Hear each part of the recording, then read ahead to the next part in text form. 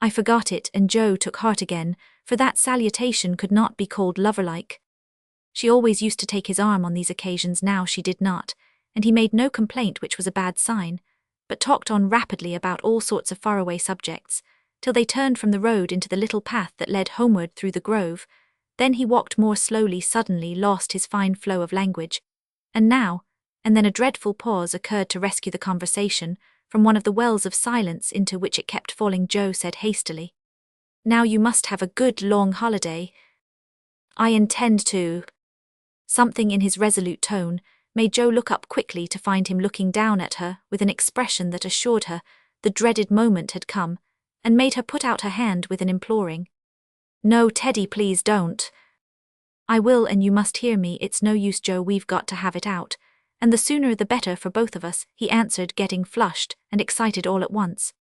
"Say what you like then, I'll listen," said Joe with a desperate sort of patience. Laurie was a young lover, but he was in earnest and meant to have it out if he died in the attempt, so he plunged into the subject with characteristic impetuosity, saying in a voice that would get choky now, and then in spite of manful efforts to keep it steady, "I've loved you ever since I've known you, Joe, couldn't help it. You've been so good to me, I've tried to show it, but you wouldn't let me. Now I am going to make you hear, and give me an answer, for I can't go on so any longer." "I wanted to save you this, I thought you'd understand," began Joe, finding it a great deal harder than she expected. "I know you did, but girls are so queer, you never know what they mean. They say no when they mean yes, and drive a man out of his wits, just for the fun of it," returned Laurie, entrenching himself behind an undeniable fact. I never wanted to make you care for me so, and I went away to keep you from it if I could. I thought so, it was like you, but it was no use. I only loved you all the more, and I worked hard to please you, and I gave up billiards and everything you didn't like, and waited, and never complained, for I hoped you'd love me, though I am not half good enough." Here there was a choke that couldn't be controlled, so he decapitated Buttercups while he cleared his confounded throat. "Yes, you are a great deal too good for me, and I am so grateful to you, and so proud and fond of you. I don't see why I can't love you as you want me to. I've tried, but I can't change the feeling, and it would be a lie to say I do when I don't." "Really, truly, Joe?" He stopped short and caught both her hands as he put his question with a look that she did not soon forget. "Really, truly, dear?" They were in the grove now, close by the stile, and when the last words fell reluctantly from Joss' lips, Laurie dropped her hands and turned as if to go on, but for once in his life that fence was too much for him, so he just laid his head down on the mossy post and stood so still that Joe was frightened. He laid his head down on the mossy post. "Oh, Teddy, I am so sorry, so desperately sorry. I could kill myself if it would do any good. I wish you wouldn't take it so hard. I can't help it, you know. It's impossible for people to make themselves love other people if they don't," cried Joe inelegantly, but remorsefully, as she softly patted his shoulder, remembering the time when he had comforted her so long ago. "They do sometimes," said a muffled voice from the post. "I don't believe it's the right sort of love, and I'd rather not try it," was the decided answer. There was a long pause while a blackbird sung blithely on the willow by the river, and the tall grass rustled in the wind. Presently, Joe said very soberly, as she sat down on the step of the stile, "Laurie, I want to tell you something." He started as if he had been shot through up his head, and cried out in a fierce tone, "Don't tell me that, Joe, I can't bear it now." "Tell what?" she asked, wondering at his violence. "That you love that old man."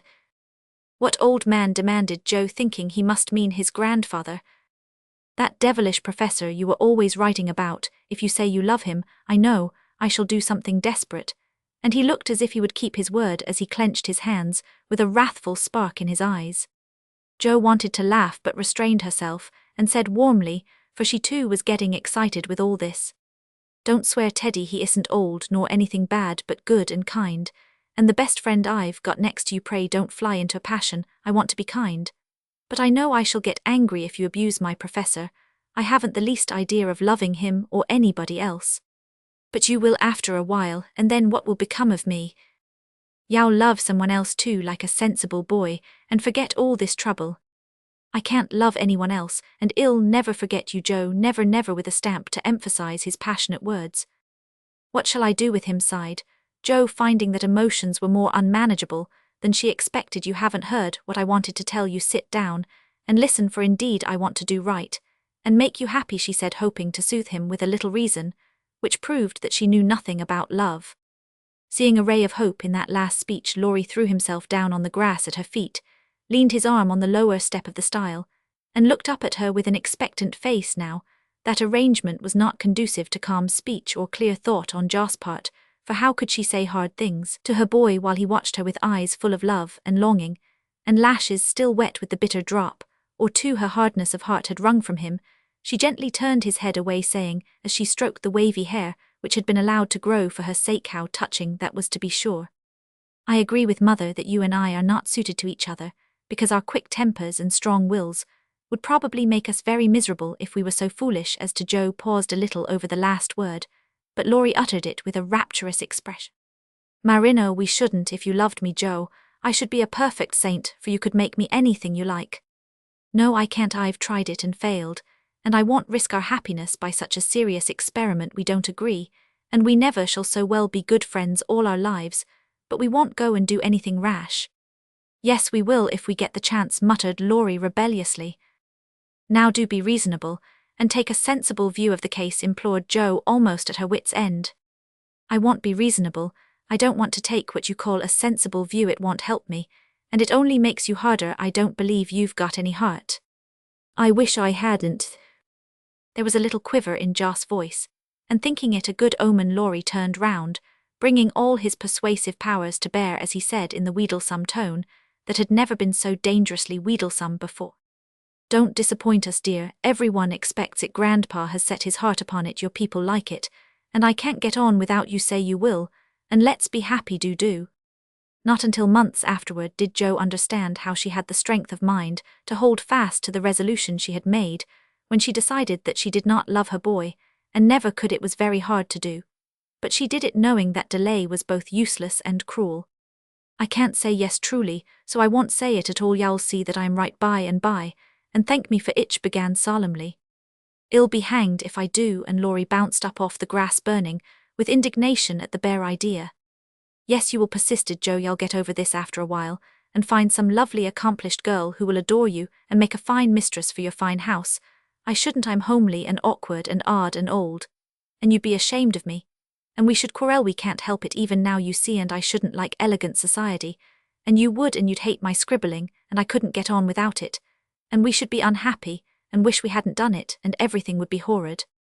Anything more? Asked Laurie, finding it hard to listen patiently to this prophetic burst. Nothing more, except that I don't believe I shall ever marry. I am happy as I am, and love my liberty too well to be in any hurry to give it up for any mortal man. I know better, broke in Laurie. You think so now, but there'll come a time when you will care for somebody, and you'll love him tremendously, and live and die for him. I know you will. It's your way, and I shall have to stand by and see it. And the despairing lover cast his hat upon the ground with a gesture that would have seemed comical if his face had not been so tragical. Yes, I will live and die for him if he ever comes and makes me love him in spite of myself, and you must do the best you can, cried Jo, losing patience with poor Teddy. I've done my best, but you won't be reasonable, and it's selfish of you to keep teasing for what I can't give. I shall always be fond of you, very fond indeed, as a friend, but I'll never marry you, and the sooner you believe it the better for both of us. So now.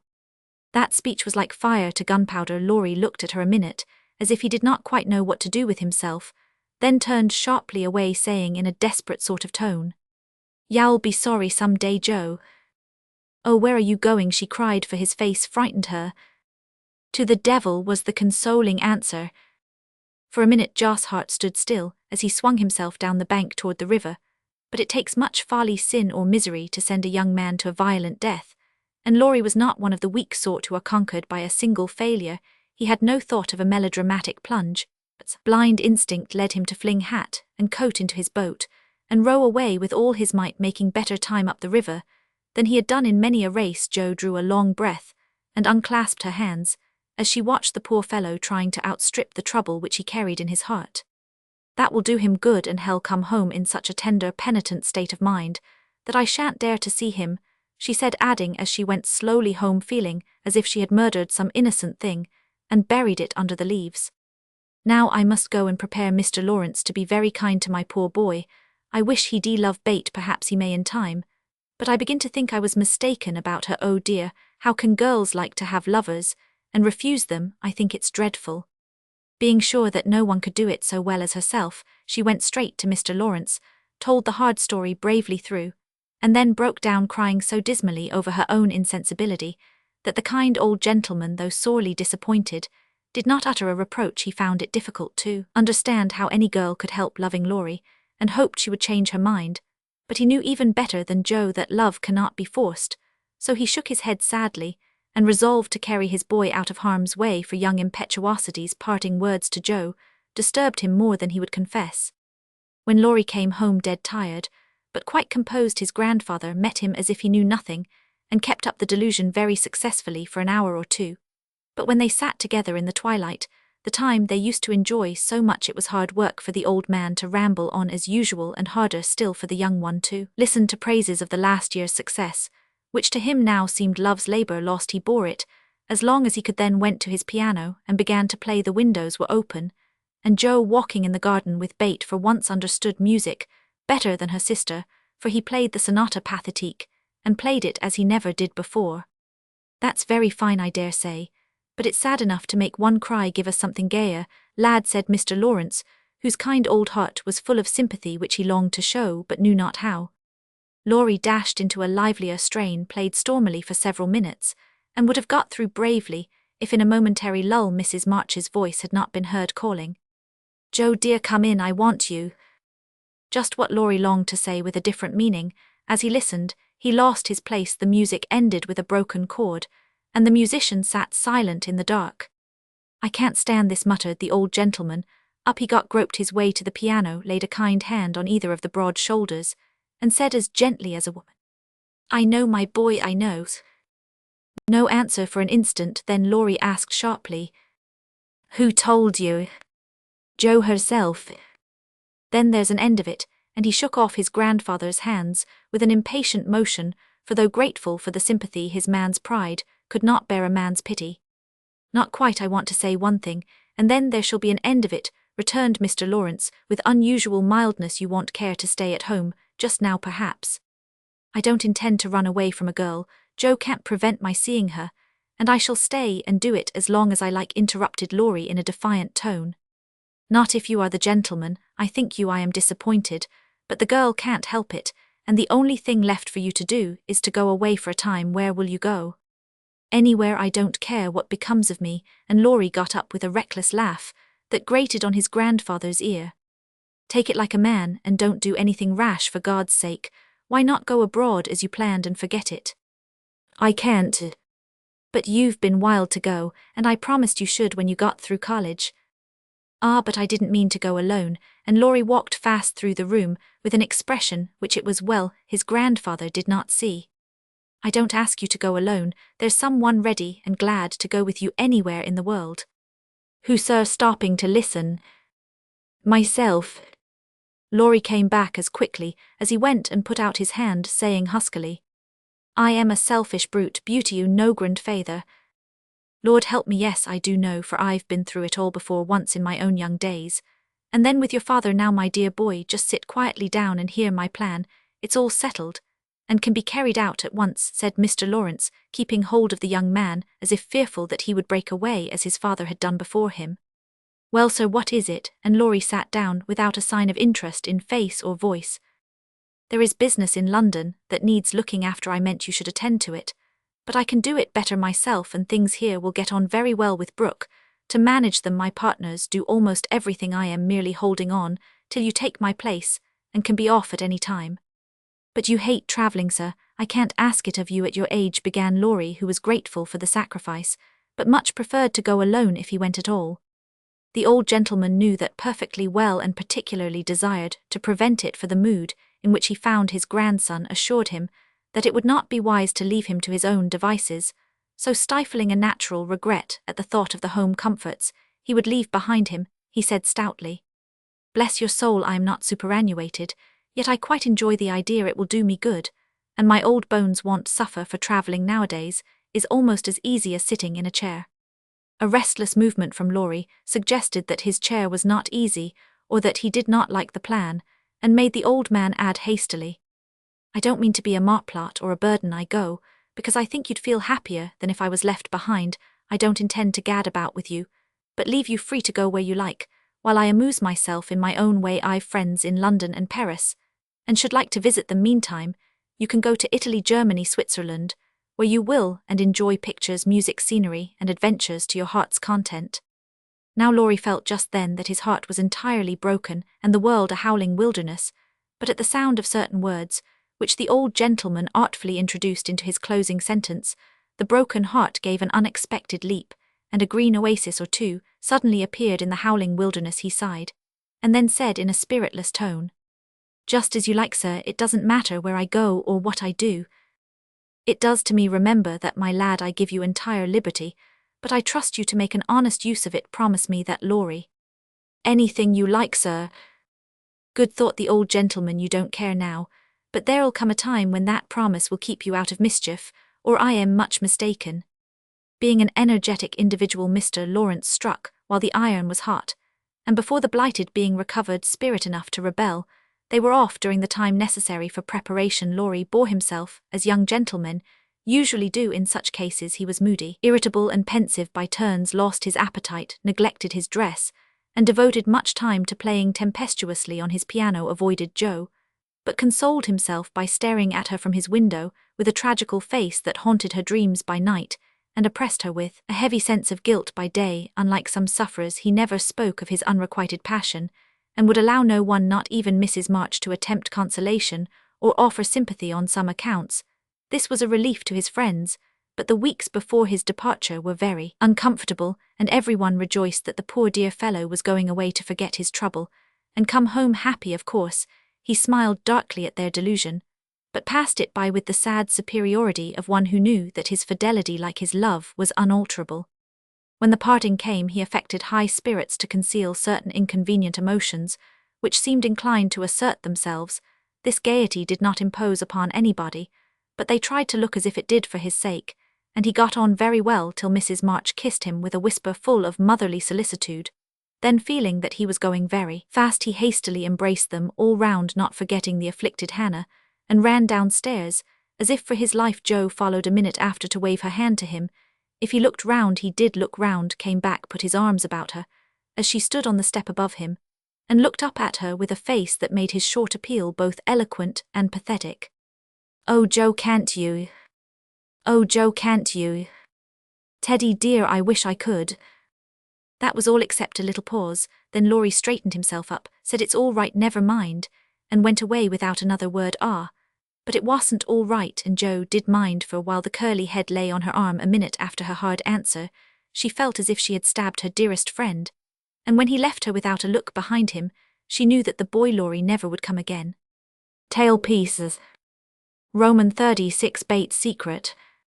When Jo came home that spring, she had been struck with the change in Bate. No one spoke of it, or seemed aware of it, for it had come too gradually to startle those who saw her daily.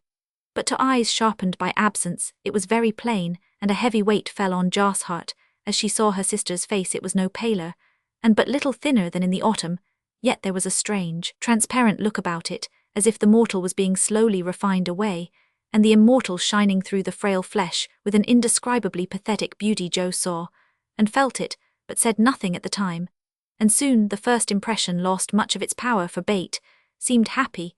No one appeared to doubt that she was better, and presently, in other cares, Jo for a time forgot her fear.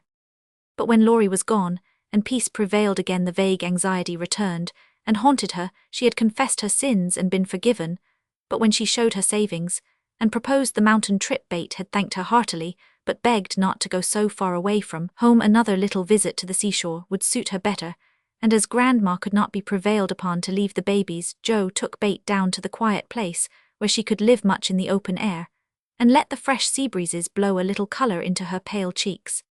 It was not a fashionable place, but even among the pleasant people there the girls made few friends, preferring to live for one another. Bate was too shy to enjoy society, and Jo too wrapped up in her to care for anyone else, so they were all in all to each other, and came and went quite unconscious of the interest they excited in those about them, who watched with sympathetic eyes the strong sister and the feeble one always together, as if they felt instinctively that a long separation was not far away. They did feel it, yet neither spoke of it, for often between ourselves and those nearest and dearest to us, There exists a reserve which it is very hard to overcome. Jo felt as if a veil had fallen between her heart and Bates, but when she put out her hand to lift it up, there seemed something sacred in the silence, and she waited for Bate to speak. She wondered, and was thankful also that her parents did not seem to see what she saw, and, during the quiet weeks when the shadow grew so plain to her, she said nothing of it to those at home, believing that it would tell itself when Bate came back. No, better, she wondered still more if her sister really guessed the hard truth, and what thoughts were passing through her mind during the long hours when she lay on the warm rocks with her head in Jo's lap, while the winds blew healthfully over her, and the sea made music at her feet. With her head in Jo's lap, while the wind blew healthfully over her. One day Bate told her Jo thought she was asleep. She lay so still, and putting down her book sat looking at her with wistful eyes, trying to see signs of hope in the faint color on Bate's cheeks, but she could not find enough to satisfy her, for the cheeks were very thin, and the hands seemed too feeble to hold even the rosy little shells they had been gathering. It came to her then more bitterly than ever that Bate was slowly drifting away from her, and her arms instinctively tightened their hold upon the dearest treasure she possessed. For a minute her eyes were too dim for seeing, and when they cleared Bate was looking up at her so tenderly that there was hardly any need for her to say, "Jo dear, I'm glad you know it. I've tried to tell you, but I couldn't." There was no answer, except her sister's cheek against her own. Not even tears, for, when most deeply moved, Jo did not cry. She was the weaker then, and Bate tried to comfort and sustain her with her arms about her, and the soothing words she whispered in her ear. "I've known it for a good while, dear, and now I am used to it. It isn't hard to think of, or to bear. Try to see it so, and don't be troubled about me, because it's best, indeed it is." "Is this what made you so unhappy in the autumn, Bate? You did not feel it then, and keep it to yourself so long, did you?" asked Jo, refusing to see or say that it was best, but glad to know that Laurie had no part in Bate's trouble. "Yes, I gave up hoping then, but I didn't like to own it. I tried to think it was a sick fancy, and would not let it trouble anyone, but when I saw you all so well and strong and full of happy plans, it was hard to feel that I could never be like you, and then I was miserable, Jo." "Oh, Bate, and you didn't tell me, didn't let me comfort and help you. How could you shut me out and bear it all alone?" Jo's voice was full of tender reproach, and her heart ached to think of the solitary struggle that must have gone on, while Bate learned to say goodbye to health, love and life, and take up her cross so cheerfully. "Perhaps it was wrong, but I tried to do right. I wasn't sure. No one said anything, and I hoped I was mistaken. It would have been selfish to frighten you all when Marmee was so anxious about Meg and Amy away, and you so happy with Laurie. At least I thought so then. And I thought that you loved him, Bate, and I went away because I couldn't," cried Jo, glad to say all the truth. Bate looked so amazed at the idea that Jo smiled in spite of her pain, and added softly, "Then you didn't, dearie. I was afraid it was so, and imagined your poor little heart full of lovelornity all that while." "Why, Jo, how could I when he was so fond of you?" asked Bate as innocently as a child. "I do love him dearly. He is so good to me. How can I help it? But he never could be anything to me. But my brother, I hope he truly will be sometime." "Not through me," said Jo decidedly. "Amy is left for him, and they would suit excellently. But I have no heart for such things now. I don't care what becomes of anybody, but you, Bate, you must get well. I want to. Oh, so much I try, but every day I lose a little and feel more sure that I shall never gain it back. It's like the tide, Jo. When it turns it goes slowly, but it can't be stopped." "It shall be stopped. Your tide must not turn so soon. 19 is too young, Bate. I can't let you go. Ill work and pray and fight against it. Ill keep you in spite of everything. There must be ways. It can't be too late. God won't be so cruel as to take you from me," cried poor Jo rebelliously, for her spirit was far less piously submissive than Bate's. Simple, sincere people seldom speak much of their piety. It shows itself in acts rather than in words, and has more influence than homilies or protestations. Bate could not reason upon or explain the faith that gave her courage and patience to give up life and cheerfully wait for death like a confiding child. She asked no questions, but left everything to God and nature, Father and Mother of us all, feeling sure that they and they only could teach and strengthen heart and spirit for this life and the life to come. She did not rebuke Jo with saintly speeches, only loved her better for her passionate affection, and clung more closely to the dear human love from which our Father never means us to be weaned, but through which he draws us closer to himself. She could not say "I am glad to go," for life was very sweet to her. She could only sob out "I try to be willing," while she held fast to Jo as the first bitter wave of this great sorrow broke over them together. By and by Bate said with recovered serenity, "You'll tell them this when we go home." "I think they will see it without words," sighed Jo, for now it seemed to her that Bate changed every day. Perhaps not. I've heard that the people who love best are often blindest to such things. If they don't see it, you will tell them for me. I don't want any secrets, and it's kinder to prepare them. Meg has John and the babies to comfort her, but you must stand by father and mother, won't you, Joe? If I can, but Bate, I don't give up yet. I'm going to believe that it is a sick fancy, and not let you think it's true, said Joe, trying to speak cheerfully. Bate lay a minute thinking, and then said in her quiet way, I don't know how to express myself, and shouldn't try to anyone but you, because I can't speak out, except to my Joe. I only mean to say that I have a feeling that it never was intended I should live long. I am not like the rest of you. I never made any plans about what I'd do. When I grew up I never thought of being married, as you all. Roman 999. I couldn't seem to imagine myself anything but stupid little Bate trotting about at home of no use anywhere. But there, I never wanted to go away, and the hard part now is the leaving you all. I'm not afraid, but it seems as if I should be homesick for you even in heaven. Joe could not speak, and for several minutes there was no sound but the sigh of the wind and the lapping of the tide. A white-winged gull flew by with the flash of sunshine on its silvery breast. Bate watched it till it vanished, and her eyes were full of sadness. A little grey-coated sandbird came tripping over the beach, peeping softly to itself as if enjoying the sun and sea. It came quite close to Bate, looked at her with a friendly eye, and sat upon a warm stone, dressing its wet feathers quite at home. Bate smiled, and felt comforted, for the tiny thing seemed to offer its small friendship, and remind her that a pleasant world was still to be enjoyed. Dear little bird, see Joe how tame it is. I like Peeps better than the gulls. They are not so wild and handsome, but they seem happy, confiding little things. I used to call them my birds last summer, and Mother said they reminded her of mebusy quacker-coloured creatures, always near the shore, and always chirping that contented little song of theirs. You are the gull, Joe, strong and wild, fond of the storm and the wind, flying far out to sea and happy all alone. Meg is the turtle dove, and Amy is like the lark. She writes about trying to get up among the clouds, but always dropping down into its nest again. Dear little girl, she's so ambitious, but her heart is good and tender, and no matter how high she flies she never will forget home. I hope I shall see her again, but she seems so far away. She is coming in the spring, and I mean that you shall be all ready to see and enjoy her.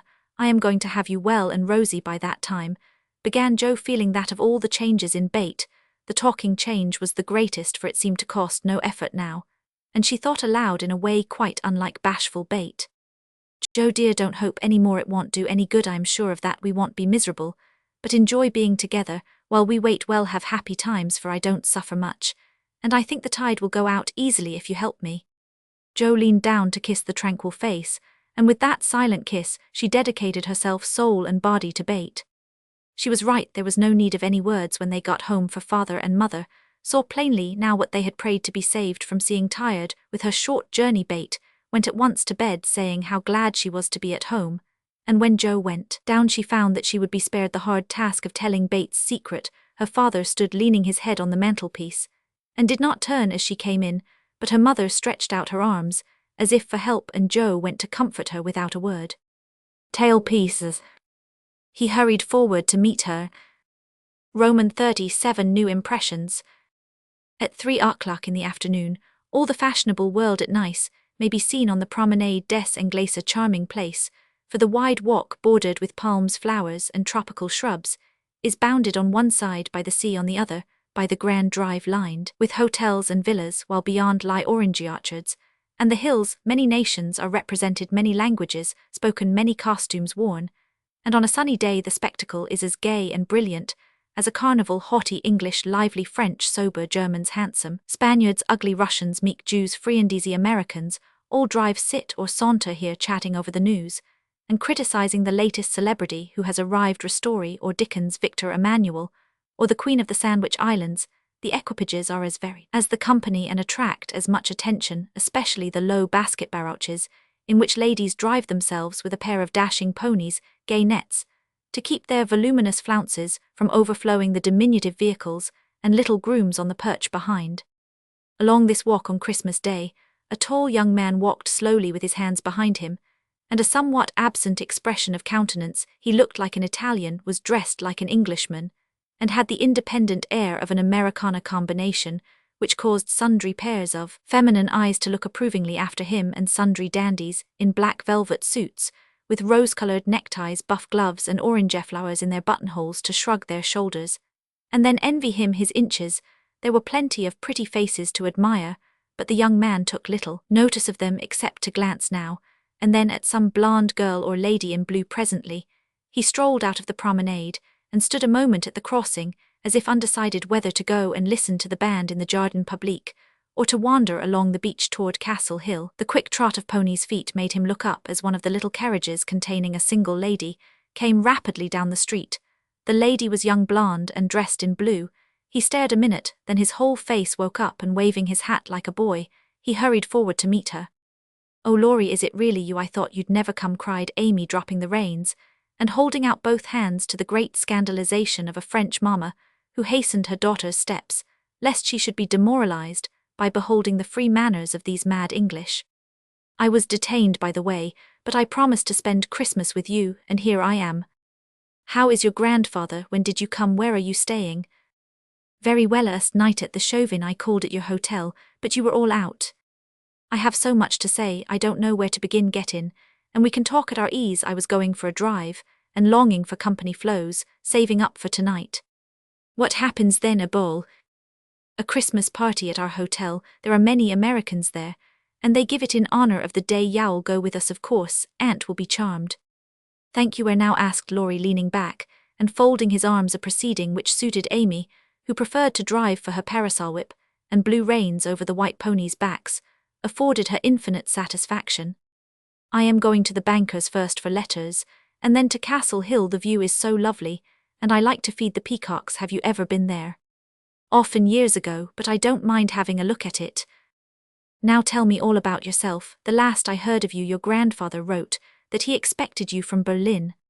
"Yes, I spent a month there, and then joined him in Paris, where he has settled for the winter. He has friends there, and finds plenty to amuse him, so I go and come, and we get on capitally." "That's a sociable arrangement," said Amy, missing something in Laurie's manner, though she couldn't tell what.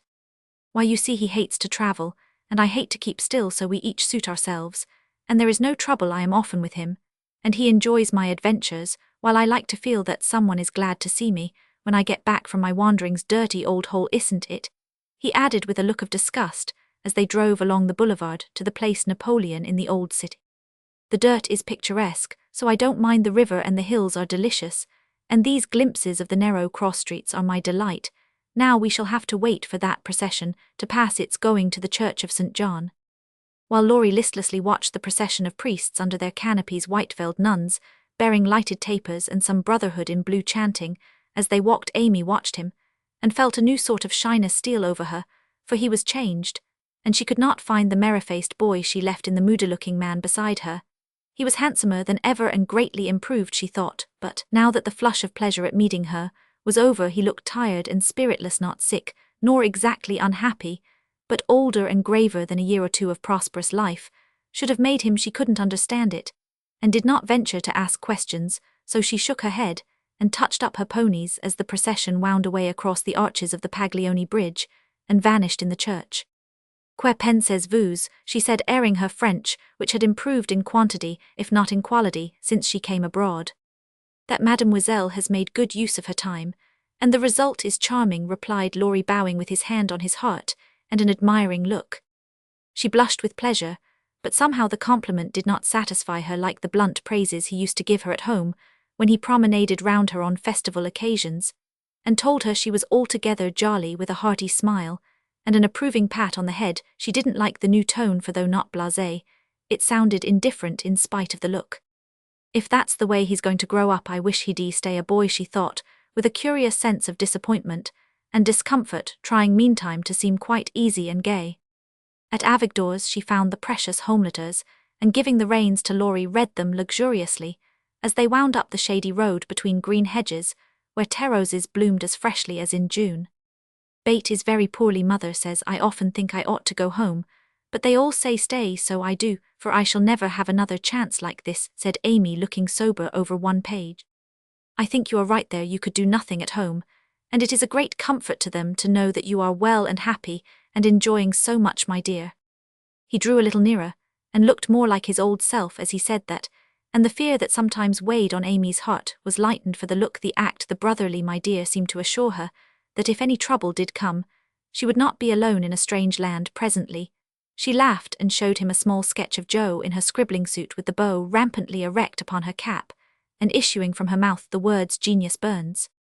Laurie smiled, put it in his vest pocket to keep it from blowing away, and listened with interest to the lively letter Amy read him. "This will be a regularly merry Christmas to me, with presents in the morning, and letters in the afternoon, and a party at night," said Amy, as they alighted among the ruins of the old fort, and a flock of splendid peacocks came trooping about them tamely, waiting to be fed, while Amy stood laughing on the bank above him, as she scattered crumbs to the brilliant birds. Laurie looked at her, as she had looked at him with a natural curiosity, to see what changes time and absence had wrought. He found nothing to perplex or disappoint, much to admire and approve, for overlooking a few little affectations of speech and manner. She was as sprightly and graceful as ever, with the addition of that indescribable something in dress and bearing, which we call elegance, always mature for her age. She had gained a certain aplomb in both carriage and conversation, which made her seem more of a woman of the world than she was, but her old petulance now and then showed itself, her strong will still held its own, and her native frankness was unspoiled by foreign polish. Laurie did not read all this while he watched her feed the peacocks, but he saw enough to satisfy and interest him, and carried away a pretty little picture of a bright-faced girl, standing in the sunshine, which brought out the soft hue of her dress, the fresh colour of her cheeks, the golden gloss of her hair, and made her a prominent figure in the pleasant scene. As they came up onto the stone plateau that crowns the hill, Amy waved her hand, as if welcoming him to her favourite haunt, and said, pointing here and there, "Do you remember the cathedral, and the Corso, the fishermen dragging their nets in the bay, and the lovely road to Villa Franca Schubert's tower, just below, and best of all, that speck far out to sea which they say is Corsica?" "I remember, it's not much changed," he answered, without enthusiasm. "What Jo would give for a sight of that famous speck," said Amy, feeling in good spirits, and anxious to see him so also. "Yes," was all he said, but he turned and strained his eyes to see the island which a greater usurper than even Napoleon now made interesting in his sight. "Take a good look at it for her sake, and then come and tell me what you have been doing with yourself, all this while," said Amy, seating herself ready for a good talk. But she did not get it, for though he joined her, and answered all her questions freely, she could only learn that he had roved about the continent, and been to Greece, so after idling away an hour they drove home again, and having paid his respects to Mrs. Carroll, Laurie left them, promising to return in the evening. It must be recorded of Amy that she deliberately prinked that night-time and absence had done its work on both the young people. She had seen her old friend in a new light, not as our boy, but as a handsome and agreeable man, and she was conscious of a very natural desire to find favour in his sight. Amy knew her good points, and made the most of them with the taste and skill which is a fortune to a poor and pretty woman. Tarleton and tulle were cheap at nice, so she enveloped herself in them on such occasions, and following the sensible English fashion of simple dress for young girls, got up charming little toilettes with fresh flowers, a few trinkets, and all manner of dainty devices, which were both inexpensive and effective. It must be confessed that the artist sometimes got possession of the woman, and indulged in antique coiffures, statuesque attitudes, and classic draperies, but dear heart, we all have our little weaknesses, and find it easy to pardon such in the young, who satisfy our eyes with their comeliness, and keep our hearts merry with their artless vanities. "I do want him to think I look well, and tell them so at home," said Amy to herself, as she put on Flo's old white silk ball dress, and covered it with a cloud of fresh illusion, out of which her white shoulders and golden head emerged with a most artistic effect. Her hair she had the sense to let alone, after gathering up the thick waves and curls into a heap-like knot at the back of her head. "It's not the fashion, but it's becoming, and I can't afford to make a fright of myself," she used to say when advised to frizzle, puff, or braid, as the latest style commanded. Having no ornaments fine enough for this important occasion, Amy looped her fleecy skirts with rosy clusters of azalea, and framed the white shoulders in delicate green vines. Remembering the painted boots, she surveyed her white satin slippers with girlish satisfaction, and chassied down the room admiring her aristocratic feet, all by herself. "My new fan just matches my flowers, my gloves fit to a charm, and the real lace on Aunt's mouquet gives an air to my whole dress. If I only had a classical nose and mouth I should be perfectly happy," she said, surveying herself with a critical eye, and a candle in each hand. In spite of this affliction, she looked unusually gay and graceful, as she glided away. She seldom ran, it did not suit her style, she thought, for being tall the stately and Juno-esque was more appropriate than the sportive or piquante. She walked up and down the long saloon while waiting for Laurie, and once arranged herself under the chandelier, which had a good effect upon her hair. Then she thought better of it and went away to the other end of the room, as if ashamed of the girlish desire to have the first view a propitious one. It so happened that she could not have done a better thing, for Laurie came in so quietly. She did not hear him, and as she stood at the distant window with her head half turned, and one hand gathering up her dress, the slender white figure against the red curtains was as effective as a well-placed statue. "Good evening, Diana," said Laurie, with the look of satisfaction she liked to see in his eyes when they rested on her. "Good evening, Apollo," she answered, smiling back at him, for he too looked unusually debonair, and the thought of entering the ballroom on the arm of such a personable man caused Amy to pity the foreplain Mrs. Davis from the bottom of her heart. "Here are your flowers, I arranged them myself, remembering that you didn't like what Hannah calls a sot bouquet," said Laurie, handing her a delicate nosegay in a holder that she had long coveted, as she daily passed it in Cardiglia's window. "Here are your flowers." "How kind you are," she exclaimed gratefully. "If I'd known you were coming, I'd have had something ready for you today, though not as pretty as this, I am afraid." "Thank you, it isn't what it should be, but you have improved it," he added, as she snapped the silver bracelet on her wrist. "Please don't. I thought you liked that sort of thing." "Not from you, it doesn't sound natural, and I like your old bluntness better." "I'm glad of it," he answered with a look of relief, then buttoned her gloves for her, and asked if his tie was straight, just as he used to do when they went to parties together at home. The company assembled in the long salle, a manger that evening was such as one sees nowhere. But on the continent, the hospitable Americans had invited every acquaintance they had in Nice, and having no prejudice against titles, secured a few to add luster to their Christmas ball. A Russian prince condescended to sit in a corner for an hour, and talk with a massive lady dressed like Hamlet's mother in black velvet, with a pearl bridle under her chin. A Polish count aged 18 devoted himself to the ladies, who pronounced him a fascinating dear, and a German serene, something having come for the supper alone, roamed vaguely about seeking what he might devour. Baron Rothschild's private secretary, a larger-nosed Jew in tight boots, affably beamed upon the world, as if his master's name crowned him with golden halo. A stout Frenchman, who knew the emperor, came to indulge his mania for dancing, and Lady de Jones, a British matron, adorned the scene with her little family of 8. Of course, there were many light-footed, shrill-voiced American girls, handsome, lifeless-looking English ditto, and a few plain, but piquante French demoiselles, likewise the usual set of travelling young gentlemen who disported themselves gaily, while mammas of all nations lined the walls and smiled upon them benignly when they danced with their daughters. Any young girl can imagine Amy's state of mind when she took the stage that night, leaning on Laurie's arm. She knew she looked well, she loved to dance, she felt that her foot was on her native heath in a ballroom, and enjoyed the delightful sense of power which comes when young girls first discover the new and lovely kingdom they are born to rule by virtue of beauty, youth, and womanhood. She did pity the Davis girls, who were awkward, plain, and destitute of escort, except a grim papa and 3 grimmer maiden aunts, and she bowed to them in her friendliest manner as she passed, which was good of her, as it permitted them to see her dress and burn with curiosity to know who her distinguished-looking friend might be. With the first burst of the band, Amy's colour rose, her eyes began to sparkle, and her feet to tap the floor impatiently, for she danced well, and wanted Laurie to know it. Therefore the shock she received can better be imagined than described, when he said in a perfectly tranquil tone, "Do you care to dance?" "One usually does at a ball." Her amazed look and quick answer caused Laurie to repair his error as fast as possible. "I meant the first dance. May I have the honour?" "I can give you one if I put off the count. He dances divinely, but he will excuse me, as you are an old friend," said Amy, hoping that the name would have a good effect and show Laurie that she was not to be trifled with. "Nice little boy, but rather a short pole to support. A daughter of the gods.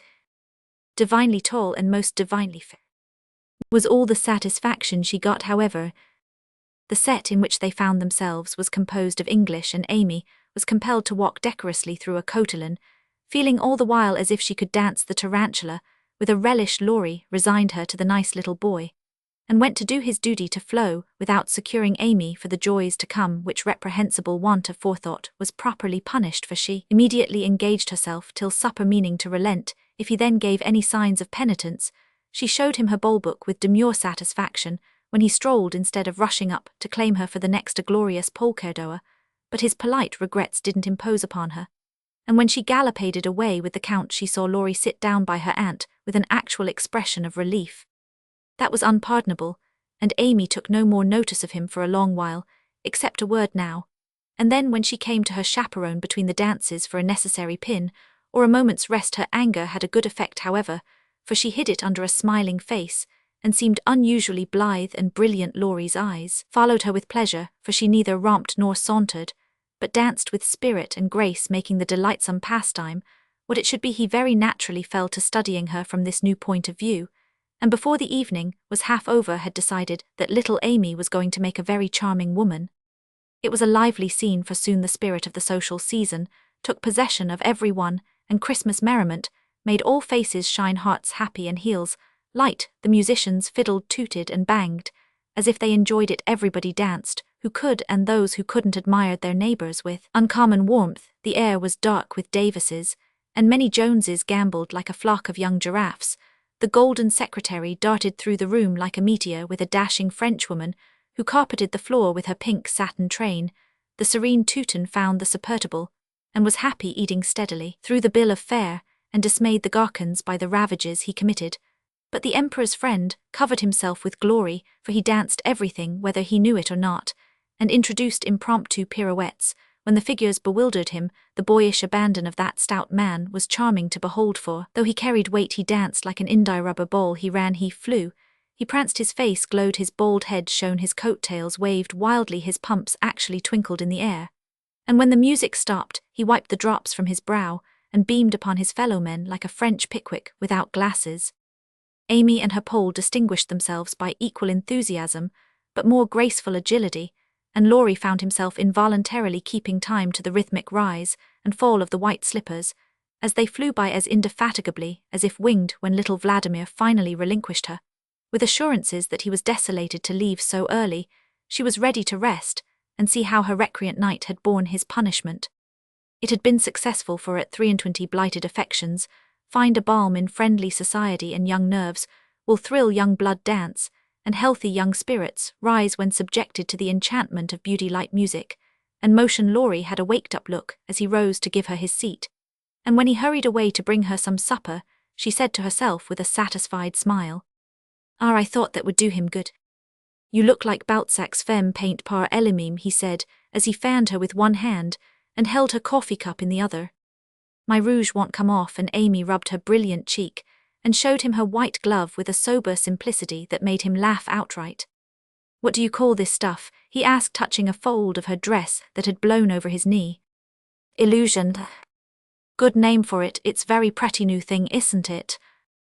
It's as old as the hills. You have seen it on dozens of girls, and you never found out that it was pretty till no, stupid. I never saw it on you before, which accounts for the mistake, you see.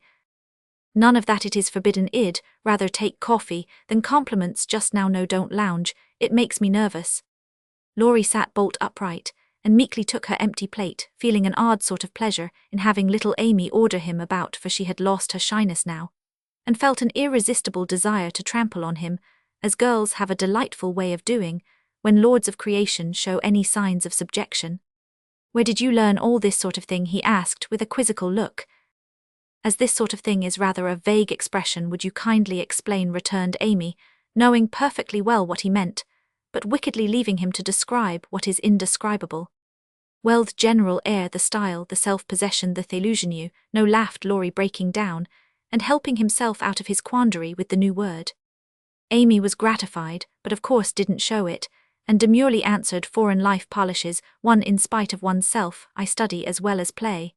And as for this," with a little gesture toward her dress, "we tool is cheap posies to be had for nothing, and I am used to making the most of my poor little things."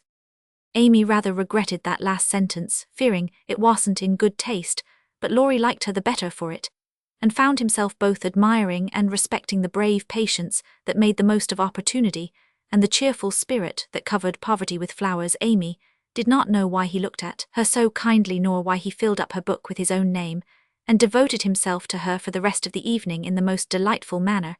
But the impulse that wrought this agreeable change was the result of one of the new impressions which both of them were unconsciously giving and receiving.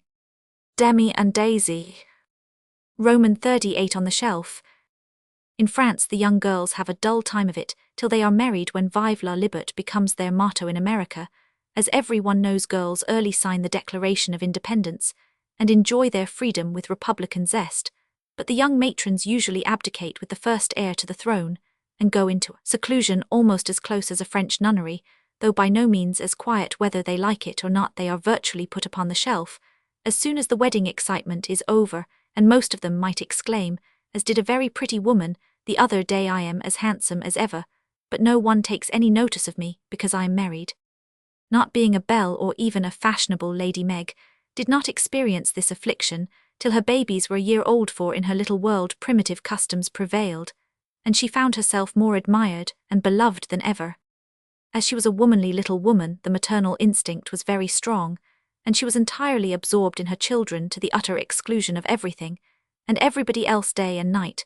She brooded over them with tireless devotion and anxiety, leaving John to the tender mercies of the help, for an Irish lady now presided over the kitchen department. Being a domestic man, John decidedly missed the wifely attentions he had been accustomed to receive, but as he adored his babies, he cheerfully relinquished his comfort for a time, supposing with masculine ignorance that peace would soon be restored. But 3 months passed, and there was no return of repose. Meg looked worn and nervous, the babies absorbed every minute of her time, the house was neglected, and Kitty the cook, who took life easy, kept him on short commons. When he went out in the morning he was bewildered by small commissions for the captive mamma. If he came gaily in at night eager to embrace his family, he was quenched by a hush, "They are just asleep after worrying all day." If he proposed a little amusement at home, no, it would disturb the babies. If he hinted at a lecture or concert, he was answered with a reproachful look and a decided "Leave my children for pleasure." Never his sleep was broken by infant wails and visions of a phantom figure pacing noiselessly to and fro in the watches of the night. His meals were interrupted by the frequent flight of the presiding genius, who deserted him, half-helped, if a muffled chirp sounded from the nest above, and, when he read his paper of an evening, Demi's colic got into the shipping list, and Daisy's fall affected the price of stocks, for Mrs. Brooke was only interested in domestic news. The poor man was very uncomfortable, for the children had bereft him of his wife. Home was merely a nursery, and the perpetual hushing made him feel like a brutal intruder. Whenever he entered the sacred precincts of Babyland, he bore it very patiently for 6 months, and when no signs of amendment appeared, he did what other paternal exiles tried to get a little comfort elsewhere. Scott had married and gone to housekeeping not far off, and John fell into the way of running over for an hour or two of an evening when his own parlour was empty, and his own wife singing lullabies that seemed to have no end. Mrs. Scott was a lively, pretty girl with nothing to do but be agreeable, and she performed her mission most successfully. The parlour was always bright and attractive, the chessboard ready, the piano in tune, plenty of gay gossip, and a nice little supper set forth in tempting style. John would have preferred his own fireside if it had not been so lonely, but as it was, he gratefully took the next best thing and enjoyed his neighbours' society. Meg rather approved of the new arrangement at first, and found it a relief to know that John was having a good time, instead of dozing in the parlour or tramping about the house and waking the children. But by and by, when the teething worry was over, and the Idols went to sleep at proper hours, leaving Mamma time to rest, she began to miss John and find her work-basket dull company, when he was not sitting opposite in his old dressing-gown, comfortably scorching his slippers on the fender. She would not ask him to stay at home, but felt injured because he did not know that she wanted him without being told, entirely forgetting the many evenings he had waited for her in vain. She was nervous and worn out with watching and worry, and in that unreasonable frame of mind which the best of mothers occasionally experience when domestic cares oppress them, want of exercise robs them of cheerfulness, and too much devotion to that idol of American women, the teapot, makes them feel as if they were all nerve and no muscle. Yes, she would say, looking in the glass, "I'm getting old and ugly. John doesn't find me interesting any longer, so he leaves his faded wife and goes to see his pretty neighbour who has no encumbrances. Well, the babies love me, they don't care if I am thin and pale and haven't time to crimp my hair, they are my comfort, and some day John will see what I've gladly sacrificed for them, won't he, my precious?" To which pathetic appeal Daisy would answer with a coo, or Demi with a crow, and Meg would put by her lamentations for a maternal revel, which soothed her solitude for the time being. But the pain increased as politics absorbed John, who was always running over to discuss interesting points with Scott, quite unconscious that Meg missed him. Not a word did she say, however, till her mother found her in tears one day, and insisted on knowing what the matter was, for Meg's drooping spirits had not escaped her observation. "I wouldn't tell anyone except you, Mother, but I really do need advice, for if John goes on so much longer, I might as well be widowed," replied Mrs. Brooke, drying her tears on Daisy's bib with an injured "Goes on how, my dear?" asked her mother anxiously. "He's away all day, and at night when I want to see him, he is continually going over to the Scots. It isn't fair that I should have the hardest work, and never any amusement. Men are very selfish, even the best of them. So are women. Don't blame John till you see where you are wrong yourself. But it can't be right for him to neglect me." "Don't you neglect him." "Why, Mother, I thought you'd take my part." "So I do as far as sympathizing goes, but I think the fault is yours, Meg." "I don't see how." "Let me show you. Did John ever neglect you, as you call it, while you made it a point to give him your society of an evening, his only leisure time?" "No, but I can't do it now with 2 babies to tend." "I think you could, dear, and I think you ought. May I speak quite freely? And will you remember that it's Mother who blames as well as Mother who sympathizes?" "Indeed, I will speak to me, as if I were little Meg again. I often feel as if I needed teaching more than ever, since these babies look to me for everything." Meg drew her low chair beside her mother's, and with a little interruption in either lap, the 2 women rocked and talked lovingly together, feeling that the tie of motherhood made them more one than ever. "You have only made the mistake that most young wives make, forgotten your duty to your husband in your love for your children.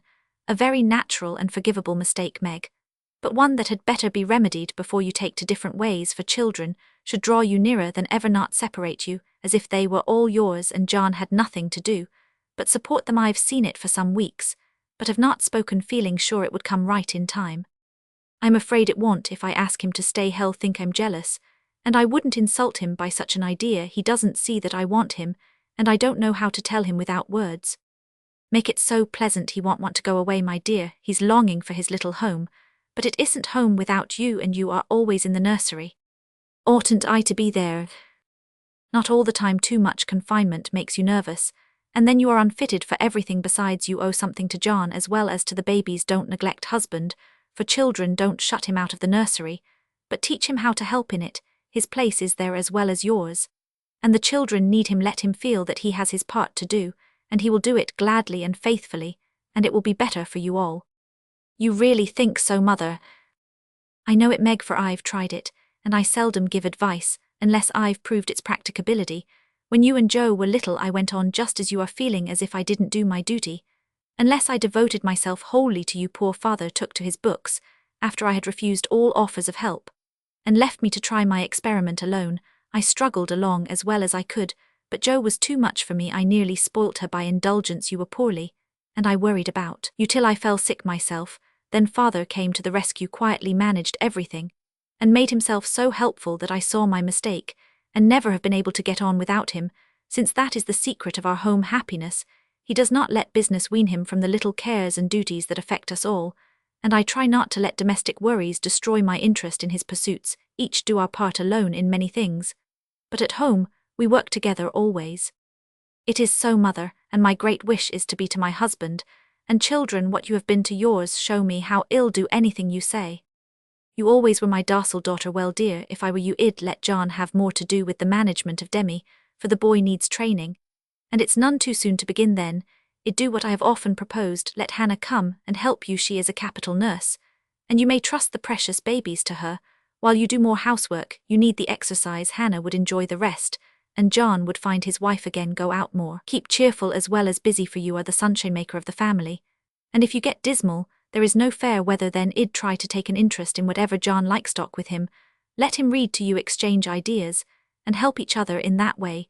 Don't shut yourself up in a bandbox, because you are a woman, but understand what is going on, and educate yourself to take your part in the world's work, for it all affects you and yours. John is so sensible. I am afraid he will think I am stupid if I ask questions about politics and things. I don't believe he would. Love covers a multitude of sins, and of whom could you ask more freely than of him? Try it, and see if he doesn't find your society far more agreeable than Mrs. Scott's suppers. I will. Poor John, I'm afraid I have neglected him sadly, but I thought I was right, and he never said anything. He tried not to be selfish, but he has felt rather forlorn, I fancy, This is just the time, Meg, when young married people are apt to grow apart. And the very time when they ought to be most together, for the first tenderness soon wears off unless care is taken to preserve it, and no time is so beautiful and precious to parents as the first years of the little lives given them to train. Don't let John be a stranger to the babies, for they will do more to keep him safe and happy in this world of trial and temptation than anything else. And through them, you will learn to know and love one another, as you should now, dear good. Bethink over mother's preachment, act upon it, if it seems good, and God bless you all. Meg did think it over, found it good, and acted upon it, though the first attempt was not made exactly as she planned to have it. Of course the children tyrannized over her, and ruled the house as so on, as they found out that kicking and squalling brought them whatever they wanted. Mama was an abject slave to their caprices, but Papa was not so easily subjugated, and occasionally afflicted his tender spouse by an attempt at paternal discipline with his obstreperous son, for Demi inherited a trifle of his sire's firmness of character. We won't call it obstinacy, when he made up his little mind to have or to do anything, all the king's horses and all the king's men could not change that pertinacious little mind. Mama thought the dear too young to be taught to conquer his prejudices, but Papa believed that it never was too soon to learn obedience. So Master Demi early discovered that when he undertook to wrestle with Papa, he always got the worst of it, yet like the Englishman baby, respected the man who conquered him, and loved the father whose grave no was more impressive than all Mama's love pats. A few days after the talk with her mother, Meg resolved to try a social evening with John, so she ordered a nice supper, set the parlour in order, dressed herself prettily, and put the children to bed early that nothing should interfere with her experiment. But unfortunately, Demi's most unconquerable prejudice was against going to bed, and that night he decided to go on a rampage. So poor Meg sung and rocked, told stories, and tried every sleep-provoking wile she could devise, but all in vain. The big eyes wouldn't shut, and long after Daisy had gone to Biolo, like the chubby little bunch of goodnature, she was naughty. Demi lay staring at the light, with the most discouragingly wide-awake expression of countenance. Will Demi lie still like a good boy, while Mama runs down and gives poor Papa his tea? Asked Meg, as the hall door softly closed, and the well-known step went tiptoeing into the dining-room. Me has tea, said Demi, preparing to join in the revel. No, but I'll save you some little cakeys for breakfast, if y'all go by a be like Daisy, will you, lovey? Is. And Demi shut his eyes tight as if to catch sleep, and hurry the desired day. Taking advantage of the propitious moment, Meg slipped away and ran down to greet her husband with a smiling face, and the little blue bow in her hair, which was his especial admiration. He saw it at once, and said with pleased surprise, "Why, little mother, how gay we are tonight. Do you expect company?" "Only you, dear." "Is it a birthday, anniversary, or anything?" "No, I am tired of being a dowdy, so I dressed up as a change. You always make yourself nice for table, no matter how tired you are, so why shouldn't I when I have the time?" "I do it out of respect to you, my dear," said old-fashioned John. "Ditto, ditto, Mr. Brooke," laughed Meg, looking young and pretty again, as she nodded to him over the teapot. "Well, it's altogether delightful, and like old times, this tastes right. I drink your health, dear," and John sipped his tea with an air of reposeful rapture, which was of very short duration, however, for as he put down his cup the door-handle rattled mysteriously, and a little voice was heard saying impatiently, "Arpy doy me's tummin." "It's that naughty boy. I told him to go to sleep alone, and here he is downstairs getting his death-ackled pattering over that canvas," said Meg, answering the call. "Mornin' now." "Mornin' now," announced Demi in a joyful tone, as he entered with his long nightgown gracefully festooned over his arm, and every curl bobbing gaily as he pranced about the table, eyeing the cakeys with loving glances. "No, it isn't morning yet. You must go to bed, and not trouble poor Mama, then you can have the little cake with sugar on it."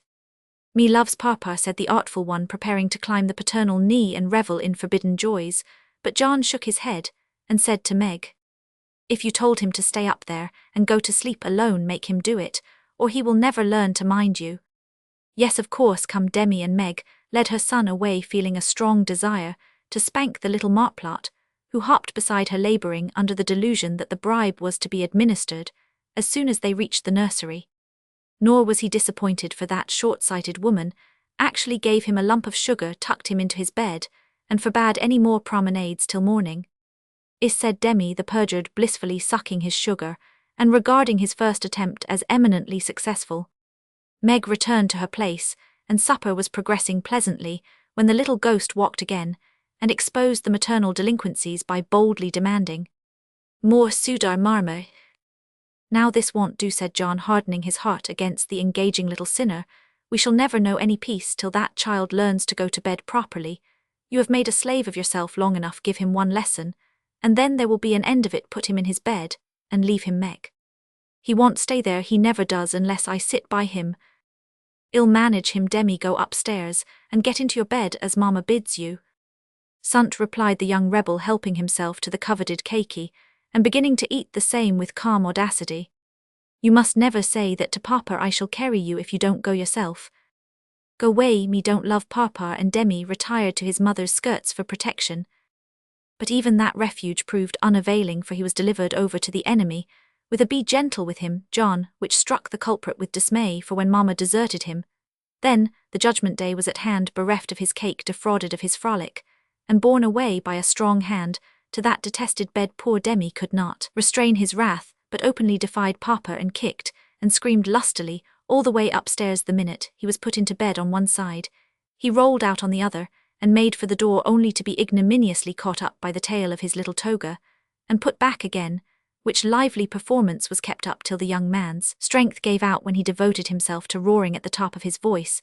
This vocal exercise usually conquered Meg, but John sat as unmoved as the post, which is popularly believed to be deaf. No coaxing, no sugar, no lullaby, no story. Even the light was put out, and only the red glow of the fire enlivened the big dark, which Demi regarded with curiosity rather than fear. This new order of things disgusted him, and he howled dismally for Mama as his angry passions subsided, and recollections of his tender bondwoman returned to the captive autocrat. The plaintive wail which succeeded the passionate roar went to Meg's heart, and she ran up to say beseechingly, "Let me stay with him. Hell, be good now, John." "No, my dear, I've told him he must go to sleep as you bid him, and he must if I stay here all night." "But he'll cry himself sick," pleaded Meg, reproaching herself for deserting her boy. "No, he won't. He's so tired he will soon drop off, and then the matter is settled, for he will understand that he has got to mind. Don't interfere. I'll manage him. He's my child, and I can't have his spirit broken by harshness. He's my child, and I won't have his temper spoilt by indulgence. Go down, my dear, and leave the boy to me."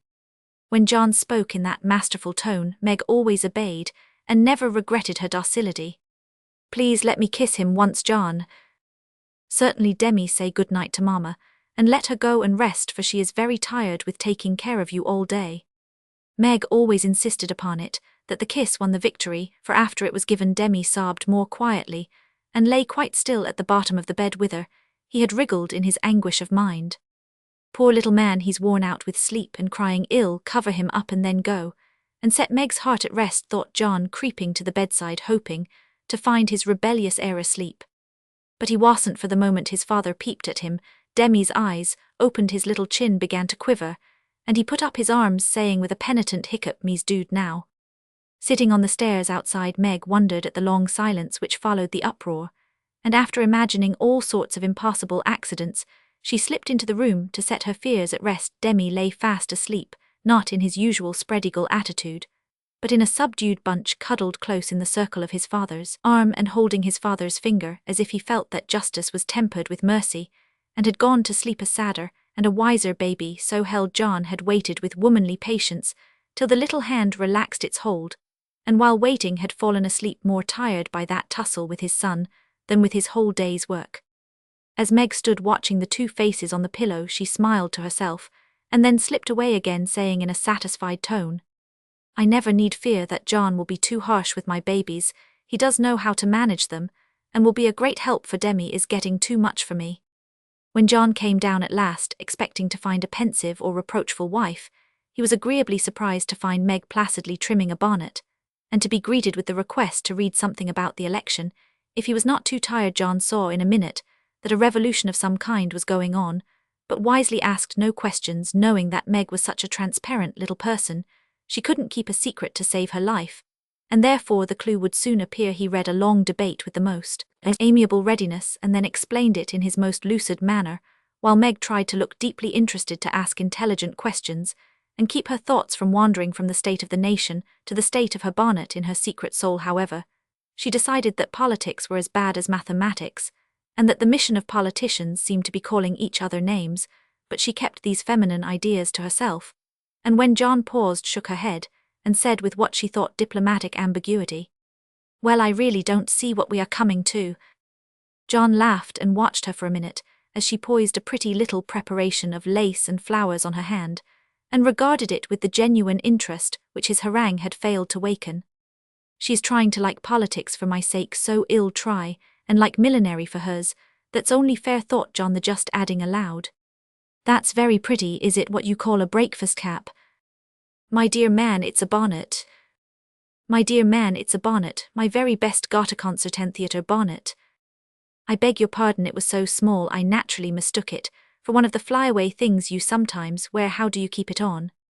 These bits of lace are fastened under the chin with a rosebud sew," and Meg illustrated by putting on the bonnet, and regarding him with an air of calm satisfaction that was irresistible. "It's a love of a bonnet, but I prefer the face inside, for it looks young and happy again," and John kissed the smiling face to the great detriment of the rosebud under the chin. "I'm glad you like it, for I want you to take me to one of the new concerts some night. I really need some music to put me in tune, will you please?" "Of course I will, with all my heart, or anywhere else you like. You have been shut up so long, it will do you no end of good, and I shall enjoy it of all things. What put it into your head, little mother?" "Well, I had a talk with Marmee the other day, and told her how nervous and cross and out of sorts I felt, and she said I needed change and less care, so Hannah is to help me with the children, and I am to see to things about the house more and now, and then have a little fun just to keep me from getting to be a fidgety, broken-down old woman before my time. It's only an experiment, John, and I want to try it for your sake as much as for mine, because I've neglected you shamefully lately, and I'm going to make home what it used to be if I can. You don't object, I hope?" Never mind what John said, or what a very narrow escape the little bonnet had from utter ruin. All that we have any business to know is that John did not appear to object, judging from the changes which gradually took place in the house, and its inmates. It was not all paradise by any means, but everyone was better for the division of labor system. The children throve under the paternal rule for accurate steadfast. John brought order and obedience into babydom, while Meg recovered her spirits and composed her nerves by plenty of wholesome exercise, a little pleasure, and much confidential conversation with her sensible husband. Home grew homelike again, and John had no wish to leave it unless he took Meg with him. The Scotts came to the Brooks now, and everyone found the little house a cheerful place, full of happiness, content, and family love. Even gay Sally Moffat liked to go there. "It is always so quiet and pleasant here, it does me good, Meg," she used to say, looking about her with wistful eyes, as if trying to discover the charm that she might use it in her great house full of splendid loneliness, for there were no riotous, sun-effaced babies there, and Ned lived in a world of his own, where there was no place for her. This household happiness did not come all at once, but John and Meg had found the key to it, and each year of married life taught them how to use it, unlocking the treasuries of real home love and mutual helpfulness, which the poorest may possess, and the richest cannot buy. This is the sort of shelf on which young wives and mothers may consent to be laid safe from the restless fret and fever of the world, finding loyal lovers in the little sons and daughters who cling to them undaunted by sorrow, poverty, or age, walking side by side through fair and stormy, whether with a faithful friend, who is in the true sense of the good old Saxon word the houseband, and learning, as Meg learned, that a woman's happiest kingdom is home, her highest honour the art of ruling it not as a queen, but a wise wife and mother.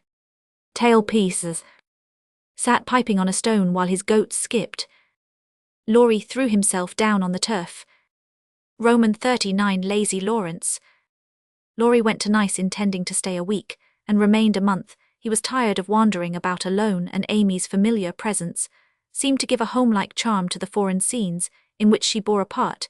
He rather missed the petting he used to receive, and enjoyed a taste of it again, for no attentions, however flattering from strangers, were half so pleasant as the sisterly adoration of the girls at home. Amy never would pet him like the others, but she was very glad to see him now, and quite clung to him, feeling that he was the representative of the dear family, for whom she longed more than she would confess. They naturally took comfort in each other's society, and were much together, riding, walking, dancing, or dawdling, for at Nice no one can be very industrious during the gay season, but while apparently amusing themselves in the most careless fashion, they were half-consciously making discoveries and forming opinions about each other. Amy rose daily in the estimation of her friend, but he sunk in hers, and each felt the truth before a word was spoken. Amy tried to please, and succeeded, for she was grateful for the many pleasures he gave her, and repaid him with the little services to which womanly women know how to lend an indescribable charm. Laurie made no effort of any kind, but just let himself drift along as comfortably as possible, trying to forget, and feeling that all women owed him a kind word because one had been cold to him. It cost him no effort to be generous, and he would have given Amy all the trinkets in nice if she would have taken them, but at the same time he felt that he could not change the opinion she was forming of him, and he rather dreaded the keen blue eyes that seemed to watch him with such half-sorrowful, half-scornful surprise. All the rest have gone to Monaco for the day. I preferred to stay at home and write letters. They are done now, and I am going to Valrosa to sketch. Will you come? Said Amy, as she joined Laurie one lovely day, when he lounged in as usual about noon. Well, yes, but isn't it rather warm for such a long walk? He answered slowly, for the shaded salon looked inviting after the glare without. I am going to have the little carriage, and Baptiste can drive, so you'll have nothing to do but hold your umbrella and keep your gloves nice, returned Amy with a sarcastic glance at the immaculate kids, which were a weak point with Laurie. Then I'll go with pleasure, and he put out his hand for her sketchbook, but she tucked it under her arm with a sharp, "Don't trouble yourself, it's no exertion to me, but you don't look equal to it." Laurie lifted his eyebrows and followed at a leisurely pace as she ran downstairs, but when they got into the carriage, he took the reins himself and left little Baptiste nothing to do but fold his arms and fall asleep on his perch. The two never quarrelled. Amy was too well-bred, and just now Laurie was too lazy, so in a minute he peeped under her hat-brim with an inquiring air. She answered with a smile, and they went on together in the most amicable manner. It was a lovely drive along winding roads rich in the picturesque scenes that delight beauty-loving eyes. Here an ancient monastery, whence the solemn chanting of the monks came down to them. There a bare-legged shepherd in wooden shoes, pointed hat and rough jacket over one shoulder sat piping on a stone, while his goats skipped among the rocks or lay at his feet. Meek mouse-coloured donkeys laden with panniers of freshly cut grass passed by with a pretty girl Capeline sitting between the green piles, or an old woman spinning with a distaff. As she went, brown soft-eyed children ran out from the quaint stone hovels to offer nosegays or bunches of oranges. Still on the bough gnarled olivet trees covered the hills with their dusky foliage. Fruit hung golden in the orchard, and great scarlet anemones fringed the roadside, while beyond green slopes and craggy heights the maritime Alps rose sharp and white against the blue Italian sky. Valrosa well deserved its name, for in that climate of perpetual summer roses blossomed everywhere. They overhung the archway, thrust themselves between the bars of the great gate with a sweet welcome to passers-by, and lined the avenue winding through lemon trees and feathery palms up to the villa on the hill. Every shadowy nook, where seats invited one to stop and rest, was a mass of bloom. Every cool grotto had its marble nymph smiling from a veil of flowers, and every fountain reflected crimson white or pale pink roses, leaning down to smile at their own beauty. Roses covered the walls of the house, draped the cornices, climbed the pillars, and ran riot over the balustrade of the wide terrace, whence one looked down on the sunny Mediterranean and the white-walled city on its shore. This is a regular honeymoon paradise, isn't it? Did you ever see such roses? Asked Amy, pausing on the terrace to enjoy the view and a luxurious whiff of perfume that came wandering by. No, nor felt such thorns, returned Laurie with his thumb in his mouth, after a vain attempt to capture a solitary scarlet flower that grew just beyond his reach. Try lower down and pick those that have no thorns, said Amy, gathering 3 of the tiny cream-coloured ones that starred the wall behind her.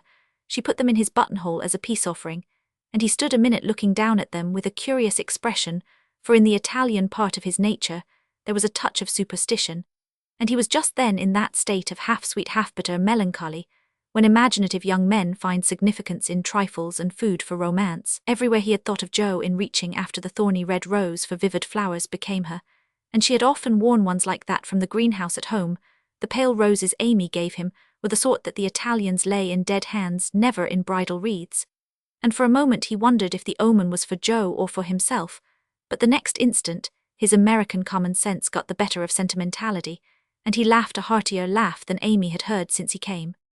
"It's good advice, you'd better take it, and save your fingers," she said, thinking her speech amused him. "Thank you, I will," he answered in jest, and a few months later he did it in earnest. "Laurie, when are you going to your grandfather?"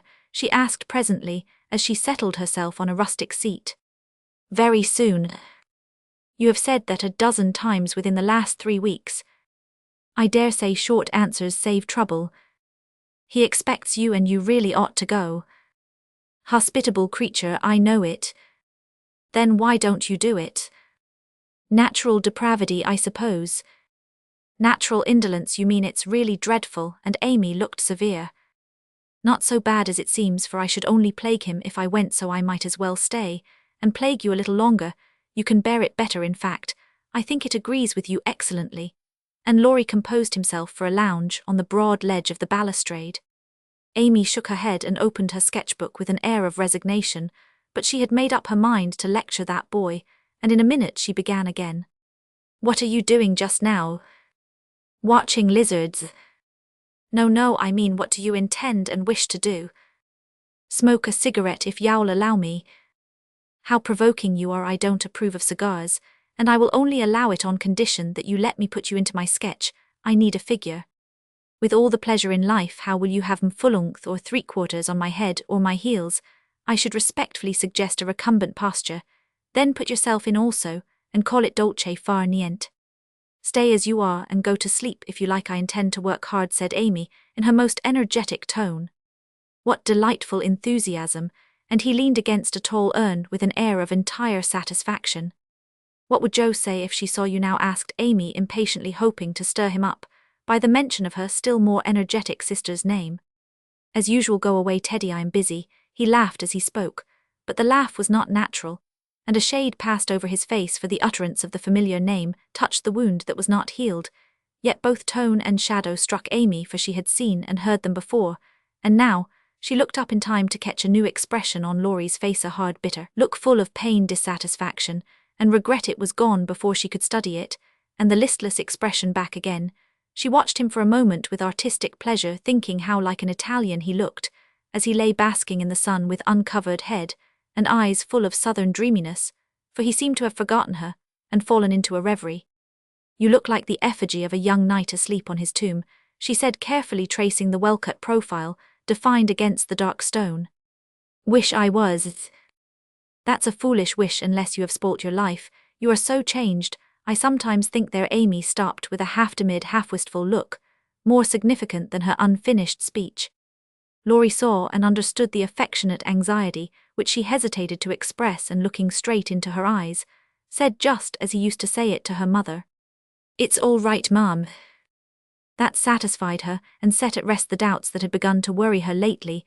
It also touched her, and she showed that it did by the cordial tone in which she said, I'm glad of that. I didn't think you'd been a very bad boy, but I fancied you might have wasted money at that wicked Baden-Baden, lost your heart to some charming Frenchwoman with a husband, or got into some of the scrapes that young men seem to consider a necessary part of a foreign tour. Don't stay out there in the sun. Come and lie on the grass here, and let us be friendly, as Joe used to say when we got in the sofa corner and told secrets. Laurie threw himself down on the turf. Laurie obediently threw himself down on the turf, and began to amuse himself by sticking daisies into the ribbons of Amy's hat that lay there. I am all ready for the secrets, and he glanced up with a decided expression of interest in his eyes. I've none to tell you. May begin. Haven't one to bless myself with. I thought perhaps you'd had some news from home. You have heard all that has come lately, don't you hear often? I fancied Joe would send you volumes. She's very busy. I am roving about, so it's impossible to be regular, you know. When do you begin your great work of art, Raffler? He asked, changing the subject abruptly after another pause in which he had been wondering if Amy knew his secret and wanted to talk about it. Never, she answered with a despondent but decided air. Rome took all the vanity out of me, for after seeing the wonders there, I felt too insignificant to live, and gave up all my foolish hopes in despair. Why should you, with so much energy and talent? That's just why, because talent isn't genius, and no amount of energy can make it. So I want to be great or nothing. I won't be a commonplace dauber, so I don't intend to try any more. And what are you going to do with yourself now, if I may ask? Polish up my other talents, and be an ornament to society if I get the chance.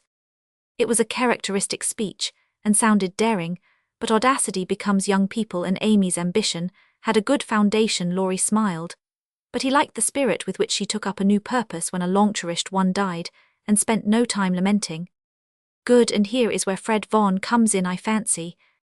Amy preserved a discreet silence, but there was a conscious look in her downcast face that made Laurie sit up and say gravely, "Now I am going to play brother and ask questions, me.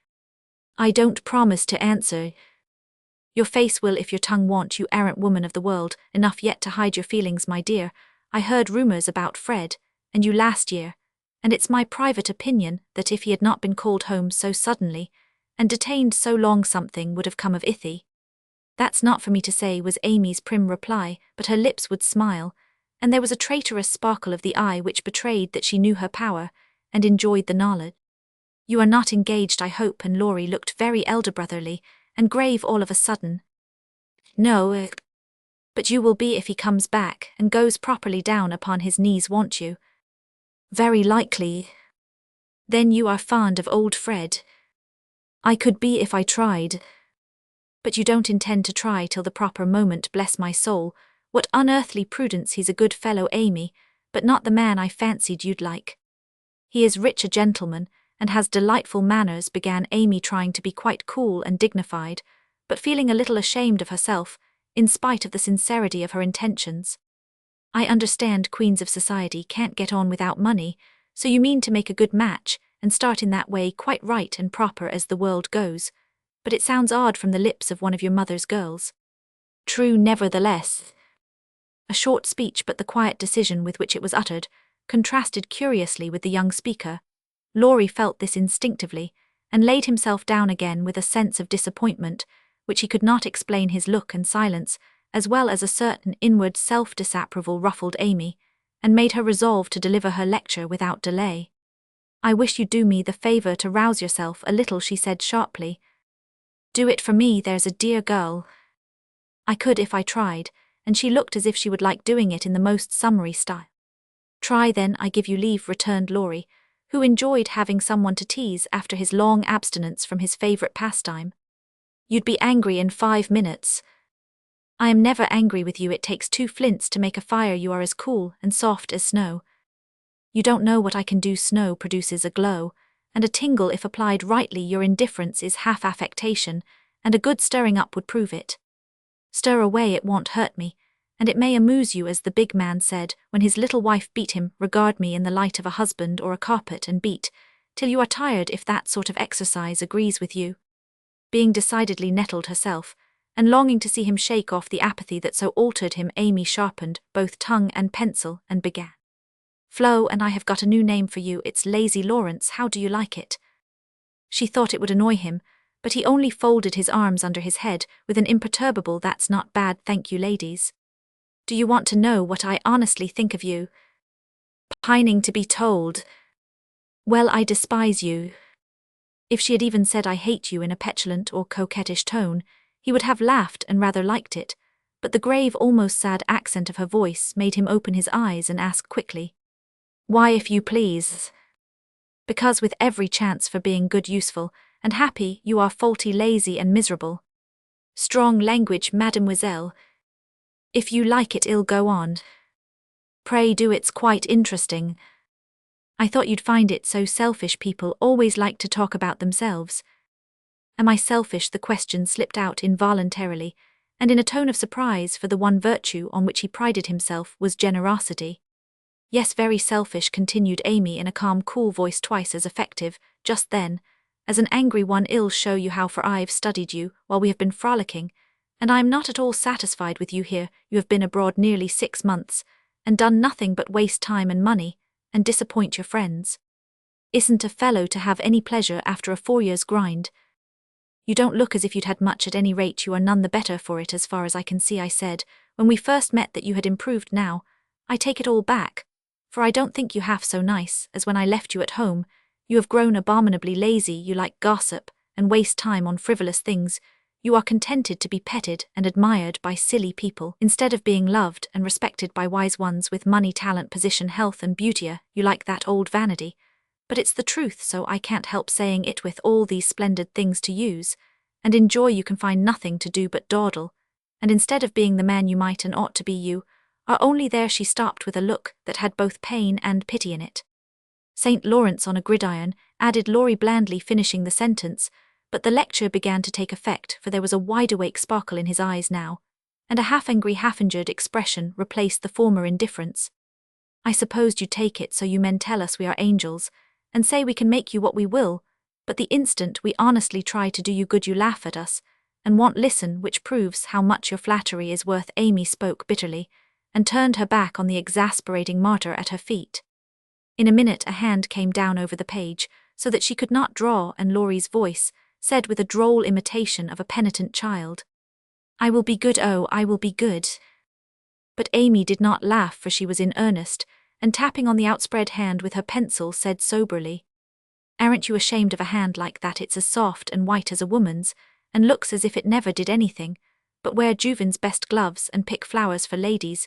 You are not a dandy, thank heaven, so I am glad to see there are no diamonds or big earrings on it, only the little old one Joe gave you so long ago, dear soul. I wish she was here to help me." "So do I." The hand vanished as suddenly as it came, and there was energy enough in the echo of her wish to suit even Amy. She glanced down at him with a new thought in her mind, but he was lying with his hat half over his face, as if for shade, and his mustache hid his mouth. She only saw his chest rise and fall with a long breath that might have been a sigh, and the hand that wore the ring nestled down into the grass, as if to hide something too precious or too tender to be spoken of. All in a minute, various hints and trifles assumed shape and significance in Amy's mind, and told her what her sister never had confided to her. She remembered that Laurie never spoke voluntarily of Joe. She recalled the shadow on his face, just now, the change in his character, and the wearing of the little old ring, which was no ornament to a handsome hand. Girls are quick to read such signs and feel their eloquence. Amy had fancied that perhaps a love trouble was at the bottom of the alteration, and now she was sure of it. Her keen eyes filled, and when she spoke again, it was in a voice that could be beautifully soft and kind when she chose to make it so. "I know I have no right to talk so to you, Laurie, and if you weren't the sweetest-tempered fellow in the world, you'd be very angry with me, but we are all so fond and proud of you. I couldn't bear to think they should be disappointed in you at home, as I have been, though perhaps they would understand the change better than I do." "I think they would," came from under the hat, in a grim tone quite as touching as a broken one. "They ought to have told me, and not let me go blundering and scolding, when I should have been more kind and patient than ever. I never did like that Miss Randall, and now I hate her," said artful Amy, wishing to be sure of her facts this time. "Hang Miss Randall," and Laurie knocked the hat off his face with a look that left no doubt of his sentiments toward that young lady. "I beg pardon, I thought," and there she paused diplomatically. "No, you didn't. You knew perfectly well I never cared for anyone but Joe." Laurie said that in his old impetuous tone, and turned his face away as he spoke. "I did think so, but as they never said anything about it, and you came away, I supposed I was mistaken, and Joe wouldn't be kind to you. Why, I was sure she loved you dearly. She was kind, but not in the right way, and it's lucky for her she didn't love me. If I am the good-for-nothing fellow you think me, it's her fault though, and you may tell her so."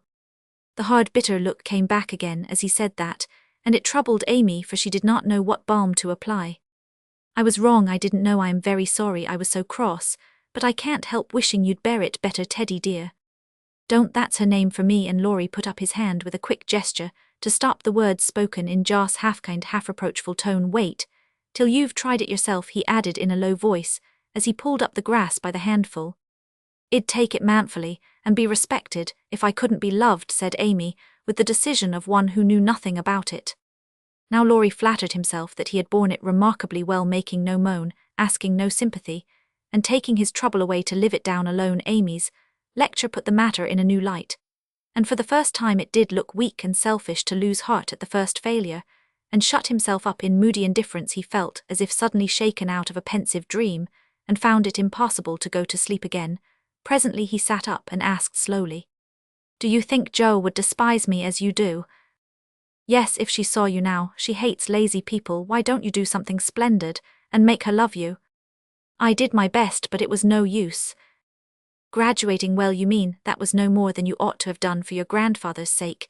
It would have been shameful to fail after spending so much time and money, when everyone knew you could do well." "I did fail. Say what you will, for Joe wouldn't love me," began Laurie, leaning his head on his hand in a despondent attitude. "No, you didn't, and y'all say so in the end, for it did you good, and proved that you could do something if you tried. If you'd only set about another task of some sort, you'd soon be your hearty, happy self again, and forget your trouble." "That's impossible." Try it and see you needn't shrug your shoulders, and think much she knows about such things. I don't pretend to be wise, but I am observing, and I see a great deal more than you'd imagine. I am interested in other people's experiences and inconsistencies. And though I can't explain, I remember, and use them for my own benefit. Love Joe all your days if you choose, but don't let it spoil you, for it's wicked to throw away so many good gifts, because you can't have the one you want there. I won't lecture any more, for I know you'll wake up and be a man in spite of that hard-hearted girl. Neither spoke for several minutes. Laurie sat turning the little ring on his finger, and Amy put the last touches to the hasty sketch she had been working at while she talked. Presently, she put it on his knee, merely saying, "How do you like that?" He looked, and then he smiled, as he could not well help doing, for it was capitally done. A long lazy figure on the grass, with listless face, half-shut eyes, and one hand holding a cigar from which came the little wreath of smoke that encircled the dreamer's head. "How well you draw," he said, with genuine surprise and pleasure at her skill, adding with a half-laugh, "Yes, that's me. As you are, this is as you were," and Amy laid another sketch beside the one he held. It was not nearly so well done, but there was a life and spirit in it which atoned for many faults, and it recalled the past so vividly that a sudden change swept over the young man's face, as he looked. Only a rough sketch of Laurie taming a horse. Hat and coat were off, and every line of the active figure, resolute face and commanding attitude, was full of energy and meaning. The handsome brute, just subdued, stood arching his neck under the tightly drawn rein, with one foot impatiently pawing the ground and ears pricked up as if listening for the voice that had mastered him. In the ruffled mane, the rider's breezy hair and erect attitude, there was a suggestion of suddenly arrested motion, of strength, courage, and youthful buoyancy, that contrasted sharply with the supine grace of the dolce far niente sketch. Laurie said nothing, but as his eye went from one to the other, Amy saw him flush up and fold his lips together, as if he read and accepted the little lesson she had given him. That satisfied her, and without waiting for him to speak, she said in her sprightly way, "A rough sketch of Laurie taming a horse. Don't you remember the day you played Rary with Puck, and we all looked on? Meg and Bate were frightened, but Joe clapped and pranced, and I sat on the fence and drew you. I found that sketch in my portfolio the other day, touched it up and kept it to show you. Much obliged. You've improved immensely since then, and I congratulate you. May I venture to suggest, in a honeymoon paradise, that 5 o'clock is the dinner hour at your hotel?" Laurie rose as he spoke, returned the pictures with a smile and a bow, and looked at his watch as if to remind her that even moral lectures should have an end. He tried to resume his former easy, indifferent air, but it was an affectation now, for the rousing had been more efficacious than he would confess. Amy felt the shade of coldness in his manner, and said to herself, "Now I've offended him. Well, if it does him good, I'm glad. If it makes him hate me, I'm sorry. But it's true, and I can't take back a word of it." They laughed and chatted all the way home, and little Baptiste up behind thought that Monsieur and Mademoiselle were in charming spirits, but both felt ill at ease. The friendly frankness was disturbed. The sunshine had a shadow over it, and despite their apparent gaiety, there was a secret discontent in the heart of each. "Shall we see you this evening, mon frere?" asked Amy as they parted at her aunt's door. "Unfortunately, I have an engagement. Au revoir, mademoiselle," and Laurie bent, as if to kiss her hand in the foreign fashion, which became him better than many men. Something in his face made Amy say quickly and warmly, "No, be yourself with me, Laurie, and part in the good old way. I'd rather have a hearty English handshake than all the sentimental salutations in France." "Good be dear," and with these words uttered in the tone she liked, Laurie left her, after a handshake almost painful in its heartiness. Next morning, instead of the usual call, Amy received a note, which made her smile at the beginning and sigh at the end. "My dear mentor, please make my adieus to your aunt, and exult within yourself, for lazy Lawrence has gone to his grandpa like the best of boys. A pleasant winter to you, and may the gods grant you a blissful honeymoon at Valrosa. I think Fred would be benefited by a rouser. Tell him so, with my congratulations. Yours gratefully, Telemachus." "Good boy, I'm glad he's gone," said Amy with an approving smile. The next minute, her face fell as she glanced about the empty room, adding with an involuntary sigh, "Yes, I am glad, but how I shall miss him. The Valley of the Shadow." Roman 40. The Valley of the Shadow. When the first bitterness was over, the family accepted the inevitable, and tried to bear it cheerfully, helping one another by the increased affection which comes to bind households tenderly together. In times of trouble, they put away their grief, and each did his or her part toward making that last year a happy one. The pleasantest room in the house was set apart for Beth, and in it was gathered everything that she most loved: flowers, pictures, her piano, the little work table, and the beloved puss's father's best books found their way there, mother's easy-chair, Joss' desk, Amy's finest sketches, and every day Meg brought her babies on a loving pilgrimage to make sunshine for Auntie Beth. John quietly set apart a little sum that he might enjoy the pleasure of keeping the invalid supplied with the fruit she loved and longed for. Old Hannah never wearied of concocting dainty dishes to tempt a capricious appetite, dropping tears as she worked, and from across the sea came little gifts and cheerful letters, seeming to bring breaths of warmth and fragrance from lands that know no winter.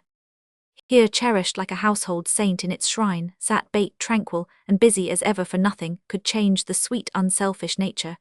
And even while preparing to leave life, she tried to make it happier for those who should remain behind. The feeble fingers were never idle, and one of her pleasures was to make little things for the schoolchildren daily passing to and fro to, drop a pair of mittens from her window for a pair of purple hands, a needlebook for some small mother of many dolls, pen whippers for young penmen toiling through forests of pothooks, scrapbooks for picture-releving eyes, and all manner of pleasant devices, till the reluctant climbers up the ladder of learning found their way strewn with flowers, as it were, and came to regard the gentle giver as a sort of fairy godmother who sat above there and showered down gifts miraculously suited to their tastes and needs.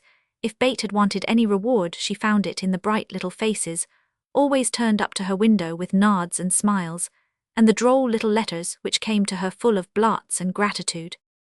The first few months were very happy ones, and Beth often used to look round and say how beautiful this is, as they all sat together in her sunny room, the babies kicking and crowing on the floor, mother and sisters working near, and father reading in his pleasant voice from the wise old books, which seemed rich in good and comfortable words, as applicable now as when written centuries ago. A little chapel where a paternal priest taught his flock the hard lessons all must learn, trying to show them that hope can comfort, love and faith make resignation possible. Simple sermons that went straight to the souls of those who listened, for the Father's heart was in the minister's religion, and the frequent falter in the voice gave a double eloquence to the words he spoke or read. It was well for all that this peaceful time was given them as preparation for the sad hours to come, for by and by Beth said the needle was so heavy, and put it down forever. Talking wearied her, faces troubled her, pain claimed her for its own, and her tranquil spirit was sorrowfully perturbed by the ills that vexed her feeble flesh. Me such heavy days, such long, long nights, such aching hearts and imploring prayers, when those who loved her best were forced to see the thin hands stretched out to them beseechingly, to hear the bitter cry, help me, and to feel that there was no help, a sad eclipse of the serene soul, a sharp struggle of the young life with death. But both were mercifully brief, and then the natural rebellion over the old peace returned more beautiful than ever with the wreck of her frail body. Beth's soul grew strong, and though she said little, those about her felt that she was ready, saw that the first pilgrim called was likewise the fittest, and waited with her on the shore, trying to see the shining ones coming to receive her when she crossed the river. Joe never left her for an hour since Beth had said, "I feel stronger when you are here." She slept on a couch in the room, waking often to renew the fire, to feed, lift, or wait upon the patient creature who seldom asked for anything, and tried not to be a trouble all day. She haunted the room jealous of any other nurse, and prouder of being chosen then than of any honor her life ever brought her precious and helpful hours to Joe, for now her heart received the teaching that it needed. Lessons in patience were so sweetly taught her that she could not fail to learn them: charity for all, the lovely spirit that can forgive and truly forget unkindness, the loyalty to duty that makes the hardest easy, and the sincere faith that fears nothing but trusts undoubtingly.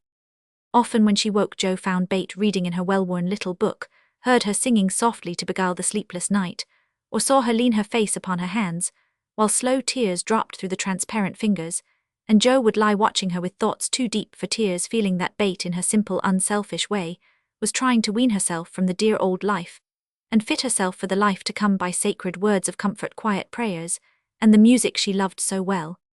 Seeing this did more for Joe than the wisest sermons, the saintliest hymns, the most fervent prayers that any voice could utter, for with eyes made clear by many tears, and a heart softened by the tenderest sorrow, she recognized the beauty of her sister's life, uneventful, unambitious, yet full of the genuine virtues which smell sweet and blossom in the dust, the self-forgetfulness that makes the humblest on earth remembered soonest, in heaven the true success which is possible to all.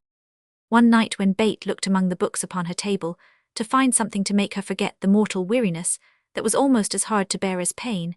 As she turned the leaves of her old favourite Pilgrim's Progress, she found a little paper scribbled over in Jo's hand. The name caught her eye, and the blurred look of the lines made her sure that tears had fallen on it. Poor Jo, she's fast asleep, so I won't wake her to ask leave. She shows me all her things, and I don't think she'll mind if I look at this, thought Bate with a glance at her sister, who lay on the rug with the tongs beside her ready to wake up the minute the log fell apart. My Bate, sitting patient in the shadow, till the blessed light shall come, a serene and saintly presence, sanctifies our troubled home. Earthly joys and hopes and sorrows break like ripples on the strand of the deep and solemn river, where her willing feet now stand. O my sister, passing from me, out of human care and strife, leave me as a gift those virtues which have beautified your life. Dear, bequeath me that great patience which has power to sustain a cheerful, uncomplaining spirit in its prison house of pain. Give me, for I need it sorely, of that courage wise and sweet, which has made the path of duty green beneath your willing feet. Give me that unselfish nature, that with charity divine can pardon wrong for love's dear sake. Meek heart, forgive me mine. Thus our parting daily loseth something of its bitter pain, and while learning this hard lesson, my great loss becomes my gain. For the touch of grief will render my wild nature more serene, give to life new aspirations, a new trust in the unseen. Henceforth safe across the river, I shall see forevermore a beloved household spirit waiting for me on the shore. Hope and faith born of my sorrow, guardian angels shall become, and the sister gone before me by their hands shall lead me home.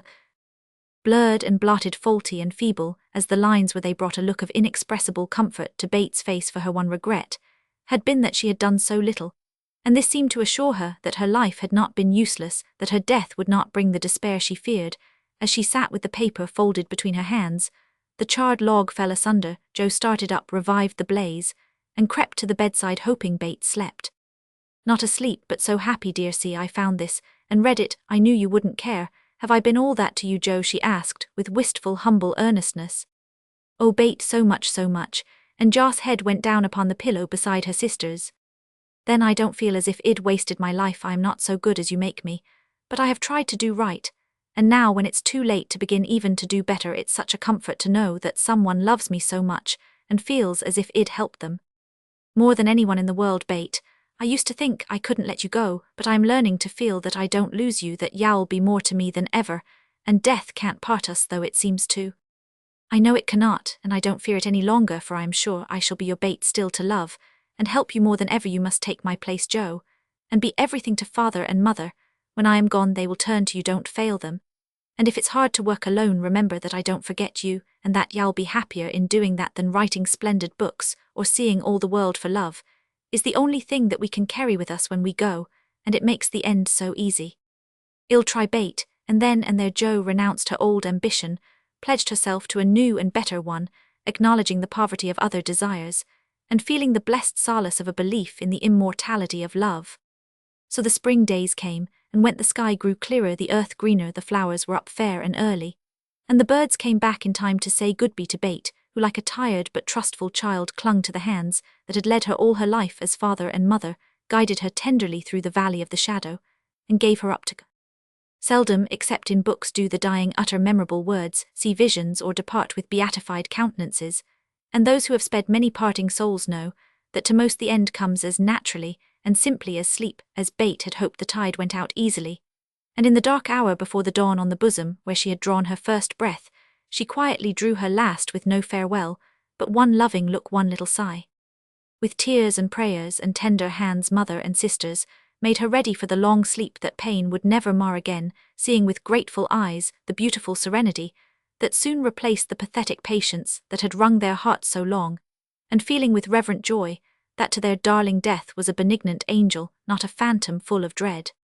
When morning came for the first time in many months, the fire was out, Joss' place was empty, and the room was very still, but a bird sang blithely on a budding bough close by the snowdrops blossomed freshly at the window, and the spring sunshine streamed in like a benediction over the placid face upon the pillow, a face so full of painless peace that those who loved it best smiled through their tears, and thanked God that Bate was well at last. Tailpieces sat staring up at the busts. Roman 41 Learning to Forget.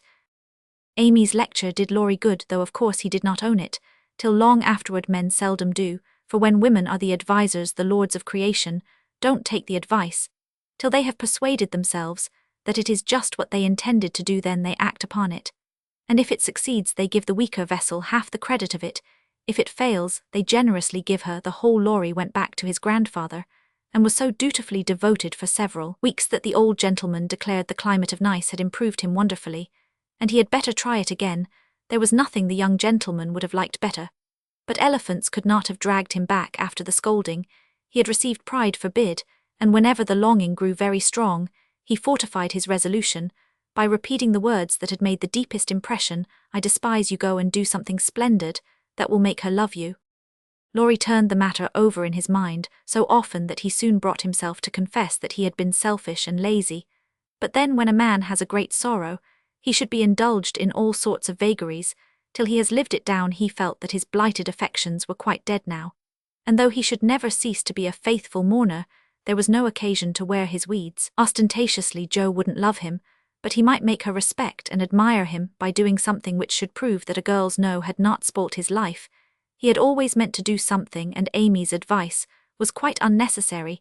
He had only been waiting till the aforesaid blighted affections were decently interred, that being done, he felt that he was ready to hide his stricken heart and still toil on. As Goethe, when he had a joy or a grief, put it into a song, so Laurie resolved to embalm his love-sorrow in music, and compose a requiem which should harrow up Joss' soul, and melt the heart of every hearer. Therefore the next time the old gentleman found him getting restless and moody, and ordered him off, he went to Vienna, where he had musical friends, and fell to work with the firm determination to distinguish himself. But whether the sorrow was too vast to be embodied in music, or music too ethereal to uplift a mortal woe, he soon discovered that the requiem was beyond him. Just at present, it was evident that his mind was not in working order yet, and his ideas needed clarifying, for often in the middle of a plaintive strain, he would find himself humming a dancing tune that vividly recalled the Christmas ball at Nice, especially the Stout Frenchman, and put an effectual stop to tragic composition for the time being. Then he tried an opera, for nothing seemed impossible in the beginning, but here again unforeseen difficulties beset him. He wanted Jo for his heroine, and called upon his memory to supply him with tender recollections and romantic visions of his love, but memory turned traitor, and as if possessed by the perverse spirit of the girl, would only recall Joss' oddities, faults and freaks, would only show her in the most unsentimental aspects, be eating mats with her head tied up in a bandana, barricading herself with the sofa pillow, or throwing cold water over his passion, a la Gummidgend. An irresistible laugh spoilt the pensive picture. He was endeavouring to paint Jo wouldn't be put into the opera at any price, and he had to give her up with a bless that girl, what a torment she is, and a clutch at his hair, as became a distracted composer. When he looked about him for another, and a less intractable damsel to immortalize in melody, memory produced one with the most obliging readiness.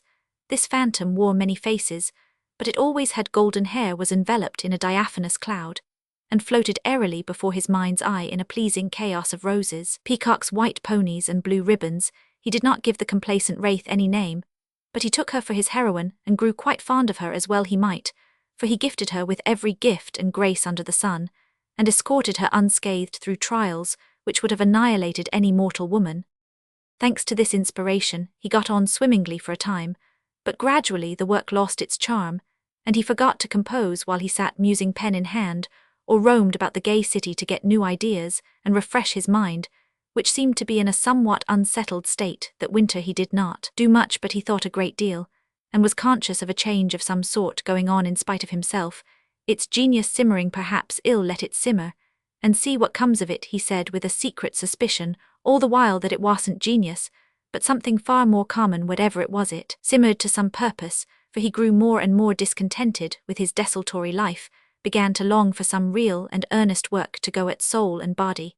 and finally came to the wise conclusion that everyone who loved music was not a composer. Returning from one of Mozart's grand operas splendidly performed at the Royal Theatre, he looked over his own, played a few of the best parts, sat staring up at the busts of Mendelssohn, Beethoven and Bach, who stared benignly back again. Then suddenly he tore up his music sheets one by one, and as the last fluttered out of his hand, he said soberly to himself, "She is right, talent isn't genius, and you can't make it so that music has taken the vanity out of me as Rome took it out of her, and I won't be a humbug any longer now. What shall I do?" That seemed a hard question to answer, and Laurie began to wish he had to work for his daily bread now, if ever occurred an eligible opportunity for going to the devil, as he once forcibly expressed it, for he had plenty of money, and nothing to do, and Satan is proverbially fond of providing employment for full and idle hands. The poor fellow had temptations enough from without and from within, but he withstood them pretty well, for much as he valued liberty. He valued good faith and confidence, more so his promise to his grandfather, and his desire to be able to look honestly into the eyes of the women who loved him, and say all's well kept him safe and steady. Very likely some Mrs. Grundy will observe, "I don't believe it. Boys will be boys, young men must sow their wild oats, and women must not expect miracles." I dare say you don't, Mrs. Grundy, but it's true nevertheless. Women work a good many miracles, and I have a persuasion that they may perform even that of raising the standard of manhood, by refusing to echo such sayings. Let the boys be boys, the longer the better, and let the young men sow their wild oats if they must, but mothers, sisters and friends may help to make the crop a small one, and keep many tares from spoiling the harvest, by believing and showing that they believe in the possibility of loyalty to the virtues which make men manliest in good women's eyes.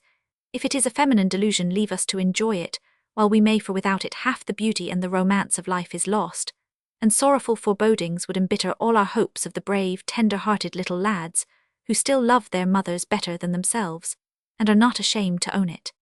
Laurie thought that the task of forgetting his love for Joe would absorb all his powers for years, but to his great surprise, he discovered it grew easier every day. He refused to believe it at first, got angry with himself, and couldn't understand it, but these hearts of ours are curious and contrary things, and time and nature work their will in spite of us. Laurie's heart wouldn't ache. The wound persisted in healing with a rapidity that astonished him, and instead of trying to forget, he found himself trying to remember.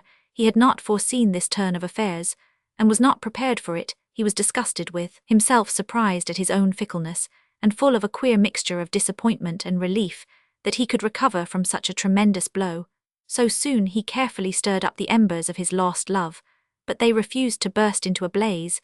There was only a comfortable glow that warmed and did him good without putting him into a fever, and he was reluctantly obliged to confess that the boyish passion was slowly subsiding into a more tranquil sentiment, very tender, a little sad and resentful still, but that was sure to pass away in time, leaving a brotherly affection which would last unbroken to the end. As the word brotherly passed through his mind in one of these reveries, he smiled, and glanced up at the picture of Mozart that was before him. Well, he was a great man, and when he couldn't have one sister, he took the other and was happy. Laurie did not utter the words, but he thought them, and the next instant kissed the little old ring, saying to himself, "No, I won't. I haven't forgot. I never can. Ill try again, and if that fails, why then?" Leaving his sentence unfinished, he seized pen and paper, and wrote to Jo, telling her that he could not settle to anything while there was the least hope of her changing her mind. Couldn't she, wouldn't she? And let him come home and be happy. While waiting for an answer, he did nothing, but he did it energetically, for he was in a fever of impatience. It came at last, and settled his mind effectually on one point, for Jo decidedly couldn't and wouldn't. She was wrapped up in bait and never wished to hear the word love again. Then she begged him to be happy with somebody else, but always to keep a little corner of his heart for his loving sister, Jo. In a postscript, she desired him not to tell Amy that bait was worse. She was coming home in the spring, and there was no need of saddening the remainder of her stay. That would be time enough, please God, but Laurie must write to her often, and not let her feel lonely, homesick or anxious. "So I will at once, poor little girl. It will be a sad going home for her, I am afraid." And Laurie opened his desk, as if writing to Amy had been the proper conclusion of the sentence left unfinished some weeks before. But he did not write the letter that day, for as he rummaged out his best paper, he came across something which changed his purpose. Tumbling about in one part of the desk, among bills, passports and business documents of various kinds, were several of Jo's letters, and in another compartment were 3 notes from Amy, carefully tied up with one of her blue ribbons, and sweetly suggestive of the little dead roses, put away inside, with a half-repentant, half-amused expression. Laurie gathered up all Jo's letters, smoothed, folded, and put them neatly into a small drawer of the desk, stood a minute turning the ring thoughtfully on his finger, then slowly drew it off, laid it with the letters, locked the drawer, and went out to hear High Mass at St. Stephen's, feeling as if there had been a funeral, and though not overwhelmed with affliction, this seemed a more proper way to spend the rest of the day than in writing letters to charming young ladies. Turning the ring thoughtfully upon his finger, the letter went very soon, however, and was promptly answered, for Amy was homesick, and confessed it in the most delightfully confiding manner. The correspondence flourished famously, and letters flew to and fro with unfailing regularity all through the early spring. Laurie sold his busts made alamets of his opera and went back to Paris, hoping somebody would arrive before long. He wanted desperately to go to Nice, but would not till he was asked, and Amy would not ask him, for just then she was having little experiences of her own, which made her rather wish to avoid the quizzical eyes of our boy. Fred Vaughan had returned and put the question to which she had once decided to answer yes, thank you, but now she said no, thank you, kindly, but steadily, for when the time came her courage failed her, and she found that something more than money and position was needed to satisfy the new longing that filled her heart, so full of tender hopes and fears. The words, "Fred is a good fellow, but not at all the man I fancied you would ever like," and Laurie's face, when he uttered them, kept returning to her as pertinaciously as her own did. When she said in look, if not in words, "I shall marry for money," it troubled her to remember that now she wished she could take it back. It sounded so unwomanly. She didn't want Laurie to think her a heartless, worldly creature. She didn't care to be a queen of society now half so much as she did to be a lovable woman. She was so glad he didn't hate her for the dreadful things she said, but took them so beautifully, and was kinder than ever. His letters were such a comfort, for the home letters were very irregular, and were not half so satisfactory as his when they did come. It was not only a pleasure, duty to answer them, for the poor fellow was forlorn, and needed petting. Since Jo persisted in being stony-hearted, she ought to have made an effort, and tried to love him. It couldn't be very hard. Many people would be proud and glad to have such a dear boy care for them, but Jo never would act like other girls, so there was nothing to do but be very kind and treat him like a brother. If all brothers were treated as well as Laurie was at this period, they would be a much happier race of beings than they are. Amy never lectured now. She asked his opinion on all subjects. She was interested in everything he did, made charming little presents for him, and sent him 2 letters a week full of lively gossip, sisterly confidences, and captivating sketches of the lovely scenes about her. As few brothers are complimented by having their letters carried about in their sisters' pockets, read and reread, diligently cried over when short, kissed when long, and treasured carefully. We will not hint that Amy did any of these fond and foolish things, but she certainly did grow a little pale and pensive that spring, lost much of her relish for society, and went out sketching alone a good deal. She never had much to show when she came home, but was studying nature, I dare say, while she sat for hours with her hands folded on the terrace at Valrosa, or absently sketched any fancy that occurred to her. A stalwart knight carved on a tomb, a young man asleep in the grass with his hat over his eyes, or a curly-haired girl in gorgeous array promenading down a ballroom on the arm of a tall gentleman, both faces being left a blur, according to the last fashion in art, which was safe but not altogether satisfactory. Her aunt thought that she regretted her answer to Fred, and finding denials useless and explanations impossible, Amy left her to think what she liked, taking care that Laurie should know that Fred had gone to Egypt. That was all, but he understood it, and looked relieved as he said to himself, with a venerable air, "I was sure she would think better of it, poor old fellow. I've been through it all, and I can sympathize." With that he heaved a great sigh, and then, as if he had discharged his duty to the past, put his feet up on the sofa, and enjoyed Amy's letter luxuriously. While these changes were going on abroad, trouble had come at home, but the letter telling that Bate was failing never reached Amy, and when the next found her the grass was green above her sister, the sad news met her at Vevey, for the heat had driven them from Nice in May, and they had travelled slowly to Switzerland by way of Genoa and the Italian lakes. She bore it very well and quietly submitted to the family decree that she should not shorten her visit, for since it was too late to say goodbye to Bate, she had better stay, and let absence soften her sorrow. But her heart was very heavy. She longed to be at home, and every day looked wistfully across the lake, waiting for Laurie to come and comfort her. He did come very soon, for the same mail brought letters to them both, but he was in Germany, and it took some days to reach him. The moment he read it, he packed his knapsack, bade adieu to his fellow pedestrians, and was off to keep his promise with a heart full of joy and sorrow, hope and suspense. He knew Vevey well, and as soon as the boat touched the little quay he hurried along the shore to La Tour where the Carols were living in pension. The Garcon was in despair that the whole family had gone to take a promenade on the lake, but no, the blonde mademoiselle might be in the chateau garden if monsieur would give himself the pain of sitting down a flash of time, should present her, but monsieur could not wait even a flash of time, and in the middle of the speech departed to find mademoiselle himself. A pleasant old garden on the borders of the lovely lake, with chestnuts rustling overhead, ivy climbing everywhere, and the black shadow of the tower falling far across the sunny water at one corner of the wide low wall, was a seat, and here Amy often came to read or work, or console herself with the beauty all about her. She was sitting here that day, leaning her head on her hand with a homesick heart, and heavy eyes, thinking of Bate and wondering why Laurie did not come. She did not hear him cross the courtyard beyond, nor see him pause in the archway that led from the subterranean path into the garden. He stood a minute looking at her with new eyes, seeing what no one had ever seen before, the tender side of Amy's character. Everything about her mutely suggested love, and sorrow. The blotted letters in her lap, the black ribbon that tied up her hair, the womanly pain and patience in her face, even the little ebony cross at her throat seemed pathetic to Laurie, for he had given it to her, and she wore it as her only ornament. If he had any doubts about the reception she would give him, they were set at rest the minute she looked up and saw him, for dropping everything she ran to him, exclaiming in a tone of unmistakable love and longing, "Oh, Laurie, Laurie, I knew you'd come to me.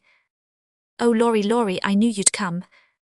I think everything was said and settled then, for as they stood together, quite silent for a moment with the dark head bent down protectingly over the light one, Amy felt that no one could comfort and sustain her so well as Laurie, and Laurie decided that Amy was the only woman in the world who could fill Joss' place and make him happy. He did not tell her so, but she was not disappointed, for both felt the truth, was satisfied, and gladly left the rest to silence.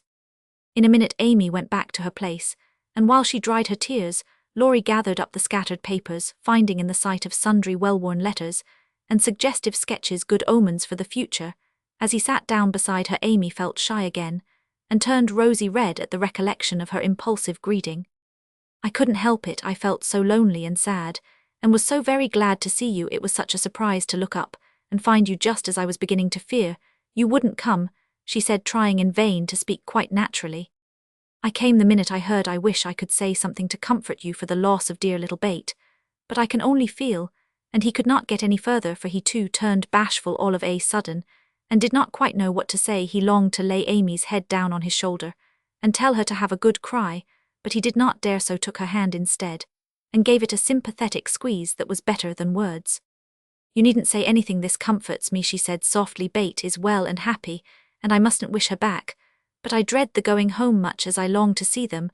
All we won't talk about it now, for it makes me cry, and I want to enjoy you while you stay. You needn't go right back, need you?" "Not if you want me, dear. I do so much. Aunt and Flo are very kind, but you seem like one of the family, and it would be so comfortable to have you for a little while." Amy spoke and looked so like a homesick child, whose heart was full, that Laurie forgot his bashfulness all at once, and gave her just what she wanted, petting she was used to and the cheerful conversation she needed. "Poor little soul, you look as if you'd grieved yourself half sick. I am going to take care of you, so don't cry any more, but come and walk about with me. The wind is too chilly for you to sit still," he said, in the half-caressing, half-commanding way that Amy liked, as he tied on her hat, drew her arm through his, and began to pace up and down the sunny walk under the new-leaved chestnuts. He felt more at ease upon his legs, and Amy found it very pleasant to have a strong arm to lean upon, a familiar face to smile at her, and a kind voice to talk delightfully for her alone. The quaint old garden had sheltered many pairs of lovers, and seemed expressly made for them, so sunny and secluded was it, with nothing but the tower to overlook them, and the wide lake to carry away the echo of their words, as it rippled by below. For an hour this new pair walked and talked or rested on the wall, enjoying the sweet influences which gave such a charm to time and place, and when an unromantic dinner bell warned them away, Amy felt as if she left her burden of loneliness and sorrow behind her in the chateau garden. The moment Mrs. Carroll saw the girl's altered face, she was illuminated with a new idea, and exclaimed to herself, "Now, I understand it, old child has been pining for young Lawrence. Bless my heart, I never thought of such a thing." With praiseworthy discretion, the good lady said nothing, and betrayed no sign of enlightenment, but cordially urged Laurie to stay and begged Amy to enjoy his society, for it would do her more good than so much solitude. Amy was a model of docility, and as her aunt was a good deal occupied with Flo, she was left to entertain her friend, and did it with more than her usual success. At nice Laurie had lounged, and Amy had scolded at Veve.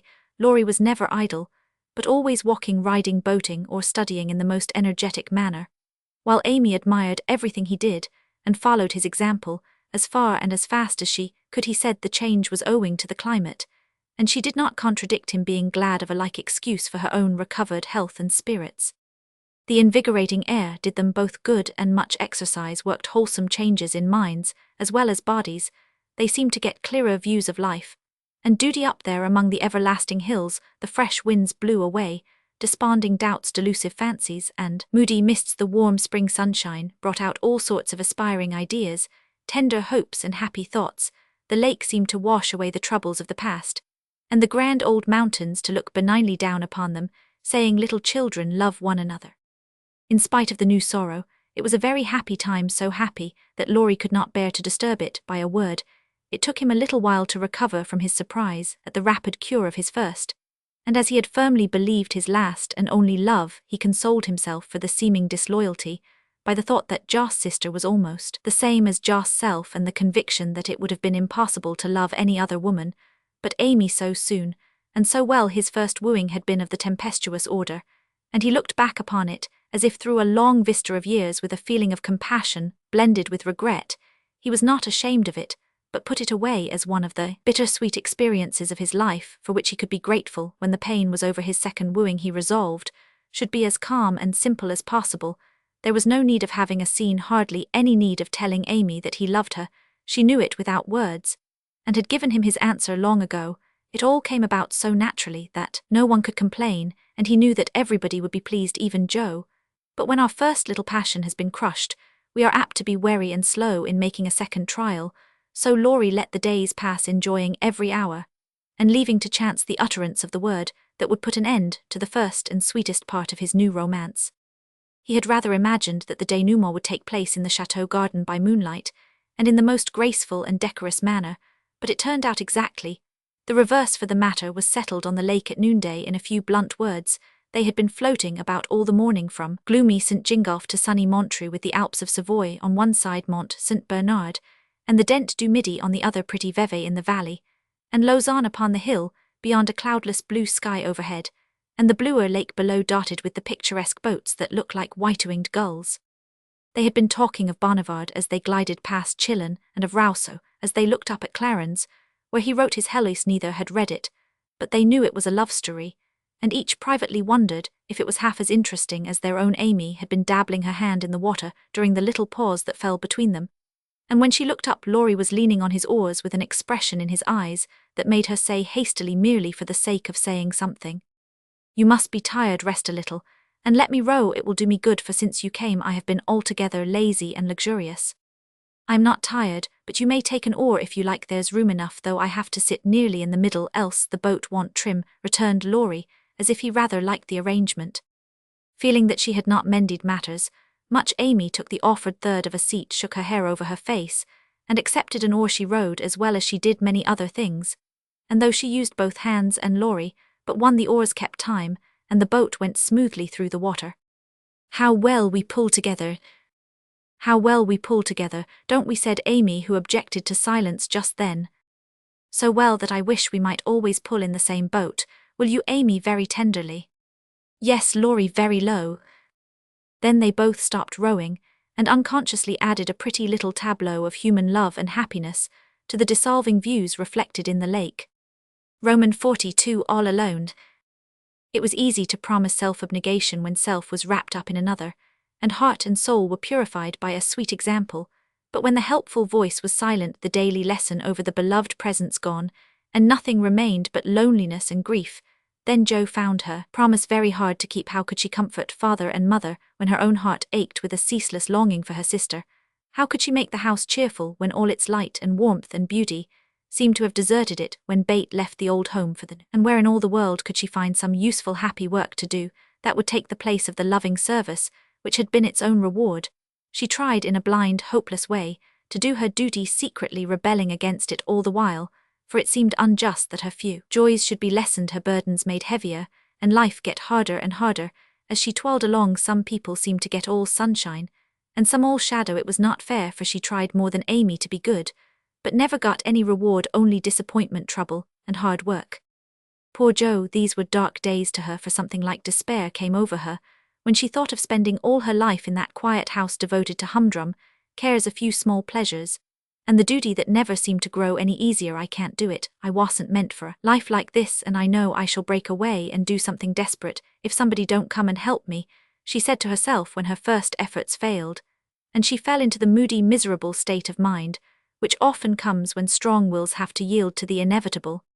But someone did come and help her, though Jo did not recognize her good angels at once, because they wore familiar shapes and used the simple spells best fitted to poor humanity. Often she started up at night thinking Bate called her, and when the sight of the little empty bed made her cry with the bitter cry of an unsubmissive sorrow, "Oh Bate, come back, come back," she did not stretch out her yearning arms in vain, for as quick to hear her sobbing as she had been to hear her sister's faintest whisper, her mother came to comfort her, not with words only, but the patient tenderness that soothes by a touch, tears that were mute reminders of a greater grief than jaws, and broken whispers more eloquent than prayers, because hopeful resignation went hand in hand with natural sorrow, sacred moments when heart talked to heart in the silence of the night, turning affliction to a blessing which chastened grief and strengthened love. Feeling this, Joss' burden seemed easier to bear, duty grew sweeter, and life looked more endurable seen from the safe shelter of her mother's arms.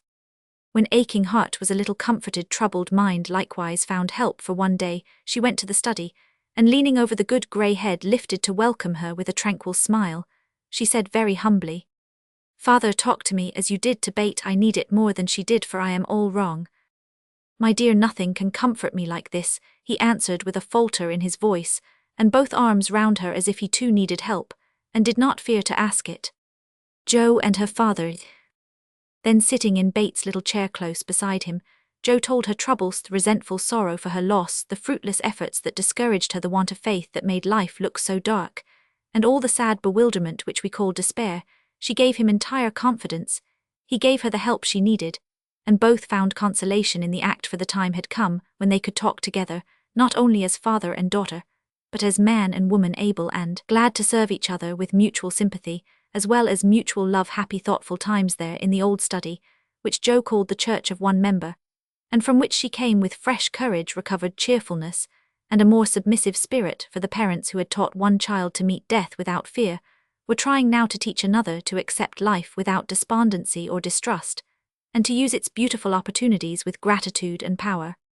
Other helps had Jo, humble, wholesome duties and delights that would not be denied their part in serving her, and which she slowly learned to see and value. Brooms and dishcloths never could be as distasteful as they once had been, for Bate had presided over both, and something of her housewifely spirit seemed to linger round the little mop and the old brush that was never thrown away. As she used them, Jo found herself humming the songs Bate used to hum, imitating Bates' orderly ways, and giving the little touches here and there that kept everything fresh and cosy, which was the first step toward making home happy, though she didn't know it, till Hannah said with an approving squeeze of the hand, "You thoughtful cretur, you're determined. We shan't miss that dear lamb, ef you can help it. We don't say much, but we see it, and the Lord will bless you for't, see ef he don't."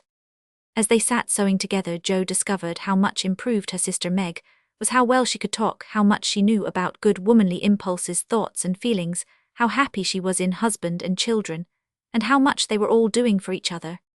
"Marriage is an excellent thing, after all. I wonder if I should blossom out half as well as you have if I tried it," said Jo, as she constructed a kite for Demi in the topsy-turvy nursery. "It's just what you need to bring out the tender, womanly half of your nature, Jo. You are like a chestnut burr, prickly outside, but silky-soft within, and a sweet kernel. If one can only get at it, love will make you show your heart some day, and then the rough burr will fall off. Frost opens chestnut burrs, Mom, and it takes a good shake to bring them down. Boys go nutting, and I don't care to be bagged by them," returned Jo, pasting away at the kite, which no wind that blows would ever carry up, for Daisy had tied herself on as a bar. Meg laughed, for she was glad to see a glimmer of Joss' old spirit, but she felt it her duty to enforce her opinion by every argument in her power, and the sisterly chats were not wasted, especially as two of Meg's most effective arguments were the babies whom Jo loved tenderly. Grief is the best opener for some hearts, and Joss was nearly ready for the bag, a little more sunshine to ripen the nut than not a boy's impatient shake, but a man's hand reached up to pick it gently from the burr, and find the kernel sound and sweet. If she had suspected this, she would have shut up tight, and been more prickly than ever. Fortunately, she wasn't thinking about herself, so when the time came down, she dropped. Now if she had been the heroine of a moral storybook, she ought at this period of her life to have become quite saintly, renounced the world, and gone about doing good in a mortified bonnet with tracts in her pocket. But you see, Jo wasn't a heroine, she was only a struggling human girl like hundreds of others, and she just acted out her nature, being sad, cross, listless, or energetic. As the mood suggested, it's highly virtuous to say, well, be good, but we can't do it all at once, and it takes a long pull, a strong pull, and a pull all together before some of us even get our feet set in the right way. Jo had got so far she was learning to do her duty, and to feel unhappy if she did not, but to do it cheerfully, that was another thing. She had often said she wanted to do something splendid, no matter how hard, and now she had her wish, for what could be more beautiful than to devote her life to father and mother, trying to make home as happy to them as they had to her, and if difficulties were necessary to increase the splendor of the effort, what could be harder for a restless, ambitious girl than to give up her own hopes, plans, and desires, and cheerfully live for others? Providence had taken her at her word. Here was the task, not what she had expected, but better, because self had no part in it. Now could she do it? She decided that she would try, and in her first attempt, she found the helps I have suggested. Still another was given her, and she took it not as a reward, but as a comfort, as Christian took the refreshment afforded by the little arbor where he rested as he climbed the hill called difficulty. "Why don't you write? That always used to make you happy," said her mother once, when the desponding fit overshadowed Jo.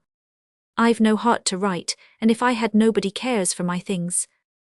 We do write something for us, and never mind the rest of the world. Try it, dear, I am sure it would do you good, and please us very much." "Don't believe I can," but Jo got out her desk and began to overhaul her half-finished manuscripts. An hour afterward her mother peeped in, and there she was, scratching away with her black pinafore on, and an absorbed expression which caused Mrs. March to smile and slip away, well pleased with the success of her suggestion. Jo never knew how it happened, but something got into that story that went straight to the hearts of those who read it, for when her family had laughed and cried over it, her father sent it, much against her will, to one of the popular magazines, and to her utter surprise, it was not only paid for, but others requested letters from several persons whose praise was honor, followed the appearance of the little story. Newspapers copied it, and strangers as well as friends admired it. For a small thing, it was a great success, and Jo was more astonished than when her novel was commended and condemned all at once. "I don't understand it. What can there be in a simple little story like that to make people praise it?" So she said, quite bewildered. "There is truth in it, Jo, that's the secret. Humor and pathos make it alive, and you have found your style at last. You wrote with no thought of fame or money, and put your heart into it, my daughter. You have had the bitter, now comes the sweet. Do your best, and grow as happy as we are in your success. If there is anything good or true in what I write, it isn't mine. I owe it all to you and mother, and to Bates," said Jo, more touched by her father's words than by any amount of praise from the world. So taught by love and sorrow, Jo wrote her little stories and sent them away to make friends for themselves and her, finding it a very charitable world to such humble wanderers, for they were kindly welcomed, and sent home comfortable tokens to their mother, like dutiful children whom good fortune overtakes. When Amy and Laurie wrote of their engagement, Mrs. March feared that Jo would find it difficult to rejoice over it, but her fears were soon set at rest, for though Jo looked grave at first, she took it very quietly, and was full of hopes and plans for the children. Before she read the letter twice, it was a sort of written duet, wherein each glorified the other in lover-like fashion, very pleasant to read and satisfactory to think of, for no one had any objection to make. "You like it, mother?" said Jo, as they laid down the closely written sheets and looked at one another. "Yes, I hoped it would be so. Ever since Amy wrote that she had refused Fred, I felt sure then that something better than what you call the mercenary spirit had come over her, and a hint here and there in her letters made me suspect that love and Laurie would win the day. How sharp you are, Marmee, and how silent! You never said a word to me. Mothers have need of sharp eyes and discreet tongues when they have girls to manage. I was half afraid to put the idea into your head, lest you should write and congratulate them before the thing was settled. I am not the scatterbrain I was. You may trust me. I am sober and sensible enough for anyone's confidant now. So you are, dear, and I should have made you mine, only I fancied it might pain you to learn that your Teddy loved anyone else. Now mother, did you really think I could be so silly and selfish after Id refused his love when it was freshest if not best? I knew you were sincere then, Joe, but lately I have thought that if he came back and asked again, you might perhaps feel like giving another answer. Forgive me, dear. I can't help seeing that you are very lonely, and sometimes there is a hungry look in your eyes that goes to my heart, so I fancied that your boy might fill the empty place if he tried now. No, mother, it is better as it is, and I am glad Amy has learned to love him, but you are right in one thing, I am lonely, and perhaps if Teddy had tried again, I might have said yes, not because I love him any more, but because I care more to be loved than when he went away. I am glad of that, Joe, for it shows that you are getting on. There are plenty to love you, so try to be satisfied with father and mother, sisters and brothers, friends and babies, till the best lover of all comes to give you a reward. Mothers are the best lovers in the world, but I don't mind whispering to Marmee that I'd like to try all kinds. It's very curious, but the more I try to satisfy myself with all sorts of natural affections, the more I seem to want. I'd no idea hearts could take in so many. Mine is so elastic it never seems full now. And I used to be quite contented with my family. I don't understand it. I do, and Mrs. March smiled her wise smile as Joe turned back the leaves to read what Amy said of Laurie. It is so beautiful to be loved as Laurie loves me. He isn't sentimental, doesn't say much about it, but I see and feel it in all he says and does. And it makes me so happy and so humble that I don't seem to be the same girl I was. I never knew how good and generous and tender he was till now, for he lets me read his heart, and I find it full of noble impulses and hopes and purposes, and am so proud to know it's mine. He says he feels as if he could make a prosperous voyage now with me aboard as mate, and lots of love for ballast. I pray he may, and try to be all he believes me, for I love my gallant captain with all my heart and soul and might, and never will desert him while God lets us be together. Oh mother, I never knew how much like heaven this world could be when two people love and live for one another. And that's our cool, reserved and worldly Amy. Truly love does work miracles. How very, very happy they must be. And Joe laid the rustling sheets together with a careful hand, as one might shut the covers of a lovely romance, which holds the reader fast till the end comes, and he finds himself alone in the workaday world again.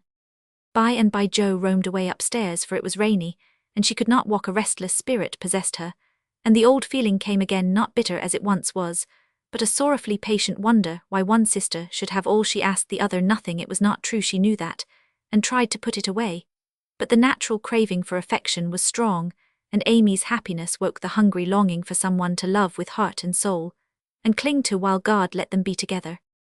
Up in the garret where Joss' unquiet wanderings ended stood 4 little wooden chests in a row, each marked with its owner's name, and each filled with relics of the childhood and girlhood, ended now, for all Joe glanced into them, and when she came to her own leaned her chin on the edge and stared absently at the chaotic collection, till a bundle of old exercise books caught her eye. She drew them out, turned them over, and relived that pleasant winter at kind Mrs. Kirk's. She had smiled at first, then she looked thoughtful, next sad, and when she came to a little message written in the professor's hand, her lips began to tremble. The books slid out of her lap, and she sat looking at the friendly words as if they took a new meaning, and touched a tender spot in her heart. Wait for me, my friend, I may be a little late, but I shall surely come. Oh, if he only would, so kind, so good, so patient with me, always my dear old Fritz. I didn't value him half enough when I had him, but now how I should love to see him, for every one seems going away from me, and I am all alone. And holding the little paper fast, as if it were a promise yet to be fulfilled, Joe laid her head down on a comfortable rag-bag, and cried as if in opposition to the rain pattering on the roof. Joe laid her head on a comfortable rag-bag and cried. Was it all self-pity, loneliness, or low spirits, or was it the waking up of a sentiment which had bided its time as patiently as its inspirer? Who shall say? A substantial, lifelike ghost leaning over her. Roman 43 surprises. Joe was alone in the twilight, lying on the old sofa looking at the fire, and thinking it was her favourite way of spending the hour of dusk. No one disturbed her, and she used to lie there on Bates' little red pillow planning stories, dreaming dreams, or thinking tender thoughts of the sister, who never seemed far away. Her face looked tired, grave, and rather sad, for tomorrow was her birthday, and she was thinking how fast the years went by, how old she was getting, and how little she seemed to have accomplished. Almost 25, and nothing to show for it. Joe was mistaken in that there was a good deal to show, and by she saw and was grateful for it. An old maid, that's what I am to be, a literary spinster with a pen for a spouse, a family of stories for children, and 20 years hence a morsel of fame perhaps when like poor Johnson I'm old, and can't enjoy it solitary, and can't share it independent, and don't need it well, I needn't be a sour saint nor a selfish sinner, and I dare say old maids are very comfortable when they get used to it. But and there Joe sighed as if the prospect was not inviting. It seldom is at first, and 30 seems the end of all things to 25, but it's not so bad as it looks, and one can get on quite happily if one has something in oneself to fall back upon. At 25 girls begin to talk about being old maids, but secretly resolve that they never will be. At 30 they say nothing about it but quietly accept the fact, and if sensible console themselves by remembering that they have 20 more useful happy years, in which they may be learning to grow old gracefully. Don't laugh at the spinsters, dear girls, for often very tender tragical romances are hidden away in the hearts that beat so quietly under the sober gowns, and many silent sacrifices of youth, health, ambition, love itself, make the faded faces beautiful in God's sight. Even the sad sour sisters should be kindly dealt with, because they have missed the sweetest part of life if for no other reason, and looking at them with compassion, not contempt, girls in their bloom, should remember that they too may miss the blossom time, that rosy cheeks don't last forever, that silver threads will come in the barny brown hair, and that by and by kindness and respect will be as sweet as love and admiration now. Gentlemen, which means boys, be courteous to the old maids, no matter how poor and plain and prim, for the only chivalry worth having is that which is the readiest to pay deference to the old, protect the feeble, and serve womankind regardless of rank, age, or colour. Just recollect the good aunts who have not only lectured and fussed, but nursed and petted too often, without, thanks the scrapes they have helped you out of the tips they have given you from their small store, the stitches the patient old fingers have set for you, the steps the willing old feet have taken and gratefully pay the dear old ladies the little attentions that women love to receive as long as they live. The bright-eyed girls are quick to see such traits, and will like you all the better for them. And if death, almost the only power that can part mother and son, should rob you of yours, you will be sure to find a tender welcome and maternal cherishing from some Aunt Priscilla, who has kept the warmest corner of her lonely old heart for the best nevy in the world. Joe must have fallen asleep, as I dare say my reader has during this little homily, for suddenly Laurie's ghost seemed to stand before Hera, substantial, lifelike, ghost leaning over her, with the very look he used to wear when he felt a good deal, and didn't like to show it, but like Jenny in the ballad. She could not think it he, and lay staring up at him in startled silence, till he stooped and kissed her. Then she knew him and flew up crying joyfully, "Oh my Teddy, oh my Teddy! Dear Joe, you are glad to see me then?" "Glad, my blessed boy, words can't express my gladness. Where's Amy?" "Your mother has got her down at Meg's. We stopped there by the way, and there was no getting my wife out of their clutches." "You're what?" cried Joe, for Laurie uttered those two words with an unconscious pride and satisfaction which betrayed him. "Oh, the dickens, now I've done it," and he looked so guilty that Joe was down upon him like a flash. "You've gone and got married?" "Yes, please, but I never will again," and he went down upon his knees with a penitent clasping of hands, and a face full of mischief, mirth, and triumph. "Actually married?" "Very much so, thank you." "Mercy on us, what dreadful thing will you do next?" And Joe fell into her seat with a gasp. "A characteristic but not exactly complimentary congratulation," returned Laurie, still in an abject attitude, but beaming with satisfaction. "What can you expect when you take one's breath away, creeping in like a burglar and letting cats out of bags like that? Get up, you ridiculous boy, and tell me all about it." "Not a word unless you let me come in my old place and promise not to barricade." Joe laughed at that, as she had not done for many a long day, and patted the sofa invitingly as she said in a cordial tone, "The old pillow is up garret, and we don't need it now, so come and fess Teddy." "How good it sounds to hear you say Teddy. No one ever calls me that." But you and Laurie sat down with an air of great content. "What does Amy call you?" "My lord." "That's like her. Well, you look it," and Joss' eyes plainly betrayed that she found her boy comelier than ever. The pillow was gone, but there was a barricade nevertheless, a natural one raised by time, absence, and change of heart. Both felt it, and for a minute looked at one another, as if that invisible barrier cast a little shadow over them. It was gone directly, however, for Laurie said with a vain attempt at dignity, "Don't I look like a married man and the head of a family?"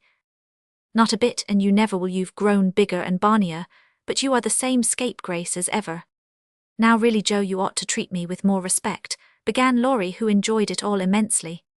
How can I, when the mere idea of you married and settled is so irresistibly funny that I can't keep sober, answered Jo, smiling all over her face so infectiously that they had another laugh, and then settled down for a good talk quite in the pleasant old fashion.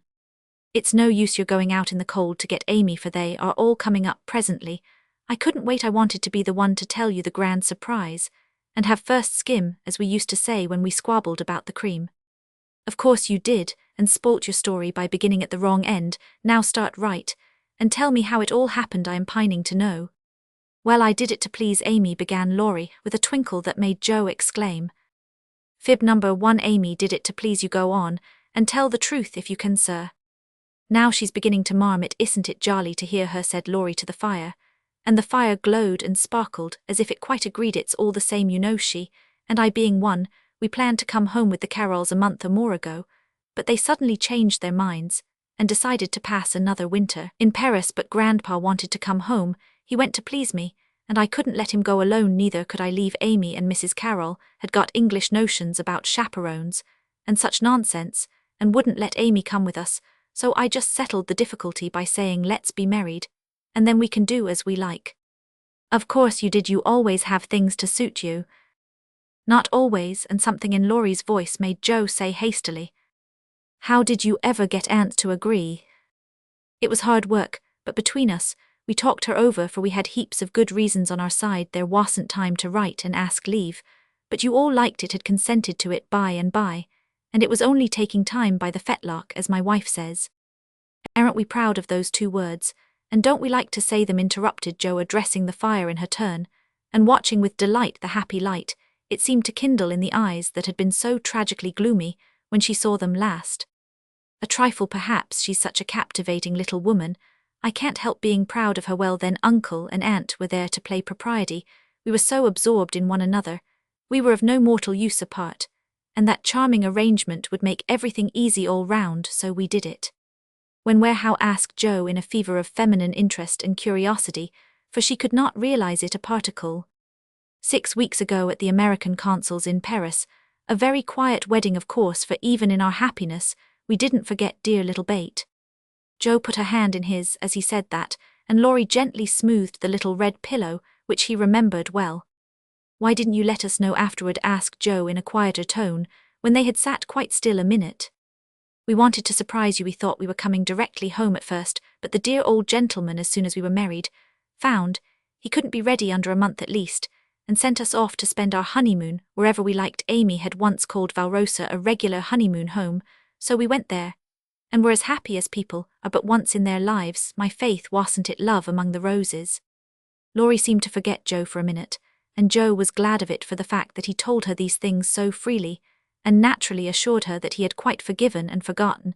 She tried to draw away her hand, but as if he guessed the thought that prompted the half-involuntary impulse, Laurie held it fast, and said with a manly gravity she had never seen in him before, Jo dear, I want to say one thing, and then well put it by forever, as I told you in my letter when I wrote that Amy had been so kind to me.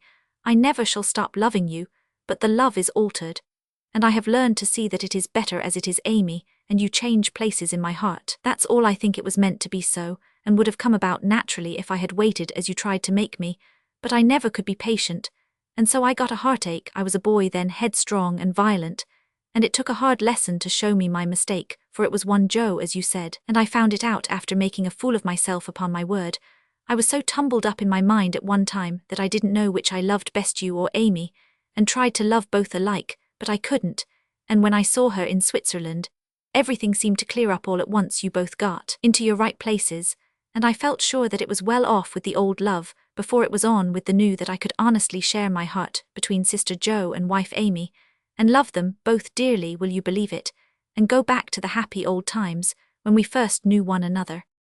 I'll believe it with all my heart, but Teddy, we never can be boy and girl again. The happy old times can't come back, and we mustn't expect it. We are man and woman now, with sober work to do, for playtime is over, and we must give up frolicking. I am sure you feel this. I see the change in you, and you'll find it in me. I shall miss my boy, but I shall love the man as much and admire him more, because he means to be what I hoped he would. We can't be little playmates any longer, but we will be brother and sister to love and help one another all our lives, won't we, Laurie? He did not say a word, but took the hand she offered him, and laid his face down on it for a minute, feeling that out of the grave of a boyish passion, there had risen a beautiful, strong friendship, to bless them both. Presently Jo said cheerfully, for she didn't want the coming home to be a sad one. I can't make it true that you children are really married, and going to set up housekeeping. Why, it seems only yesterday that I was buttoning Amy's pinafore, and pulling your hair when you teased. Mercy me, how time does fly. As one of the children is older than yourself, you needn't talk so like a grandma. I flatter myself. I am a gentleman growed, as Peggotty said of David. And when you see Amy, you'll find her rather a precocious infant, said Laurie, looking amused at her maternal.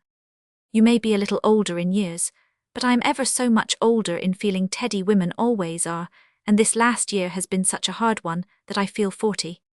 Poor Jo, we left you to bear it alone while we went pleasuring. You are older, here's a line, and there's another. Unless you smile, your eyes look sad. And when I touched the cushion just now, I found a tear on it. You've had a great deal to bear, and had to bear it all alone. What a selfish beast I've been. And Laurie pulled his own hair with a remorseful look. But Jo only turned over the traitorous pillow, and answered in a tone which she tried to make quite cheerful. No, I had father and mother to help me, the dear babies to comfort me, and the thought that you and Amy were safe and happy to make the troubles here easier to bear. I am lonely sometimes, but I dare say it's good for me. And you never shall be again, broke in Laurie, putting his arm about her, as if to fence out every human Roman 99. Amy, and I can't get on without you, so you must come and teach the children to keep house and go halves in everything, just as we used to do, and let us pet you and all be blissfully happy and friendly together. If I shouldn't be in the way, it would be very pleasant. I begin to feel quite young already, for somehow all my troubles seem to fly away. When you came, you always were a comfort, Teddy. And Jo leaned her head on his shoulder, just as she did years ago, when Bate lay ill and Laurie told her to hold on to him. He looked down at her, wondering if she remembered the time, but Jo was smiling to herself, as if in truth her troubles had all vanished at his coming. You are the same, Jo, still dropping tears about 1 minute, and laughing the next. You look a little wicked now. What is it, Grandma? I was wondering how you and Amy get on together.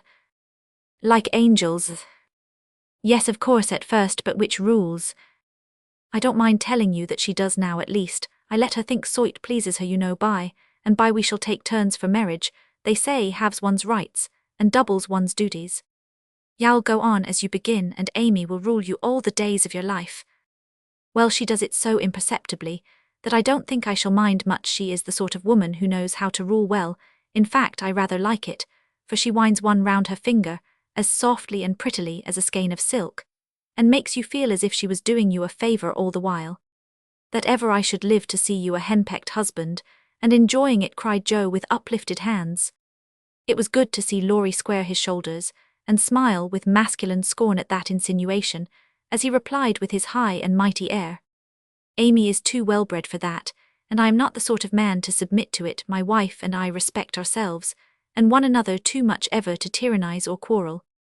Jo liked that and thought the new dignity very becoming, but the boy seemed changing very fast into the man, and regret mingled with her pleasure. I am sure of that, Amy, and you never did quarrel as we used to. She is the sun, and I the wind in the fable, and the sun managed the man best, you remember. She can blow him up as well as shine on him, laughed Laurie. Such a lecture as I got at Nice, I give you my word, it was a deal worse than any of your scoldings. A regular rouser. I'll tell you all about it sometime. Never will, because after telling me that she despised and was ashamed of me, she lost her heart to the despicable party and married the good-for-nothing. What baseness! Well, if she abuses you, come to me and I'll defend you. I look as if I needed it, don't I? Said Laurie, getting up and striking an attitude, which suddenly changed from the imposing to the rapturous, as Amy's voice was heard calling. Where is she? Where's my dear old Jo? In trooped the whole family, and everyone was hugged and kissed all over again, and after several vain attempts, the 3 wanderers were set down to be looked at, and exulted over Mr. Lawrence, hale and hearty, as ever, was quite as much improved as the others by his foreign tour, for the crustiness seemed to be nearly gone, and the old-fashioned courtliness had received a polish which made it kindlier than ever. It was good to see him beam at my children, as he called the young pair. It was better still to see Amy pay him the daughterly duty and affection, which completely won his old heart, and best of all to watch Laurie revolve about the two, as if never tired of enjoying the pretty picture they made. The minute she put her eyes upon Amy, Meg became conscious that her own dress hadn't a Parisian air that young Mrs. Moffat would be entirely eclipsed by young Mrs. Lawrence, and that her ladyship was altogether a most elegant and graceful woman. Jo thought, as she watched the pair, how well they look together. I was right, and Laurie has found the beautiful, accomplished girl who will become his home better than clumsy old Jo, and be a pride not a torment to him. Mrs. March and her husband smiled and nodded at each other with happy faces, for they saw that their youngest had done well not only in worldly things, but the better wealth of love, confidence, and happiness. For Amy's face was full of the soft brightness which betokens a peaceful heart. Her voice had a new tenderness in it, and the cool prim carriage was changed to a gentle dignity, both womanly and winning. No little affectations marred it, and the cordial sweetness of her manner was more charming than the new beauty or the old grace, for it stamped her at once with the unmistakable sign of the true gentlewoman she had hoped to become. "Love has done much for our little girl," said her mother softly. "She has had a good example before her all her life, my dear." Mr. March whispered back, with a loving look at the worn face and grey head beside him. Daisy found it impossible to keep her eyes off her pretty auntie, but attached herself like a lapdog to the wonderful chatelaine full of delightful charms. Demi paused to consider the new relationship before he compromised himself by the rash acceptance of a bribe, which took the tempting form of a family of wooden bears from Bern. A flank movement produced an unconditional surrender, however, for Laurie knew where to have him. "Young man, when I first had the honor of making your acquaintance, you hit me in the face. Now, I demand the satisfaction of a gentleman." And with that the tall uncle proceeded to toss and touzle the small nephew in a way that damaged his philosophical dignity as much as it delighted his boyish soul. The tall uncle proceeded to toss and touzle the small nephew. "Blessed if she ain't in silk from head to foot, ain't it a religion sight to see her settin' there, as fine as a fiddle, and hear folks calling little Amy Mies Lawrence," muttered old Hannah, who could not resist frequent peeks through the slide, as she set the table in a most decidedly promiscuous manner. Mercy on us, how they did talk, first one, then the other, then all burst out together, trying to tell the history of 3 years in half an hour. It was fortunate that tea was at hand to produce a lull and provide refreshment, for they would have been hoarse and faint if they had gone on much longer. Such a happy procession as filed away into the little dining room. Mr. March proudly escorted Mrs. Lawrence. Mrs. March as proudly leaned on the arm of my son. The old gentleman took Jo with a whispered, "You must be my girl now," and a glance at the empty corner by the fire that made Jo whisper back, with trembling lips, "Ill try to fill her place, sir." The twins pranced behind, feeling that the millennium was at hand, for everyone was so busy with the newcomers that they were left to revel at their own sweet will. And you may be sure they made the most of the opportunity. Didn't they steal sips of tea, stuffed gingerbread ab libitum, get a hot biscuit apiece? And as a crowning trespass, didn't they each whisk a captivating little tart into their tiny pockets there, to stick and crumble treacherously, teaching them that both human nature and pastry are frail, burdened with the guilty consciousness of the sequestered tarts, and fearing that Dodo's sharp eyes would pierce the thin disguise of cambric and merino, which hid their booty, the little sinners attached themselves to Dramper, who hadn't his spectacles on. Amy, who was handed about like refreshments, returned to the parlour on Father Lawrence's arm. The others paired off as before, and this arrangement left Jo companionless. She did not mind it at the minute, for she lingered to answer Hannah's eager inquiry. "Will Miss Amy ride in her coupe and use all them lovely silver dishes that's stored away over yonder?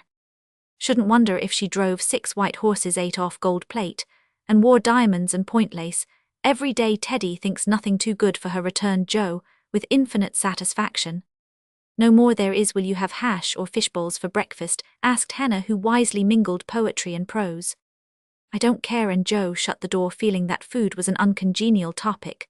Just then she stood a minute looking at the party vanishing above, and as Demi's short plaid legs toiled up the last stair, a sudden sense of loneliness came over her so strongly that she looked about her with dim eyes, as if to find something to lean upon, for even Teddy had deserted her. If she had known what birthday gift was coming every minute nearer and nearer, she would not have said to herself, "Ill weep a little weep, when I go to bed it won't do to be dismal now."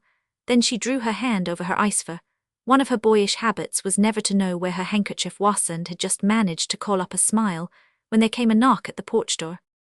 She opened it with hospitable haste, and started as if another ghost had come to surprise her, for there stood a tall bearded gentleman, beaming on her from the darkness like a midnight sun. "Oh, Mr. Bear, I am so glad to see you," cried Jo with a clutch, as if she feared the night would swallow him up before she could get him in. "Oh, Mr. Bear, I am so glad to see you." "And I to see Miss Marsh, but no, you have a party," and the professor paused as the sound of voices and the tap of dancing feet came down to them. "No, we haven't, only the family, my sister and friends have just come home, and we are all very happy. Come in and make one of us." Though a very social man, I think Mr. Bear would have gone decorously away and come again another day. But how could he when Joe shut the door behind him and bereft him of his hat? Perhaps her face had something to do with it, for she forgot to hide her joy at seeing him, and showed it with a frankness that proved irresistible to the solitary man, whose welcome far exceeded his boldest hopes. "If I shall not be Monsieur de Trappe, I will so gladly see them all. You have been ill, my friend?" He put the question abruptly, for as Joe hung up his coat, the light fell on her face, and he saw a change in it.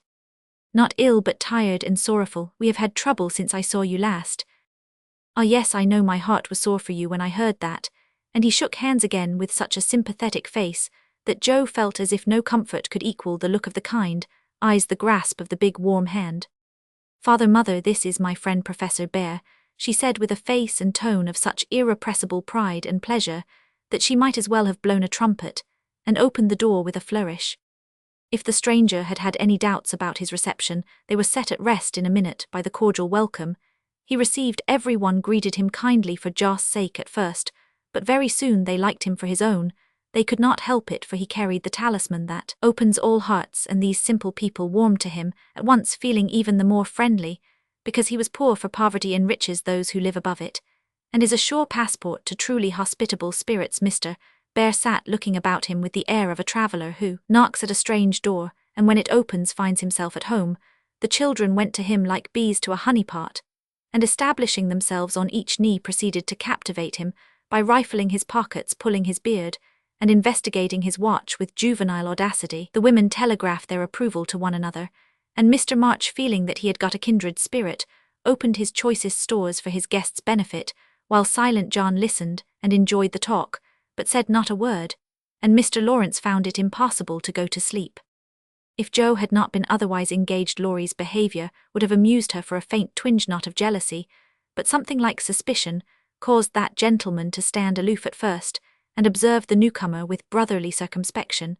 But it did not last long. He got interested in spite of himself, and before he knew it was drawn into the circle, for Mr. Bear talked well in this genial atmosphere, and did himself justice. He seldom spoke to Laurie, but he looked at him often, and a shadow would pass across his face, as if regretting his own lost youth as he watched the young man in his prime.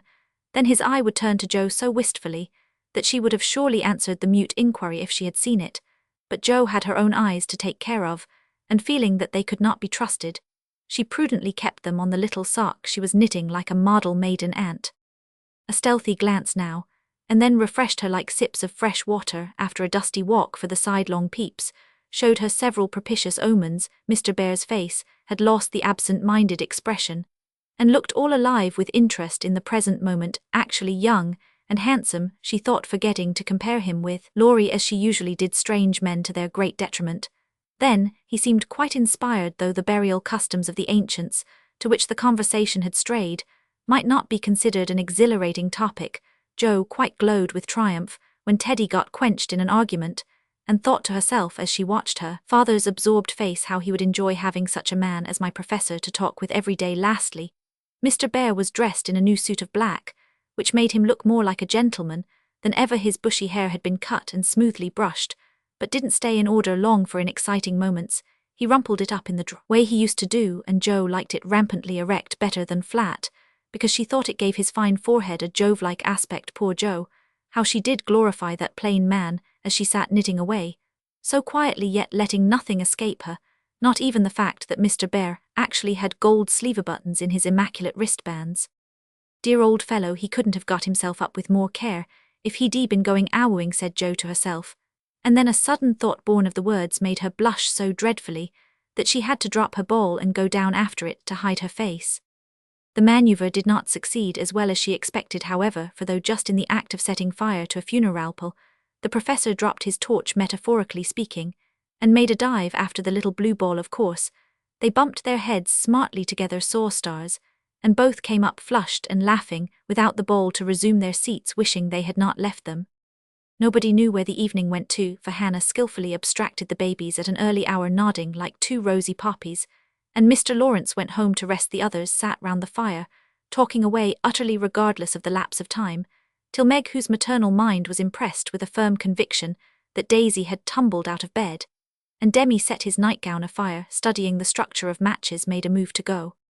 "We must have our sing in the good old way, for we are all together again once more," said Jo, feeling that a good shout would be a safe and pleasant vent for the jubilant emotions of her soul.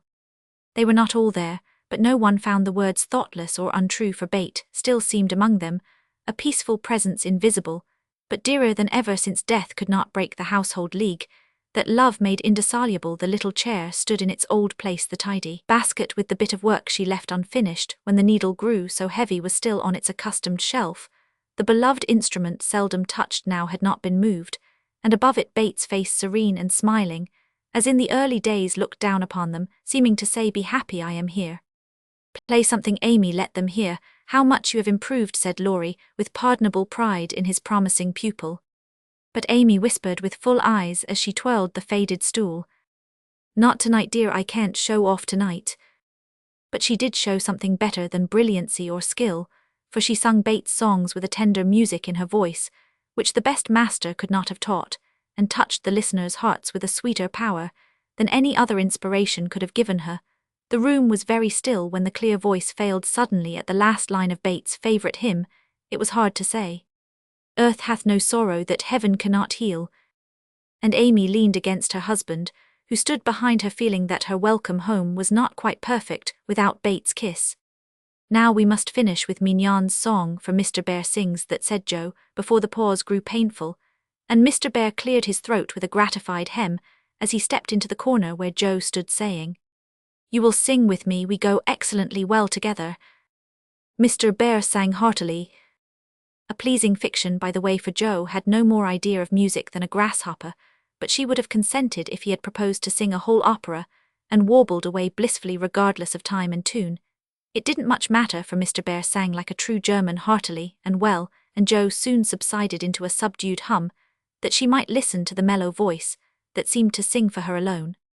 "Know'st thou the land where the citron blooms?"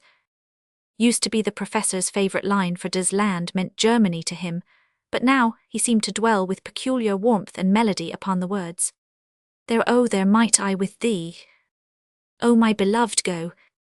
And one listener was so thrilled by the tender invitation that she longed to say she did know the land, and would joyfully depart thither whenever he liked.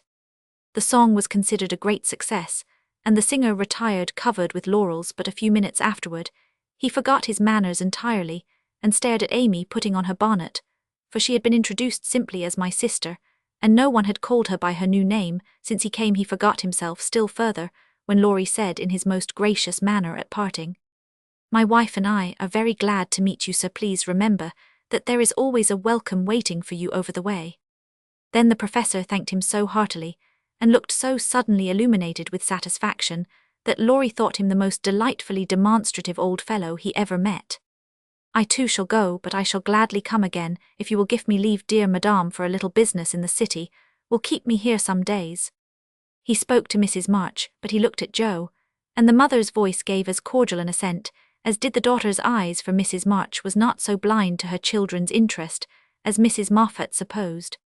"I suspect that is a wise man," remarked Mr. March with placid satisfaction from the hearthrug, after the last guest had gone. "I know he is a good one," added Mrs. March with decided approval as she wound up the clock.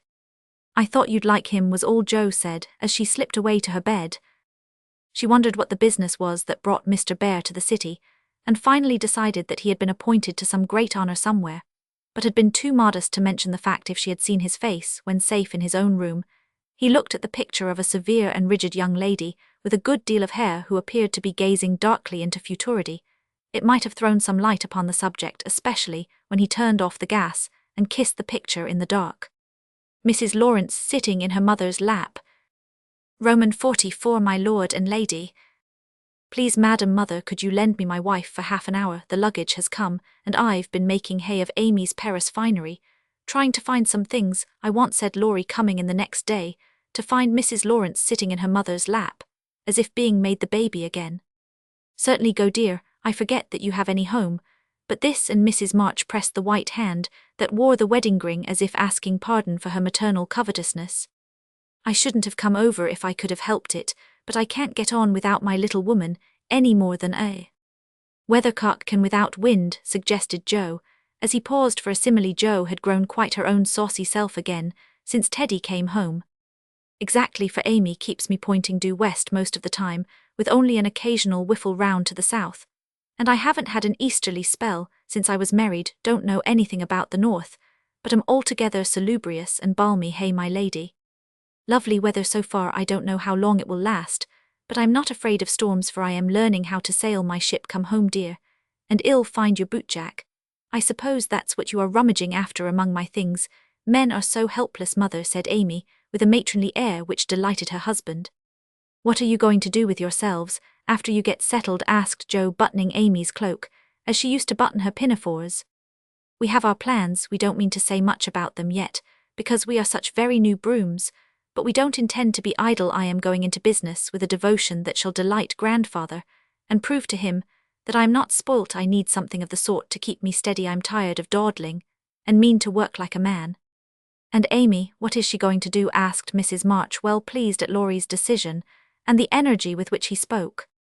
After doing the civil all round, and airing our best bonnet, we shall astonish you by the elegant hospitalities of our mansion, the brilliant society we shall draw about us, and the beneficial influence we shall exert over the world at large. That's about it, isn't it, Madame Recamier? Asked Laurie with a quizzical look at Amy.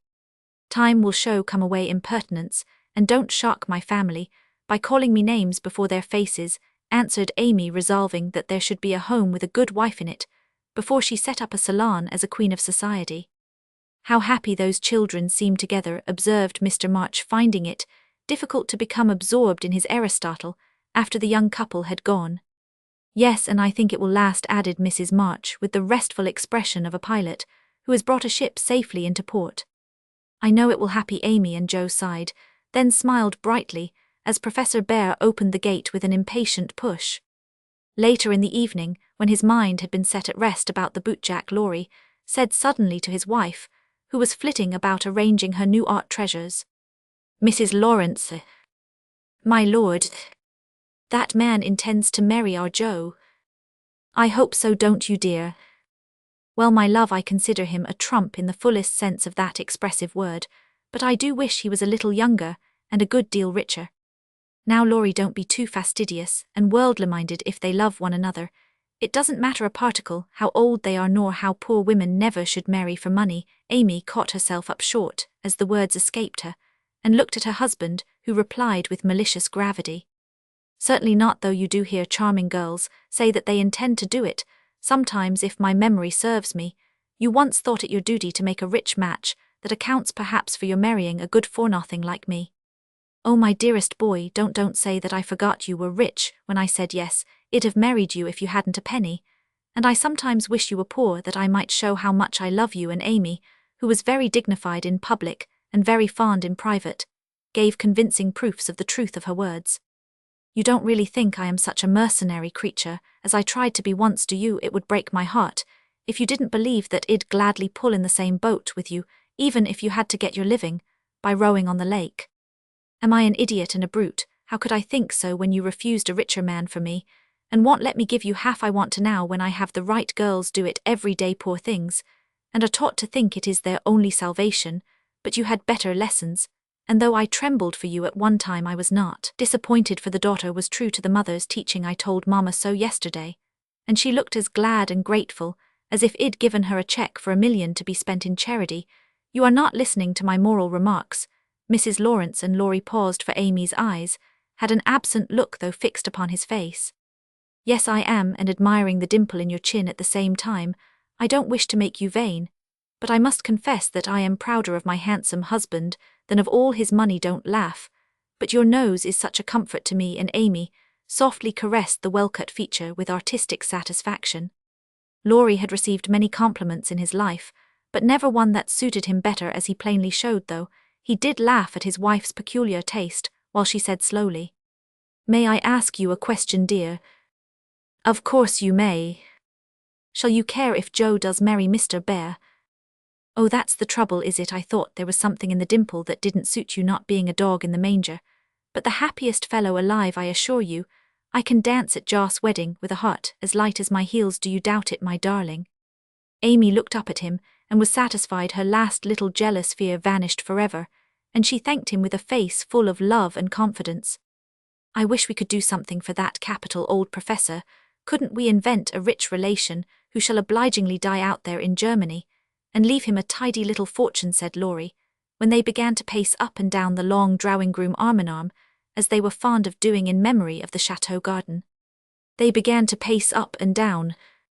Joe would find us out and spoil it all. She is very proud of him just as he is, and said yesterday that she thought poverty was a beautiful thing. Bless her dear heart, she won't think so when she has a literary husband and a dozen little professors and professorins to support. We won't interfere now, but watch our chance, and do them a good turn in spite of themselves. I owe Joe for a part of my education, and she believes in people's paying their honest debts, so we'll get round her in that way. How delightful it is to be able to help others, isn't it? That was always one of my dreams, to have the power of giving freely, and thanks to you, the dream has come true. Well, do quantities of good want we. There's one sort of poverty that I particularly like to help out. Handout beggars get taken care of, but poor gentlefolks fare badly, because they won't ask, and people don't dare to offer charity, yet there are 1,000 ways of helping them, if one only knows how to do it so delicately that it does not offend. I must say I like to serve a decayed gentleman better than a blarneying beggar. I suppose it's wrong, but I do, though it is harder. Because it takes a gentleman to do it, added the other member of the Domestic Admiration Society. Thank you, I'm afraid I don't deserve that pretty compliment, but I was going to say that while I was dawdling about abroad I saw a good many talented young fellows making all sorts of sacrifices, and enduring real hardships that they might realize their dreams. Splendid fellows, some of them working like heroes, poor and friendless, but so full of courage, patience, and ambition that I was ashamed of myself, and longed to give them a right good lift. Those are people whom it's a satisfaction to help, for if they've got genius it's an honor to be allowed to serve them, and not let it be lost or delayed for want of fuel to keep the pot boiling.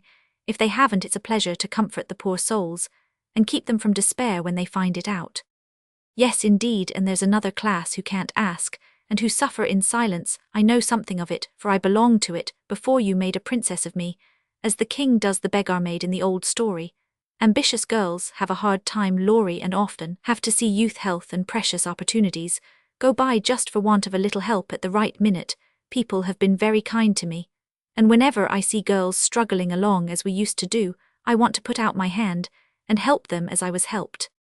And so you shall like an angel as you are, cried Laurie, resolving with a glow of philanthropic zeal to found and endow an institution for the express benefit of young women with artistic tendencies.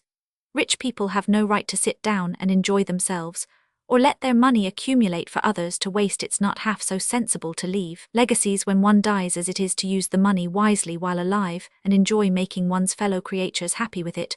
Well, have a good time ourselves, and add an extra relish to our own pleasure by giving other people a generous taste. Will you be a little Dorcas, going about emptying a big basket of comforts and filling it up with good deeds? With all my heart, if you will be a brave St. Martin, stopping, as you ride gallantly through the world, to share your cloak with the beggar. It's a bargain, and we shall get the best of it. So the young pair shook hands upon it, and then paced happily on again, feeling that their pleasant home was more homelike, because they hoped to brighten other homes, believing that their own feet would walk more uprightly along the flowery path before them, if they smoothed rough ways for other feet, and feeling that their hearts were more closely knit together by a love which could tenderly remember those less blessed than they. Tale pieces. Roman 45. Daisy and Demi. I cannot feel that I have done my duty as humble historian of the March family, without devoting at least one chapter to the two most precious and important members of it. Daisy and Demi had now arrived at years of discretion, for in this fast age babies of 3 or 4 assert their rights, and get them too, which is more than many of their elders do, if there ever were a pair of twins in danger of being utterly spoilt by adoration. It was these prattling brooks, of course. They were the most remarkable children ever born, as will be shown when I mention that they walked at 8 months, talked fluently at 12 months, and at 2 years they took their places at table, and behaved with a propriety which charmed all beholders. At 3 Daisy demanded a needler, and actually made a bag with 4 stitches in it. She likewise set up housekeeping in the sideboard and managed a microscopic cooking stove with a skill that brought tears of pride to Hannah's eyes, while Demi learned his letters with his grandfather, who invented a new mode of teaching the alphabet by forming the letters with his arms and legs, thus uniting gymnastics for head and heels. The boy early developed a mechanical genius, which delighted his father, and distracted his mother, for he tried to imitate every machine he saw, and kept the nursery in a chaotic condition with his suinchina mysterious structure of string, chairs, clothespins, and spools for wheels to go wound, and wound also a basket hung over the back of a big chair, in which he vainly tried to hoist his too confiding sister, who with feminine devotion allowed her little head to be bumped, till rescued when the young inventor indignantly remarked, "Why, marmer, dat's my lelywaiter," and me's trying to pull her up. Though utterly unlike in character, the twins got on remarkably well together, and seldom quarrelled more than thrice a day. Of course, Demi tyrannized over Daisy, and gallantly defended her from every other aggressor, while Daisy made a galley slave of herself and adored her brother as the one perfect being in the world. A rosy, chubby, sunshiny little soul was Daisy, who found her way to everybody's heart, and nestled there, one of the captivating children who seem made to be kissed and cuddled, adorned and adored like little goddesses, and produced for general approval on all festive occasions. Her small virtues were so sweet that she would have been quite angelic if a few small naughtinesses had not kept her delightfully human. It was all fair weather in her world, and every morning she scrambled up to the window in her little nightgown to look out, and say, no matter whether it rained or shone, "Oh pity day, every one was a friend." And she offered kisses to a stranger so confidingly that the most inveterate bachelor relented, and Babylovers became faithful worshippers. "Me loves everybody. Me loves everybody," she once said, opening her arms with her spoon in one hand and her mug in the other, as if eager to embrace and nourish the whole world. As she grew, her mother began to feel that the dovecote would be blessed by the presence of an inmate as serene and loving as that which had helped to make the old house home, and to pray that she might be spared a loss like that which had lately taught them how long they had entertained an angel unawares. Her grandfather often called her bait, and her grandmother watched over her with untiring devotion, as if trying to atone for some past mistake which no eye but her own could see. Demi, like a true Yankee, was of an inquiring turn, wanting to know everything, and often getting much disturbed because he could not get satisfactory answers to his perpetual "what for?" He also possessed a philosophically bent, to the great delight of his grandfather, who used to hold Socratic conversations with him, in which the precocious pupil occasionally posed his teacher, to the undisguised satisfaction of the womenfolk. "What makes my legs go dramper? What makes my legs go dramper?" asked the young philosopher, surveying those active portions of his frame with a meditative air, while resting after a gotobed frolic one night. "It's your little mind," Demi replied the sage, stroking the yellow head respectfully. "What is a little mind?" "It is something which makes your body move, as the spring made the wheels go in my watch when I showed it to you." "Open me, I want to see it go wound." "I can't do that any more than you could open the watch. God winds you up, and you go till he stops you." Does I? And Demi's brown eyes grew big and bright as he took in the new thought. "Is I wounded up like the watch?" "Yes, but I can't show you how, for it is done when we don't see." Demi felt of his back as if expecting to find it like that of the watch, and then gravely remarked, "I dess Dodd does it when is asleep."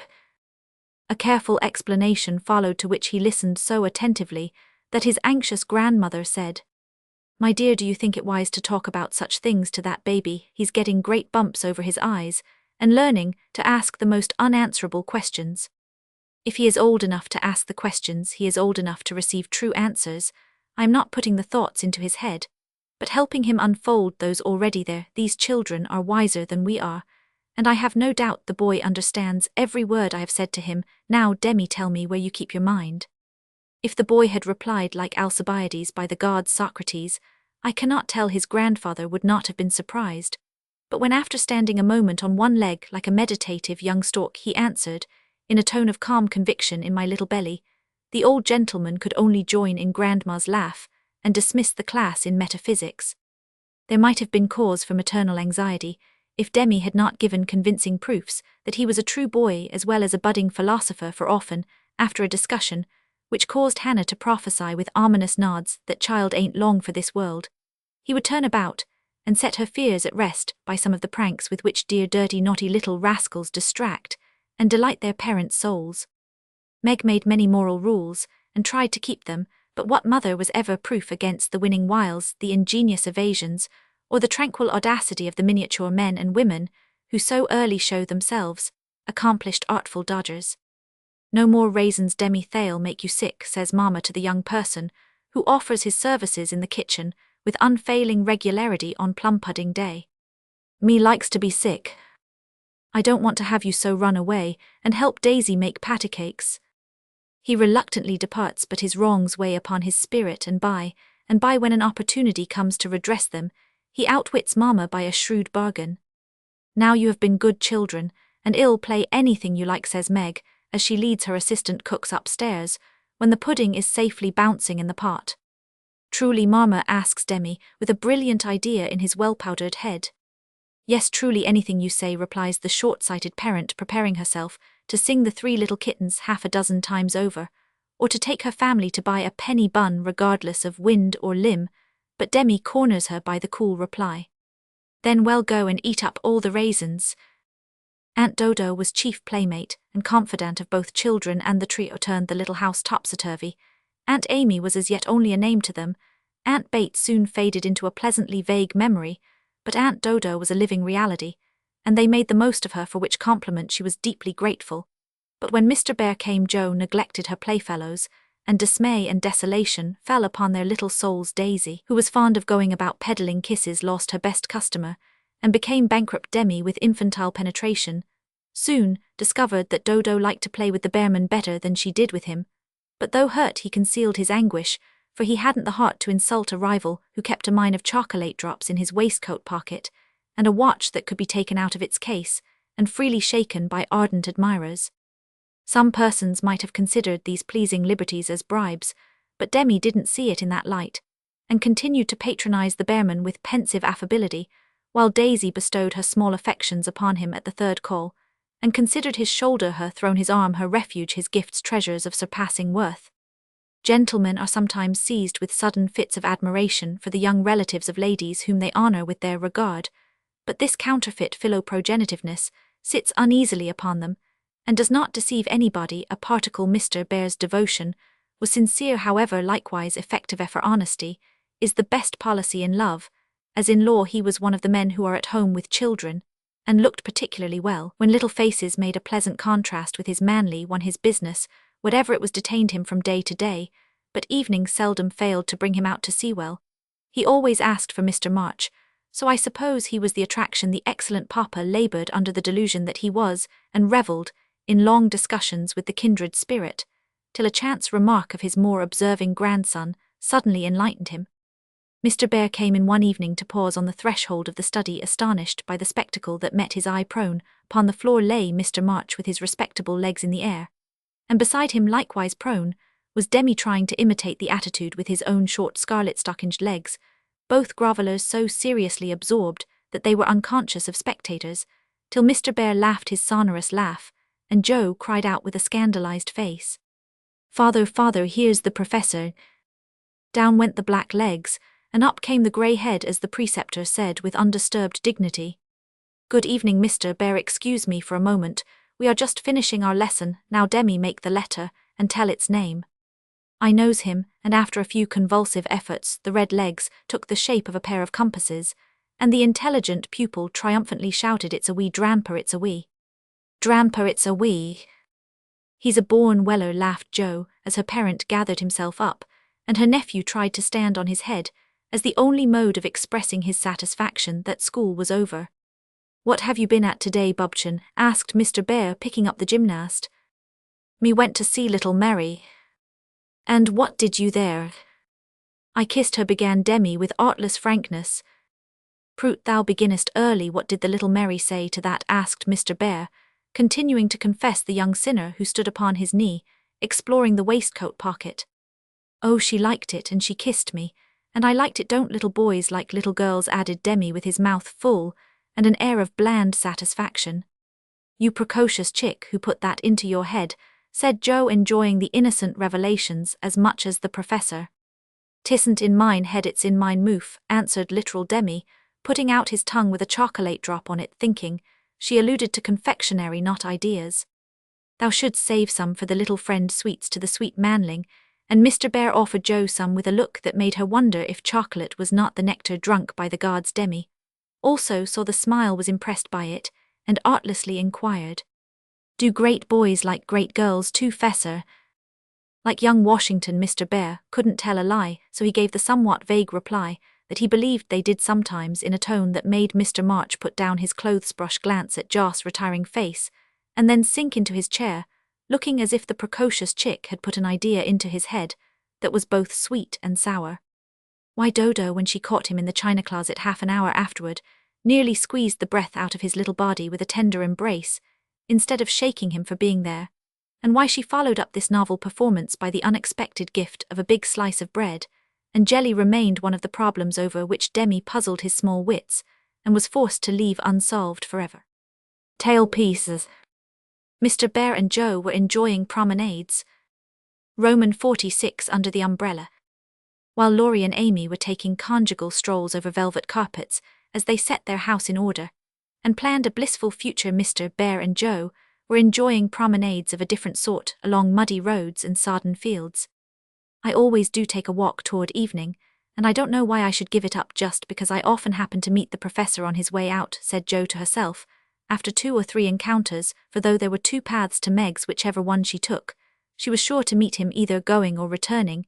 He was always walking rapidly, and never seemed to see her till quite close, when he would look as if his short-sighted eyes had failed to recognize the approaching lady. Till that moment then, if she was going to Meg's, he always had something for the babies if her face was turned homeward.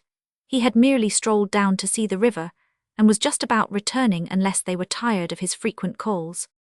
Under the circumstances, what could Jo do but greet him civilly, and invite him in if she was tired of his visits? She concealed her weariness with perfect skill, and took care that there should be coffee for supper, as Mr. Bear doesn't like tea.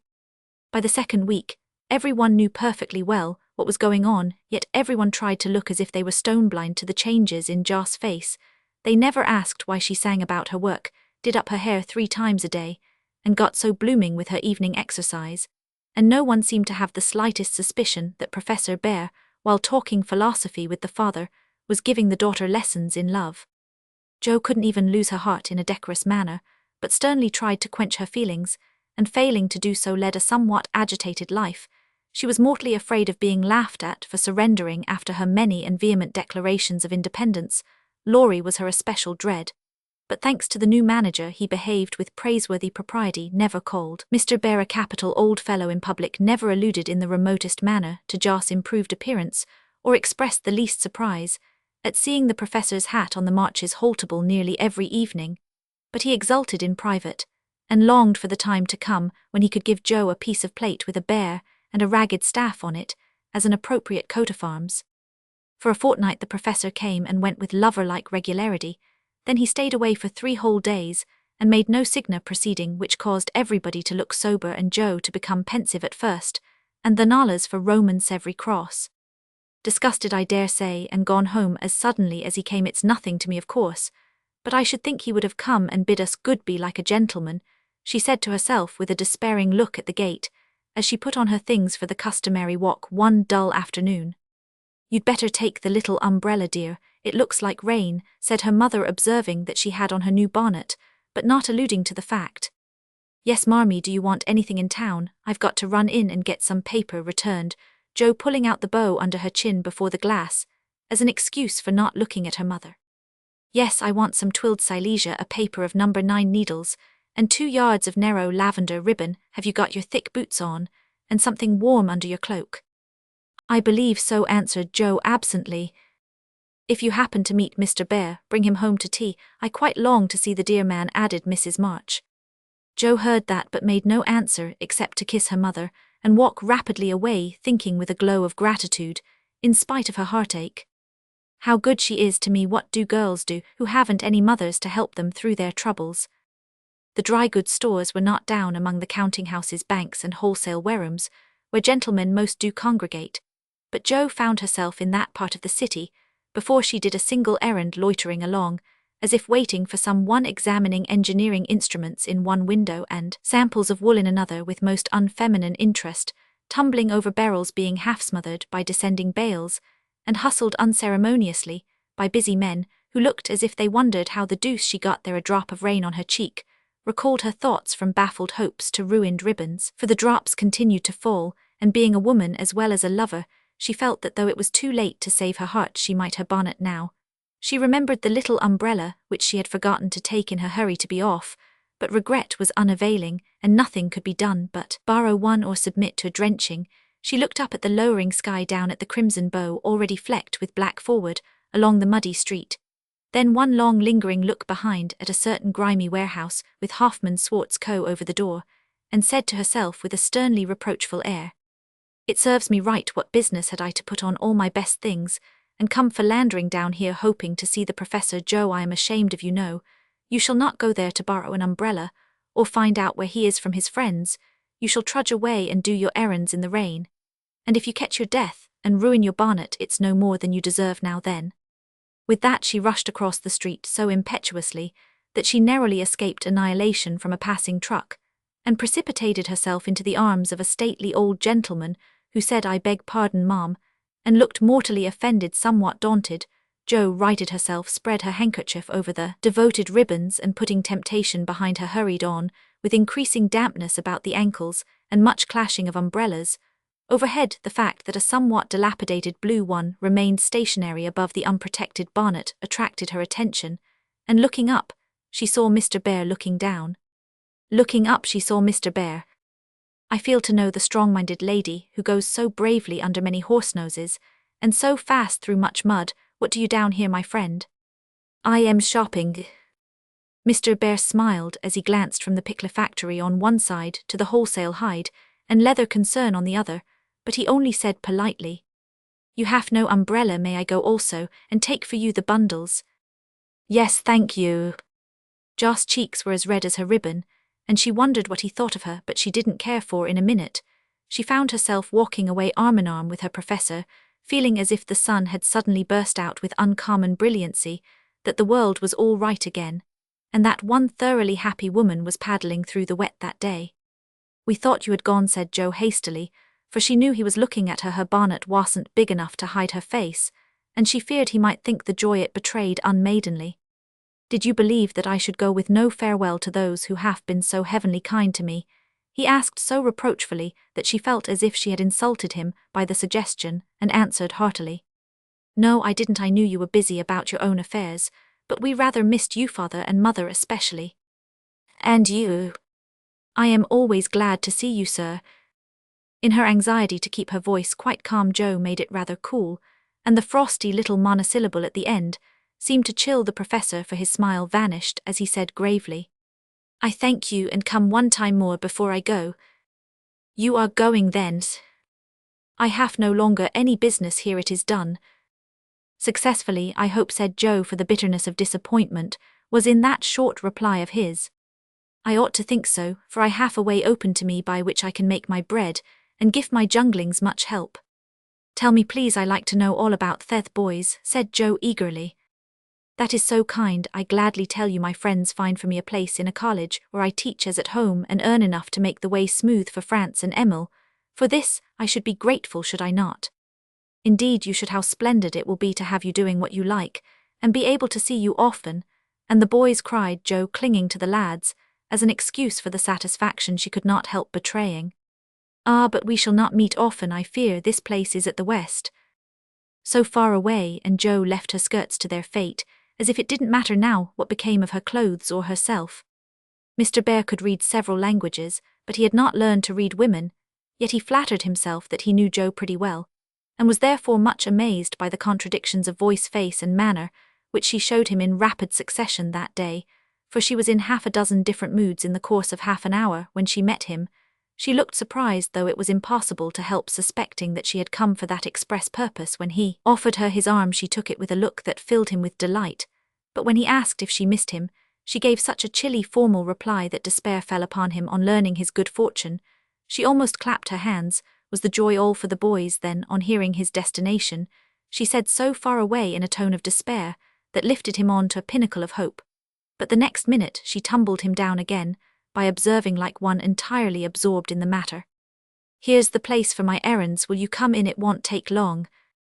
Jo rather prided herself upon her shopping capabilities, and particularly wished to impress her escort with the neatness and dispatch with which she would accomplish the business, but owing to the flutter she was in everything went amiss. She upset the tray of needles, forgot the silesia was to be twilled till it was cut off, gave the wrong change, and covered herself with confusion by asking for lavender ribbon at the calico counter. Mr. Bear stood by watching her blush and blunder, and as he watched his own bewilderment seemed to subside, for he was beginning to see that on some occasions women like dreams go by contraries. When they came out, he put the parcel under his arm with a more cheerful aspect, and splashed through the puddles as if he rather enjoyed it on the whole. Should we not do a little what you call shopping for the babies and half a farewell feast, tonight, if I go for my last call at your so pleasant home? He asked, stopping before a window full of fruit and flowers. What will we buy? Said Jo, ignoring the latter part of his speech, and sniffing the mingled odours with an affectation of delight as they went in. May they have oranges and figs? Asked Mr. Bear with a paternal air. They eat them when they can get them. Do you care for nuts? Like a squirrel. Hamburg grapes? Yes, we shall surely drink to the fatherland in those. Jo frowned upon that piece of extravagance, and asked why he didn't buy a frail of dates, a cask of raisins, and a bag of almonds, and done with it. Whereat Mr. Bear confiscated her purse, produced his own, and finished the marketing by buying several pounds of grapes, a pot of rosy daisies, and a pretty jar of honey to be regarded in the light of a demijohn, then distorting his pockets with the knobby bundles, and giving her the flowers to hold, he put up the old umbrella, and they travelled on again. Miss Marsh, I have a great favour to ask of you, began the professor, after a moist promenade of half a block. Yes, sir, and Jo's heart began to beat so hard she was afraid he would hear it. I am bold to say it in spite of the rain, because so short a time remains to me. Yes, sir, and Jo nearly crushed the small flower pot with the sudden squeeze she gave it. I wish to get a little dress for my Tina, and I am too stupid to go alone. Will you kindly give me a word of taste and help? Yes, sir, and Jo felt as calm and cool all of a sudden as if she had stepped into a refrigerator. Perhaps also a shawl for Tina's mother, she is so poor and sick, and the husband is such a care. Yes, a thick warm shawl would be a friendly thing to take the little mother. I'll do it with pleasure, Mr. Bear. I'm going very fast, and he's getting dearer every minute, added Jo to herself. Then, with a mental shake, she entered into the business with an energy which was pleasant to behold. Mr. Bear left it all to her, so she chose a pretty gown for Tina, and then ordered out the shawls. The clerk, being a married man, condescended to take an interest in the couple, who appeared to be shopping for their family. Your lady may prefer this, it's a superior article, a most desirable colour, quite chaste and genteel, he said, shaking out a comfortable grey shawl, and throwing it over Jo's shoulders. Does this suit you, Mr. Bear? Does this suit you, Mr. Bear? She asked, turning her back to him, and feeling deeply grateful for the chance of hiding her face. Excellently well, we will have it, answered the professor, smiling to himself as he paid for it, while Jo continued to rummage the counters like a confirmed bargain hunter. Now shall we go home? He asked, as if the words were very pleasant to him. Yes, it's late, and I am so tired. Jo's voice was more pathetic than she knew, for now the sun seemed to have gone in. As suddenly as it came out, the world grew muddy and miserable again, and for the first time she discovered that her feet were cold, her head ached, and that her heart was colder than the former, fuller of pain than the latter. Mr. Bear was going away.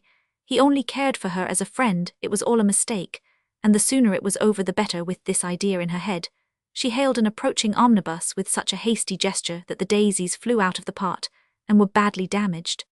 This is not our omnibus, said the professor, waving the loaded vehicle away and stopping to pick up the poor little flowers.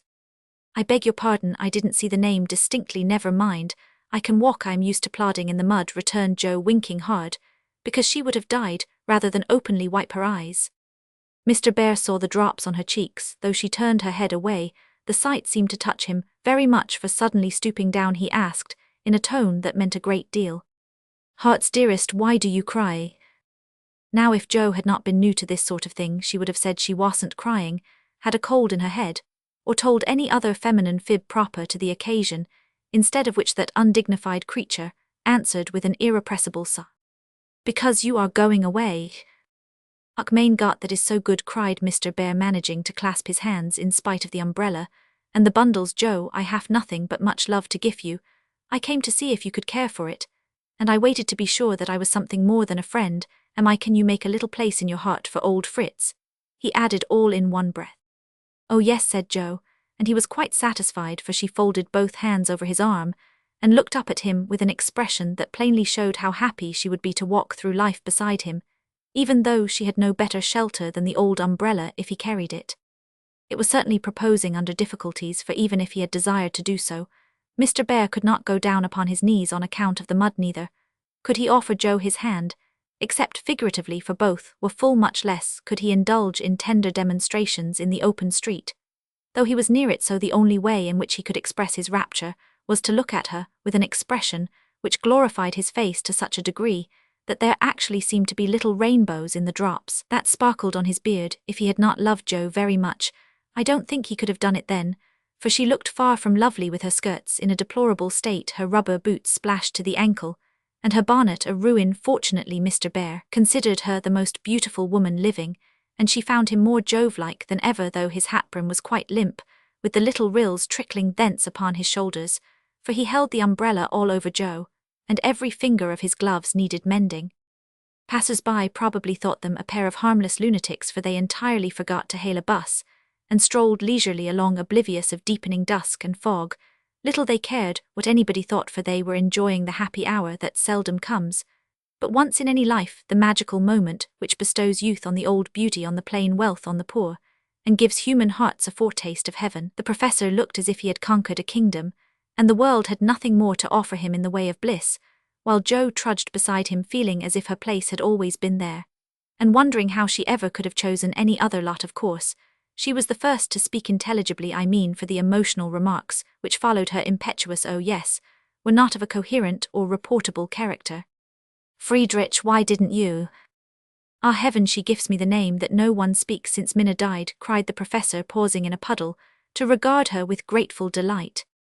"I always call you so to myself. I forgot, but I won't unless you like it." "Like it? It is more sweet to me than I can tell. Say thou also, and I shall say your language is almost as beautiful as mine." "Isn't thou a little sentimental?" asked Joe, privately thinking it a lovely monosyllable. "Sentimental, yes, thank God we Germans believe in sentiment, and keep ourselves. Young Mittet, your English you is so cold. Say, thou heart's dearest, it means so much to me," pleaded Mr. Bear, more like a romantic student than a grave professor.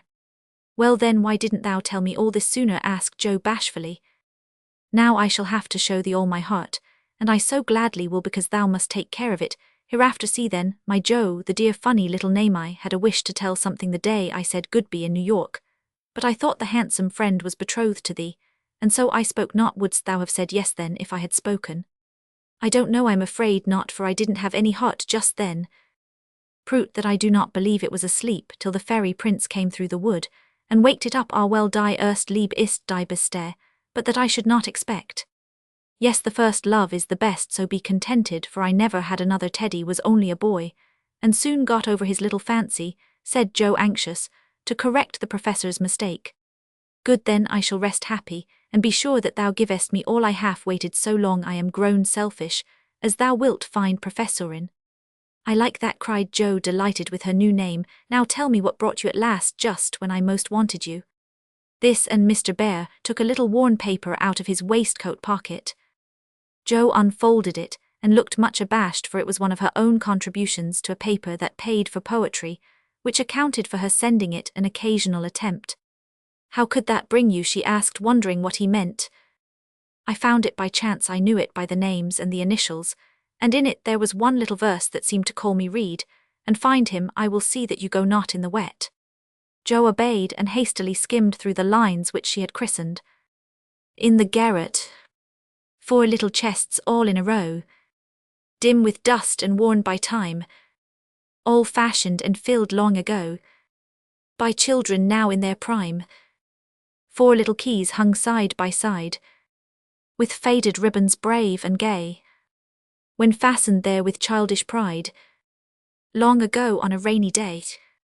4 little names, one on each lid, carved out by a boyish hand, and underneath there lieth hid histories of the happy band, once playing here and pausing oft to hear the sweet refrain that came and went on the roof aloft in the falling summer rain. Meg on the first lid smooth and fair. I look in with loving eyes, for folded here with well-known care, a goodly gathering lies, the record of a peaceful life, gifts to gentle child and girl, a bridal gown lines to wife, a tiny shoe a baby curl. No toys in this first chest remain, for all are carried away, in their old age to join again, in another small Meg's play. Art happy, mother, well I know, you hear like a sweet refrain, lullabies ever soft and low, in the falling summer rain. Joe on the next lid scratched and worn, and within a motley store of headless dolls of schoolbooks torn, birds and beasts that speak no more, spoils brought home from the fairy ground, only trod by youthful feet, dreams of a future never found, memories of a past still sweet, half-writ poems, stories wild, April letters warm and cold, diaries of a willful child, hints of a woman early old, a woman in a lonely home, hearing like a sad refrain, be worthy love and love will come, in the falling summer rain.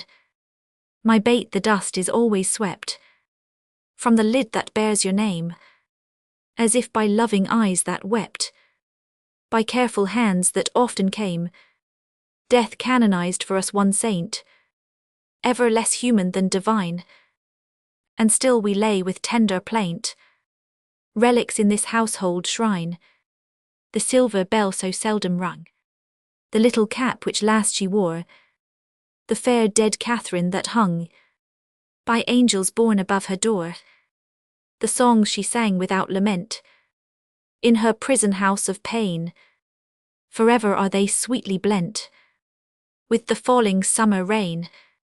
Upon the last lid's polished field, legend now both fair and true, a gallant knight bears on his shield, Amy in letters gold and blue. Within lie snoods that bound her hair, slippers that have danced their last, faded flowers laid by with care, fans whose airy toils are past, gay valentines all ardent flames, trifles that have borne their part in girlish hopes and fears and shames, the record of a maiden heart, now learning fairer truer spells, hearing like a blithe refrain, the silver sound of bridal bells, in the falling summer rain. 4 little chests all in a row, dim with dust and worn by time, 4 women taught by weal and woe to love and labour in their prime, 4 sisters parted for an hour, none lost, one only gone before, made by love's immortal power, nearest and dearest evermore. Oh, when these hidden stores of ours lie open to the Father's sight, may they be rich in golden hours, deeds that show fairer for the light, lives whose brave music long shall ring, like a spirit-stirring strain, souls that shall gladly soar and sing, in the long sunshine after rain. J. Roman 1000. It's very bad poetry, but I felt it when I wrote it one day when I was very lonely, and had a good cry on a ragbag. I never thought it would go where it could tell tales, said Joe, tearing up the verses the professor had treasured so long. Let it go, it has done its duty, and I will have a fresh one when I read all the brown book in which she keeps her little secrets, said Mr. Bear, with a smile, as he watched the fragments fly away on the wind. Yes, he added earnestly, I read that, and I think to myself, she has a sorrow, she is lonely, she would find comfort in true love, I have a heart full for her. Shall I not go and say, if this is not too poor a thing to give for what I shall hope to receive, take it in God's name? And so you came to find that it was not too poor, but the one precious thing I needed, whispered Joe. I had no courage to think that at first, heavenly kind as was your welcome to me, but soon I began to hope, and then I said I will have her if I die for it. And so I will, cried Mr. Bear with a defiant nod, as if the walls of mist closing round them were barriers, which he was to surmount or valiantly knock down. Joe thought that was splendid, and resolved to be worthy of her knight, though he did not come prancing on a charger in gorgeous array. What made you stay away so long? She asked, presently finding it so pleasant to ask confidential questions and get delightful answers that she could not keep silent. It was not easy, but I could not find the heart to take you from that so happy home until I could have a prospect of one to give you after much time perhaps and hard work. How could I ask you to give up so much for a poor old fellow who has no fortune but a little learning? I'm glad you are poor. I couldn't bear a rich husband, said Joe decidedly, adding in a softer tone, don't fear poverty. I've known it long enough to lose my dread and be happy working for those I love. And don't call yourself old. 40 is the prime of life. I couldn't help loving you if you were 70. The professor found that so touching that he would have been glad of his handkerchief if he could have got at it, as he couldn't. Joe wiped his eyes for him and said, laughing as she took away a bundle or two, I may be strong-minded, but no one can say I am out of my sphere now, for woman's special mission is supposed to be drying tears and bearing burdens. I am to carry my share, Friedrich, and help to earn the home. Make up your mind to that, or ill never go, she added resolutely, as he tried to reclaim his load. We shall see. Have you patience to wait a long time, Joe? I must go away and do my work alone.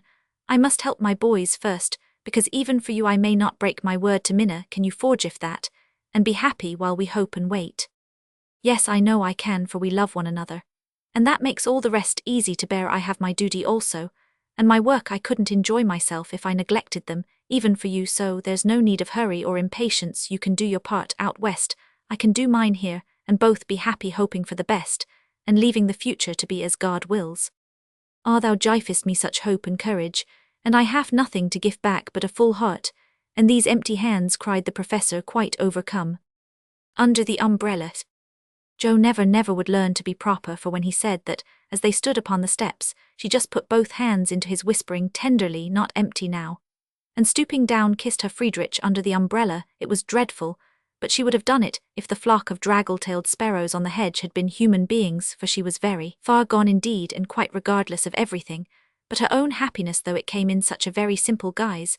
That was the crowning moment of both their lives, when turning from the night and storm and loneliness to the household light and warmth and peace waiting to receive them with a glad welcome home, Joe led her lover in and shut the door.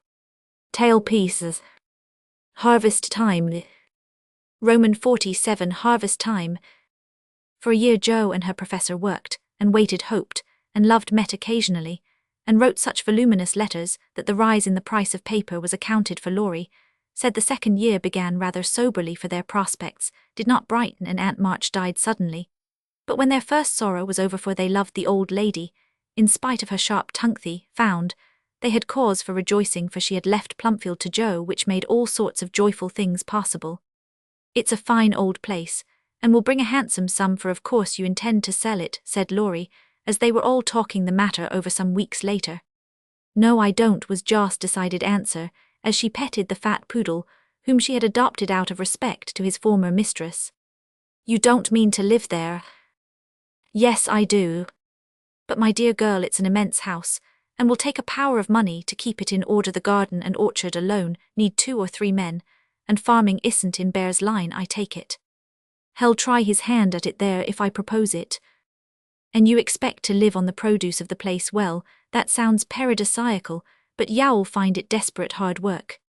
The crop we are going to raise is a profitable one, and Joe laughed. Of what is this fine crop to consist, Mom? Boys, I want to open a school for little lads, a good happy home-like school with me, to take care of them and Fritz to teach them. There's a truly joyous plan for you, isn't that just like her? Cried Laurie, appealing to the family, who looked as much surprised as he. I like it, said Mrs. March decidedly. So do I, added her husband, who welcomed the thought of a chance for trying the Socratic method of education on modern youth. It will be an immense care for Joe, said Meg, stroking the head of her one all-absorbing son. Joe can do it and be happy in it. It's a splendid idea. Tell us all about it, cried Mr. Lawrence, who had been longing to lend the lovers a hand, but knew that they would refuse his help.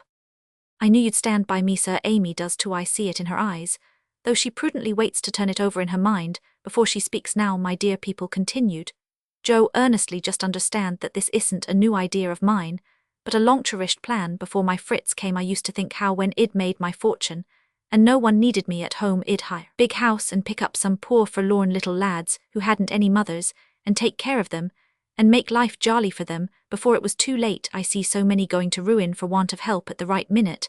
I love so to do anything for them. I seem to feel their wants and sympathize with their troubles. And oh, I should so like to be a mother to them." Mrs. March held out her hand to Jo, who took it smiling with tears in her eyes, and went on in the old enthusiastic way, which they had not seen for a long while. "I told my plan to Fritz once, and he said it was just what he would like and agreed to try it when we got rich, bless his dear heart. He's been doing it all his life, helping poor boys. I mean not getting rich, that hell never be, money doesn't stay in his pocket long enough to lay up any, but now thanks to my good old aunt, who loved me better than I ever deserved, I'm rich, at least I feel so, and we can live at Plumpfield perfectly well if we have a flourishing school. It's just the place for boys. The house is big, and the furniture strong and plain. There's plenty of room for dozens inside, and splendid grounds outside. They could help in the garden and orchard. Such work is healthy, isn't it, sir? Then Fritz can train and teach in his own way, and father will help him. I can feed and nurse and pet and scold them, and mother will be my standby. I've always longed for lots of boys, and never had enough. Now I can fill the house full and revel in the little dears to my heart's content. Think what luxury, Plumpfield my own, and a wilderness of boys to enjoy it with me."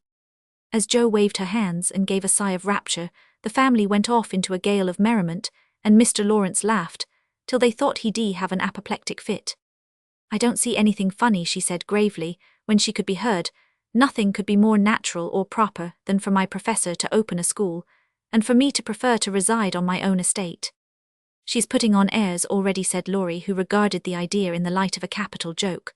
"But may I inquire how you intend to support the establishment? If all the pupils are little ragamuffins, I'm afraid your crop won't be profitable, in a worldly sense, Mrs. Bear."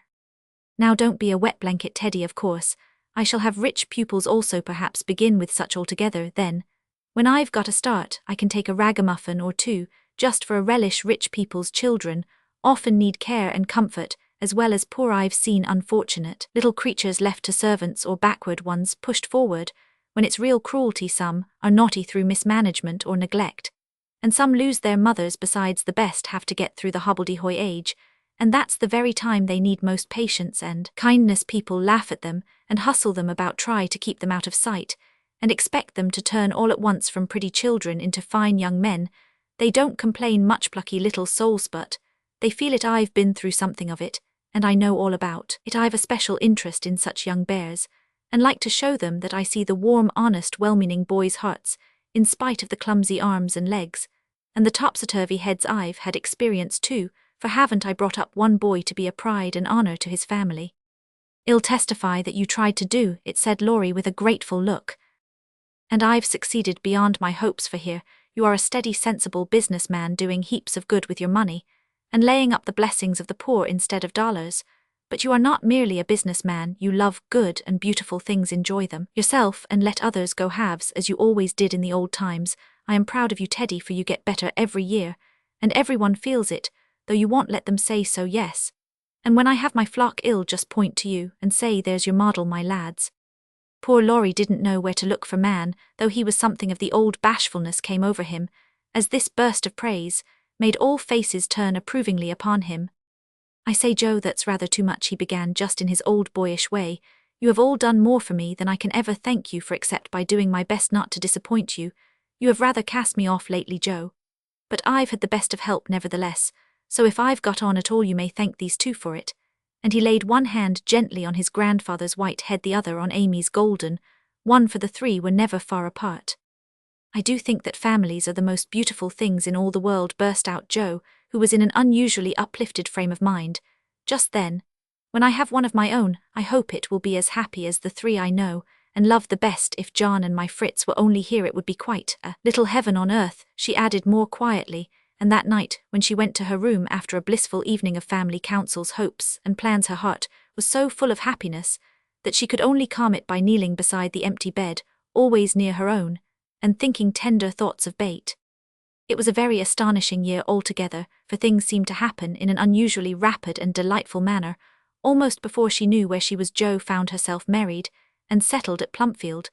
Then a family of 6 or 7 boys sprung up like mushrooms, and flourished surprisingly. Poor boys, as well as rich, for Mr. Lawrence was continually finding some touching case of destitution, and begging the bears to take pity on the child, and he would gladly pay a trifle for its support in this way. The sly old gentleman got round proud Jo, and furnished her with the style of boy in which she most delighted.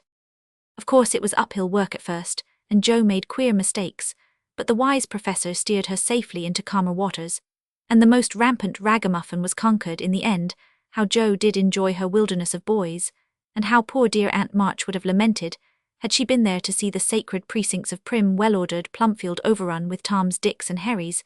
There was a sort of poetic justice about it after all, for the old lady had been the terror of the boys for miles round, and now the exiles feasted freely on forbidden plums, kicked up the gravel with profane boots unreproved, and played cricket in the big field, where the irritable cow with a crumpled horn used to invite rash youths to come and be tossed. It became a sort of boys' paradise, and Laurie suggested that it should be called the Beargarten as a compliment to its master, and appropriate to its inhabitants. It never was a fashionable school, and the professor did not lay up a fortune, but it was just what Jo intended it to be, happy home-like place for boys who needed teaching care and kindness. Every room in the big house was soon full, every little plot in the garden soon had its owner. A regular menagerie appeared in barn and shed, for pet animals were allowed, and 3 times a day Jo smiled at her Fritz from the head of a long table lined on either side with rows of happy young faces, which all turned to her with affectionate eyes, confiding words, and grateful hearts full of love for Mother Bear. She had boys enough now, and did not tire of them, though they were not angels by any means, and some of them caused both professor and professorin much trouble and anxiety, but her faith in the good spot which exists in the heart of the naughtiest, sauciest, most tantalizing little ragamuffin gave her patient skill, and in time success, for no mortal boy could hold out long with Father Bear shining on him as benevolently as the son, and Mother Bear forgiving him 70 times 7. Very precious to Jo was the friendship of the lads, their penitent sniffs and whispers after wrongdoing, their droll or touching little confidences, their pleasant enthusiasms, hopes and plans, even their misfortunes, for they only endeared them to her all the more. There were slow boys, and bashful boys, feeble boys, and riotous boys that lisped, and boys that stuttered, 1 or 2 lame ones, and a merry little quadroon who could not be taken in elsewhere, but who was welcome to the Beargarten, though some people predicted that his admission would ruin the school. Yes, Jo was a very happy woman there, in spite of hard work, much anxiety, and a perpetual racket. She enjoyed it heartily, and found the applause of her boys more satisfying than any praise of the world, for now she told no stories, except to her flock of enthusiastic believers and admirers. As the years went on, 2 little lads of her own came to increase her happiness. Rob, named for Grandpa, and Teddy, a happy-go-lucky baby, who seemed to have inherited his papa's sunshiny temper, as well as his mother's lively spirit. How they ever grew up alive in that whirlpool of boys was a mystery to their grandma and aunts, but they flourished like dandelions in spring, and their rough nurses loved and served them well. There were a great many holidays at Plumpfield, and one of the most delightful was the yearly apple-picking, for then the Marches, Lawrences, Brooks and Bears turned out in full force, and made a day of it. 5 years after Joss' wedding, one of these fruitful festivals occurred, a mellow October day when the air was full of an exhilarating freshness, which made the spirits rise, and the blood dance healthily in the veins. The old orchard wore its holiday attire. Goldenrod and asters fringed the mossy walls, grasshoppers skipped briskly in the sere grass, and crickets chirped like fairy pipers at a feast. Squirrels were busy with their small harvesting birds, twittered their adieus from the alders in the lane, and every tree stood ready to send down its shower of red or yellow apples. At the first shake, everybody was there. Everybody laughed and sang, climbed up and tumbled down. Everybody declared that there never had been such a perfect day, or such a jolly set to enjoy it, and everyone gave themselves up to the simple pleasures of the hour as freely as if there were no such things as care or sorrow in the world. Mr. March strolled placidly about, quoting Tusser Cowley and Columella to Mr. Lawrence while enjoying the gentle apple's winy juice. The professor charged up and down the green aisles like a stout Teutonic knight, with a pole for a lance, leading on the boys, who made a hook and ladder company of themselves, and performed wonders in the way of ground and lofty tumbling. Laurie devoted himself to the little ones, rode his small daughter in a bushel basket, took Daisy up among the birds' nests, and kept adventurous Rob from breaking his neck. Mrs. March and Meg sat among the apple piles like a pair of pomonas, sorting the contributions that kept pouring in, while Amy, with a beautiful motherly expression in her face, sketched the various groups and watched over one pale lad who sat adoring her with his little crutch beside him. Teddy bore a charmed life. Jo was in her element that day, and rushed about with her gown pinned up her hat anywhere but on her head, and her baby tucked under her arm ready for any lively adventure which might turn up. Little Teddy bore a charmed life, for nothing ever happened to him, and Jo never felt any anxiety when he was whisked up into a tree by one lad, galloped off on the back of another, or supplied with sour russets by his indulgent papa, who laboured under the Germanic delusion that babies could digest anything from pickled cabbage to buttons' nails and their own small shoes. She knew that little Ted would turn up again in time, safe and rosy, dirty and serene, and she always received him back with a hearty welcome, for Jo loved her babies tenderly. At 4 o'clock a lull took place, and baskets remained empty while the apple pickers rested and compared rents and bruises. Then Jo and Meg, with a detachment of the bigger boys, set forth the supper on the grass, for an out-after tea was always the crowning joy of the day. The land literally flowed with milk and honey on such occasions, for the lads were not required to sit at table, but allowed to partake of refreshment as they liked, freedom being the sauce best beloved by the boyish soul. They availed themselves of the rare privilege to the fullest extent, for some tried the pleasing experiment of drinking milk while standing on their heads, others lent a charm to leapfrog by eating pie in the pauses of the game. Cookies were sown broadcast over the field, and apple turnovers roosted in the trees like a new style of bird. The little girls had a private tea party, and Ted roved among the edibles at his own sweet will. When no one could eat any more, the professor proposed the first regular toast, which was always drunk at such times. Aunt March, God bless her, a toast heartily given by the good man, who never forgot how much he owed her, and quietly drunk by the boys, who had been taught to keep her memory green. Now Grandma's 60th birthday, long life to her, with 3 times 3.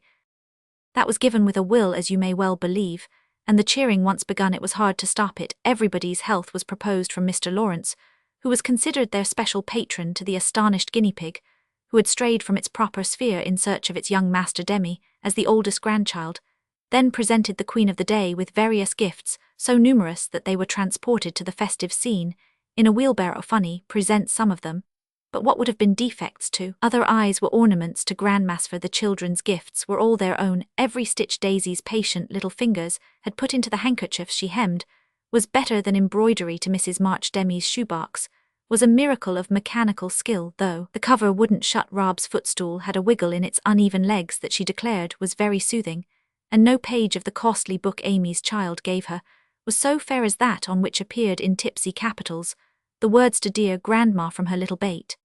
During this ceremony, the boys had mysteriously disappeared, and when Mrs. March had tried to thank her children and broken down, while Teddy wiped her eyes on his pinafore, the professor suddenly began to sing. Then from above him voice after voice took up the words, and from tree to tree echoed the music of the unseen choir, as the boys sung with all their hearts the little song Jo had written. Laurie set to music, and the professor trained his lads to give with the best effect. This was something altogether new, and it proved a grand success, for Mrs. March couldn't get over her surprise, and insisted on shaking hands with every one of the featherless birds, from tall France and Emil to the little quadroon who had the sweetest voice of all.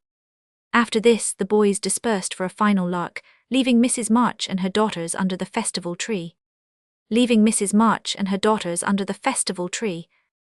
Leaving Mrs. March and her daughters under the festival tree. Page 583. I don't think I ever ought to call myself Unlucky Joe again, when my greatest wish has been so beautifully gratified, said Mrs. Bear, taking Teddy's little fist out of the milk pitcher, in which he was rapturously churning. And yet your life is very different from the one you pictured so long ago. Do you remember our castles in the air? Asked Amy, smiling, as she watched Laurie and John playing cricket with the boys.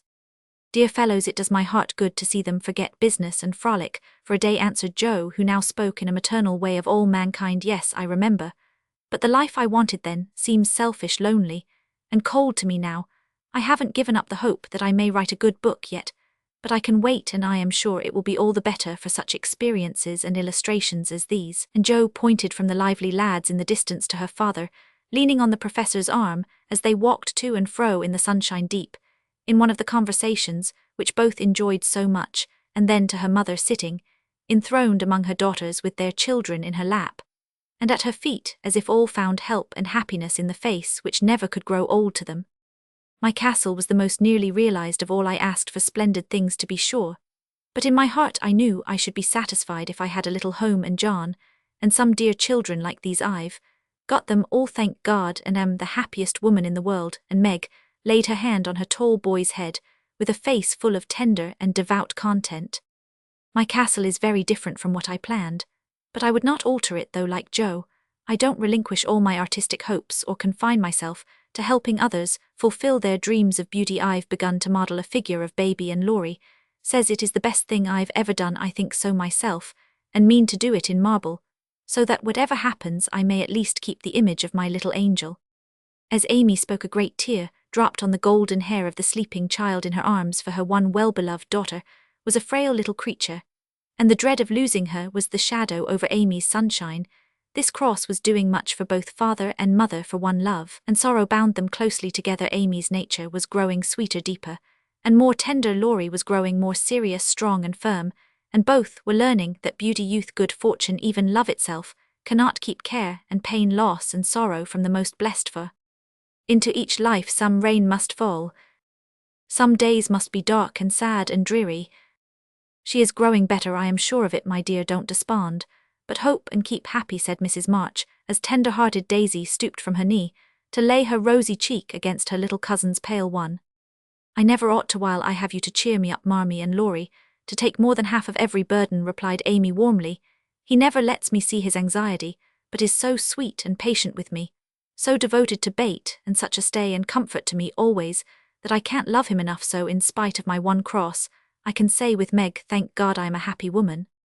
There's no need for me to say it, for everyone can see that I am far happier than I deserve, added Jo, glancing from her good husband to her chubby children tumbling on the grass beside her. Fritz is getting grey and stout, I am growing as thin as a shadow, and am 30, we never shall be rich, and Plumpfield may burn up any night, for that incorrigible Tommy Bangs will smoke sweet-fern cigars under the bedclothes, though he set himself afire 3 times already. But in spite of these unromantic facts, I have nothing to complain of, and never was so jolly in my life.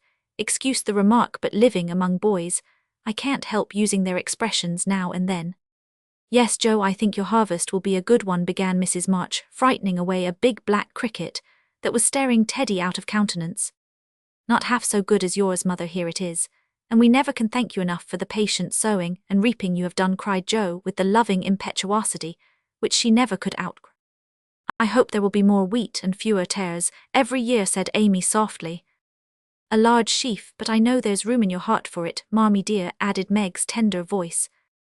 Touched to the heart, Mrs. March could only stretch out her arms as if to gather children and grandchildren to herself, and say with face and voice full of motherly love, gratitude, and humility, "Oh, my girls, however long you may live, I never can wish you a greater happiness than this.